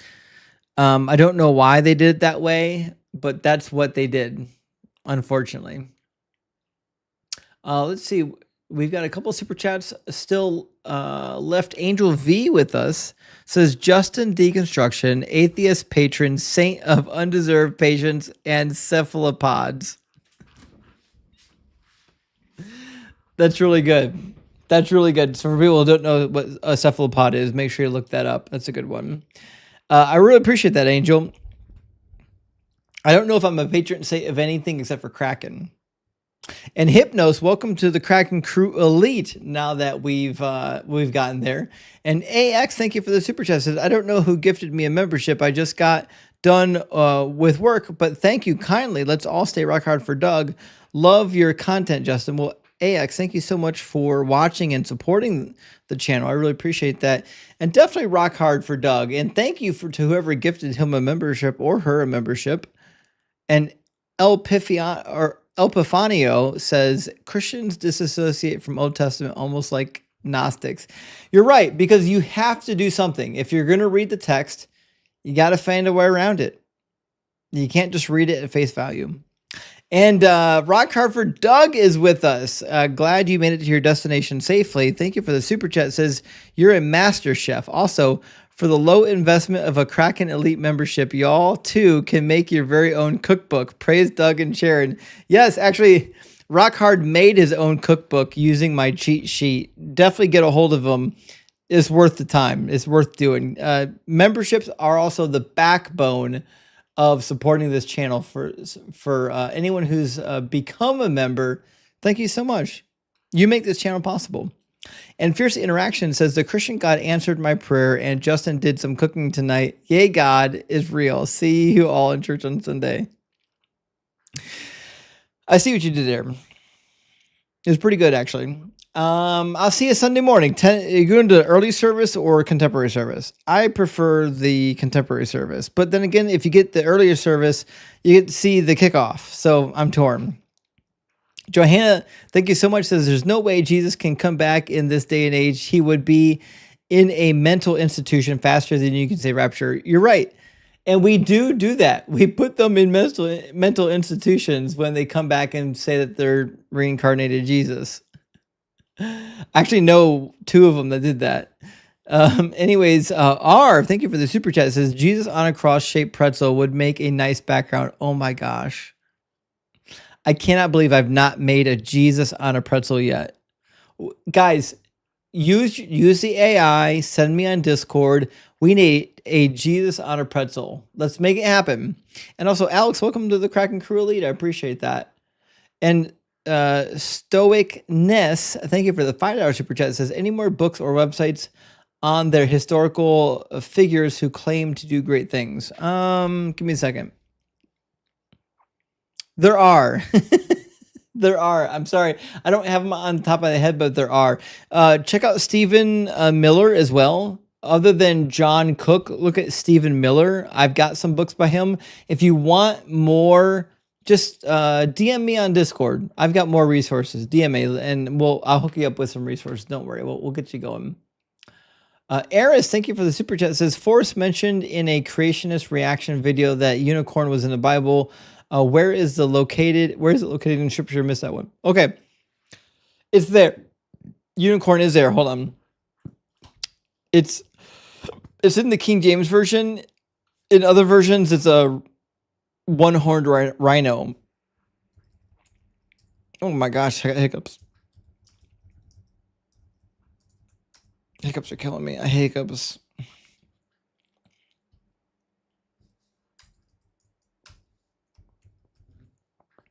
Let's see. John 39. Of course.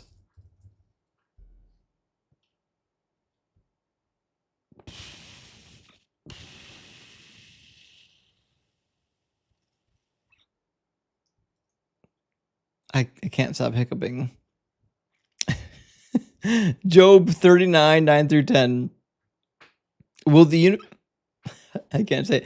Will the unicorn be willing to serve thee?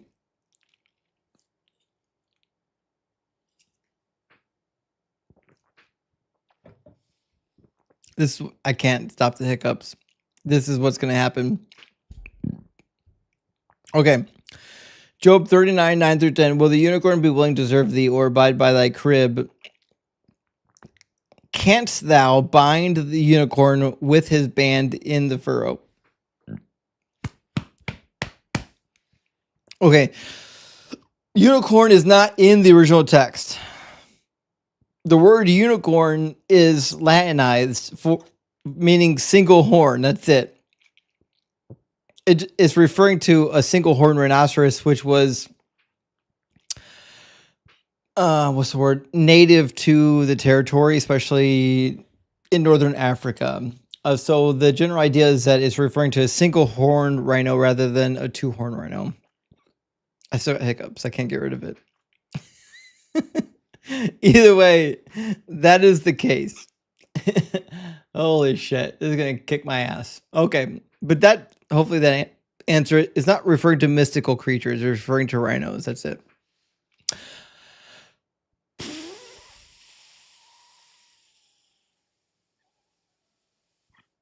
Okay. We'll keep going. Eris. I'm going to try not to fucking A. Can't stop hiccuping. Forrest mentioned, I just read this. Hold on. Okay, sorry. Do we know when the Hebrew scriptures got translated into Greek? Yes. Roughly around the 3rd century. The Torah in the 3rd century, the rest of it in the 2nd and 1st century. If the letter of Aristeas is correct. The letter of Aristeas claims that it was happening in Egypt during the empire of Alexander. Fucking A! The hiccups are kicking my ass. I fucking hate hiccups. I hate them. They will not go away. Evan says, may Doug bless your sleep after doing this work. Well, thank you, Evan. I appreciate it. Doug is not curing my hiccups right now, and it's driving me crazy. Also, Benjamin, welcome to the Kraken Crew Elite. I really appreciate that. And I think 2 more super chats. Pam says, love to Justin and Michael. Thanks. Michael's great. Actually, Michael talked to me a couple of days ago. Awesome young man. Really wish the best for him. Really hope that he does well. And I'm fucking cooked. I can't stop hiccuping. Tim, thank you. Thank you so much for the $10 super chat. Tim says you're a class act. I appreciate that, Tim. Right now, I'm a hiccuping fool. But thank you so much for supporting the channel. I'll try to do the best I can. I really appreciate your super chat, though. Listen, guys, who's live right now that we can go raid? I'm gonna chug some water. Who's live? Mizzo.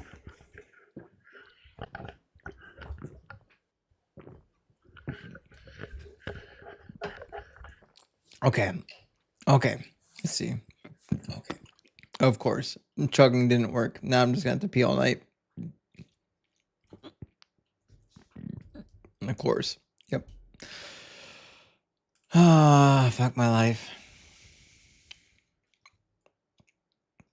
All right, let me see what we got here. By the way, I wanted to ask, for unapologetic, why do you sometimes go live and why do you sometimes not? Computer broke physics. This will not go well. Say that again.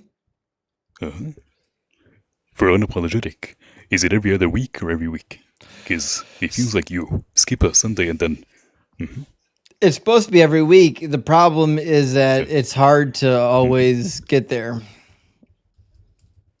I think last week we were live, but then the week before that, Blitz wasn't available. He had something going on, and Ian overslept, so it just didn't happen. That is fair. But it's supposed to be every. It's supposed to be every fucking A. It's supposed to be every Sunday morning.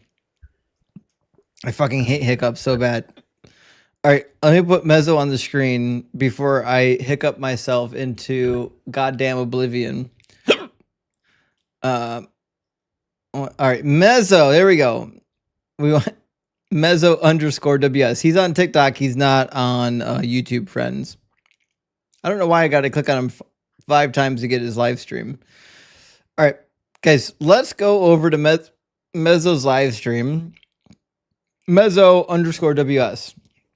Mezzo _WS. God damn it. I'm never going to fucking stop hiccuping. Mezzo _WS.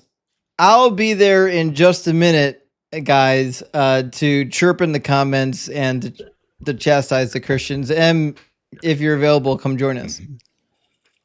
Thank you for having me up. Good night. It was great to see you tonight. Thanks so much for coming up and hanging out with me.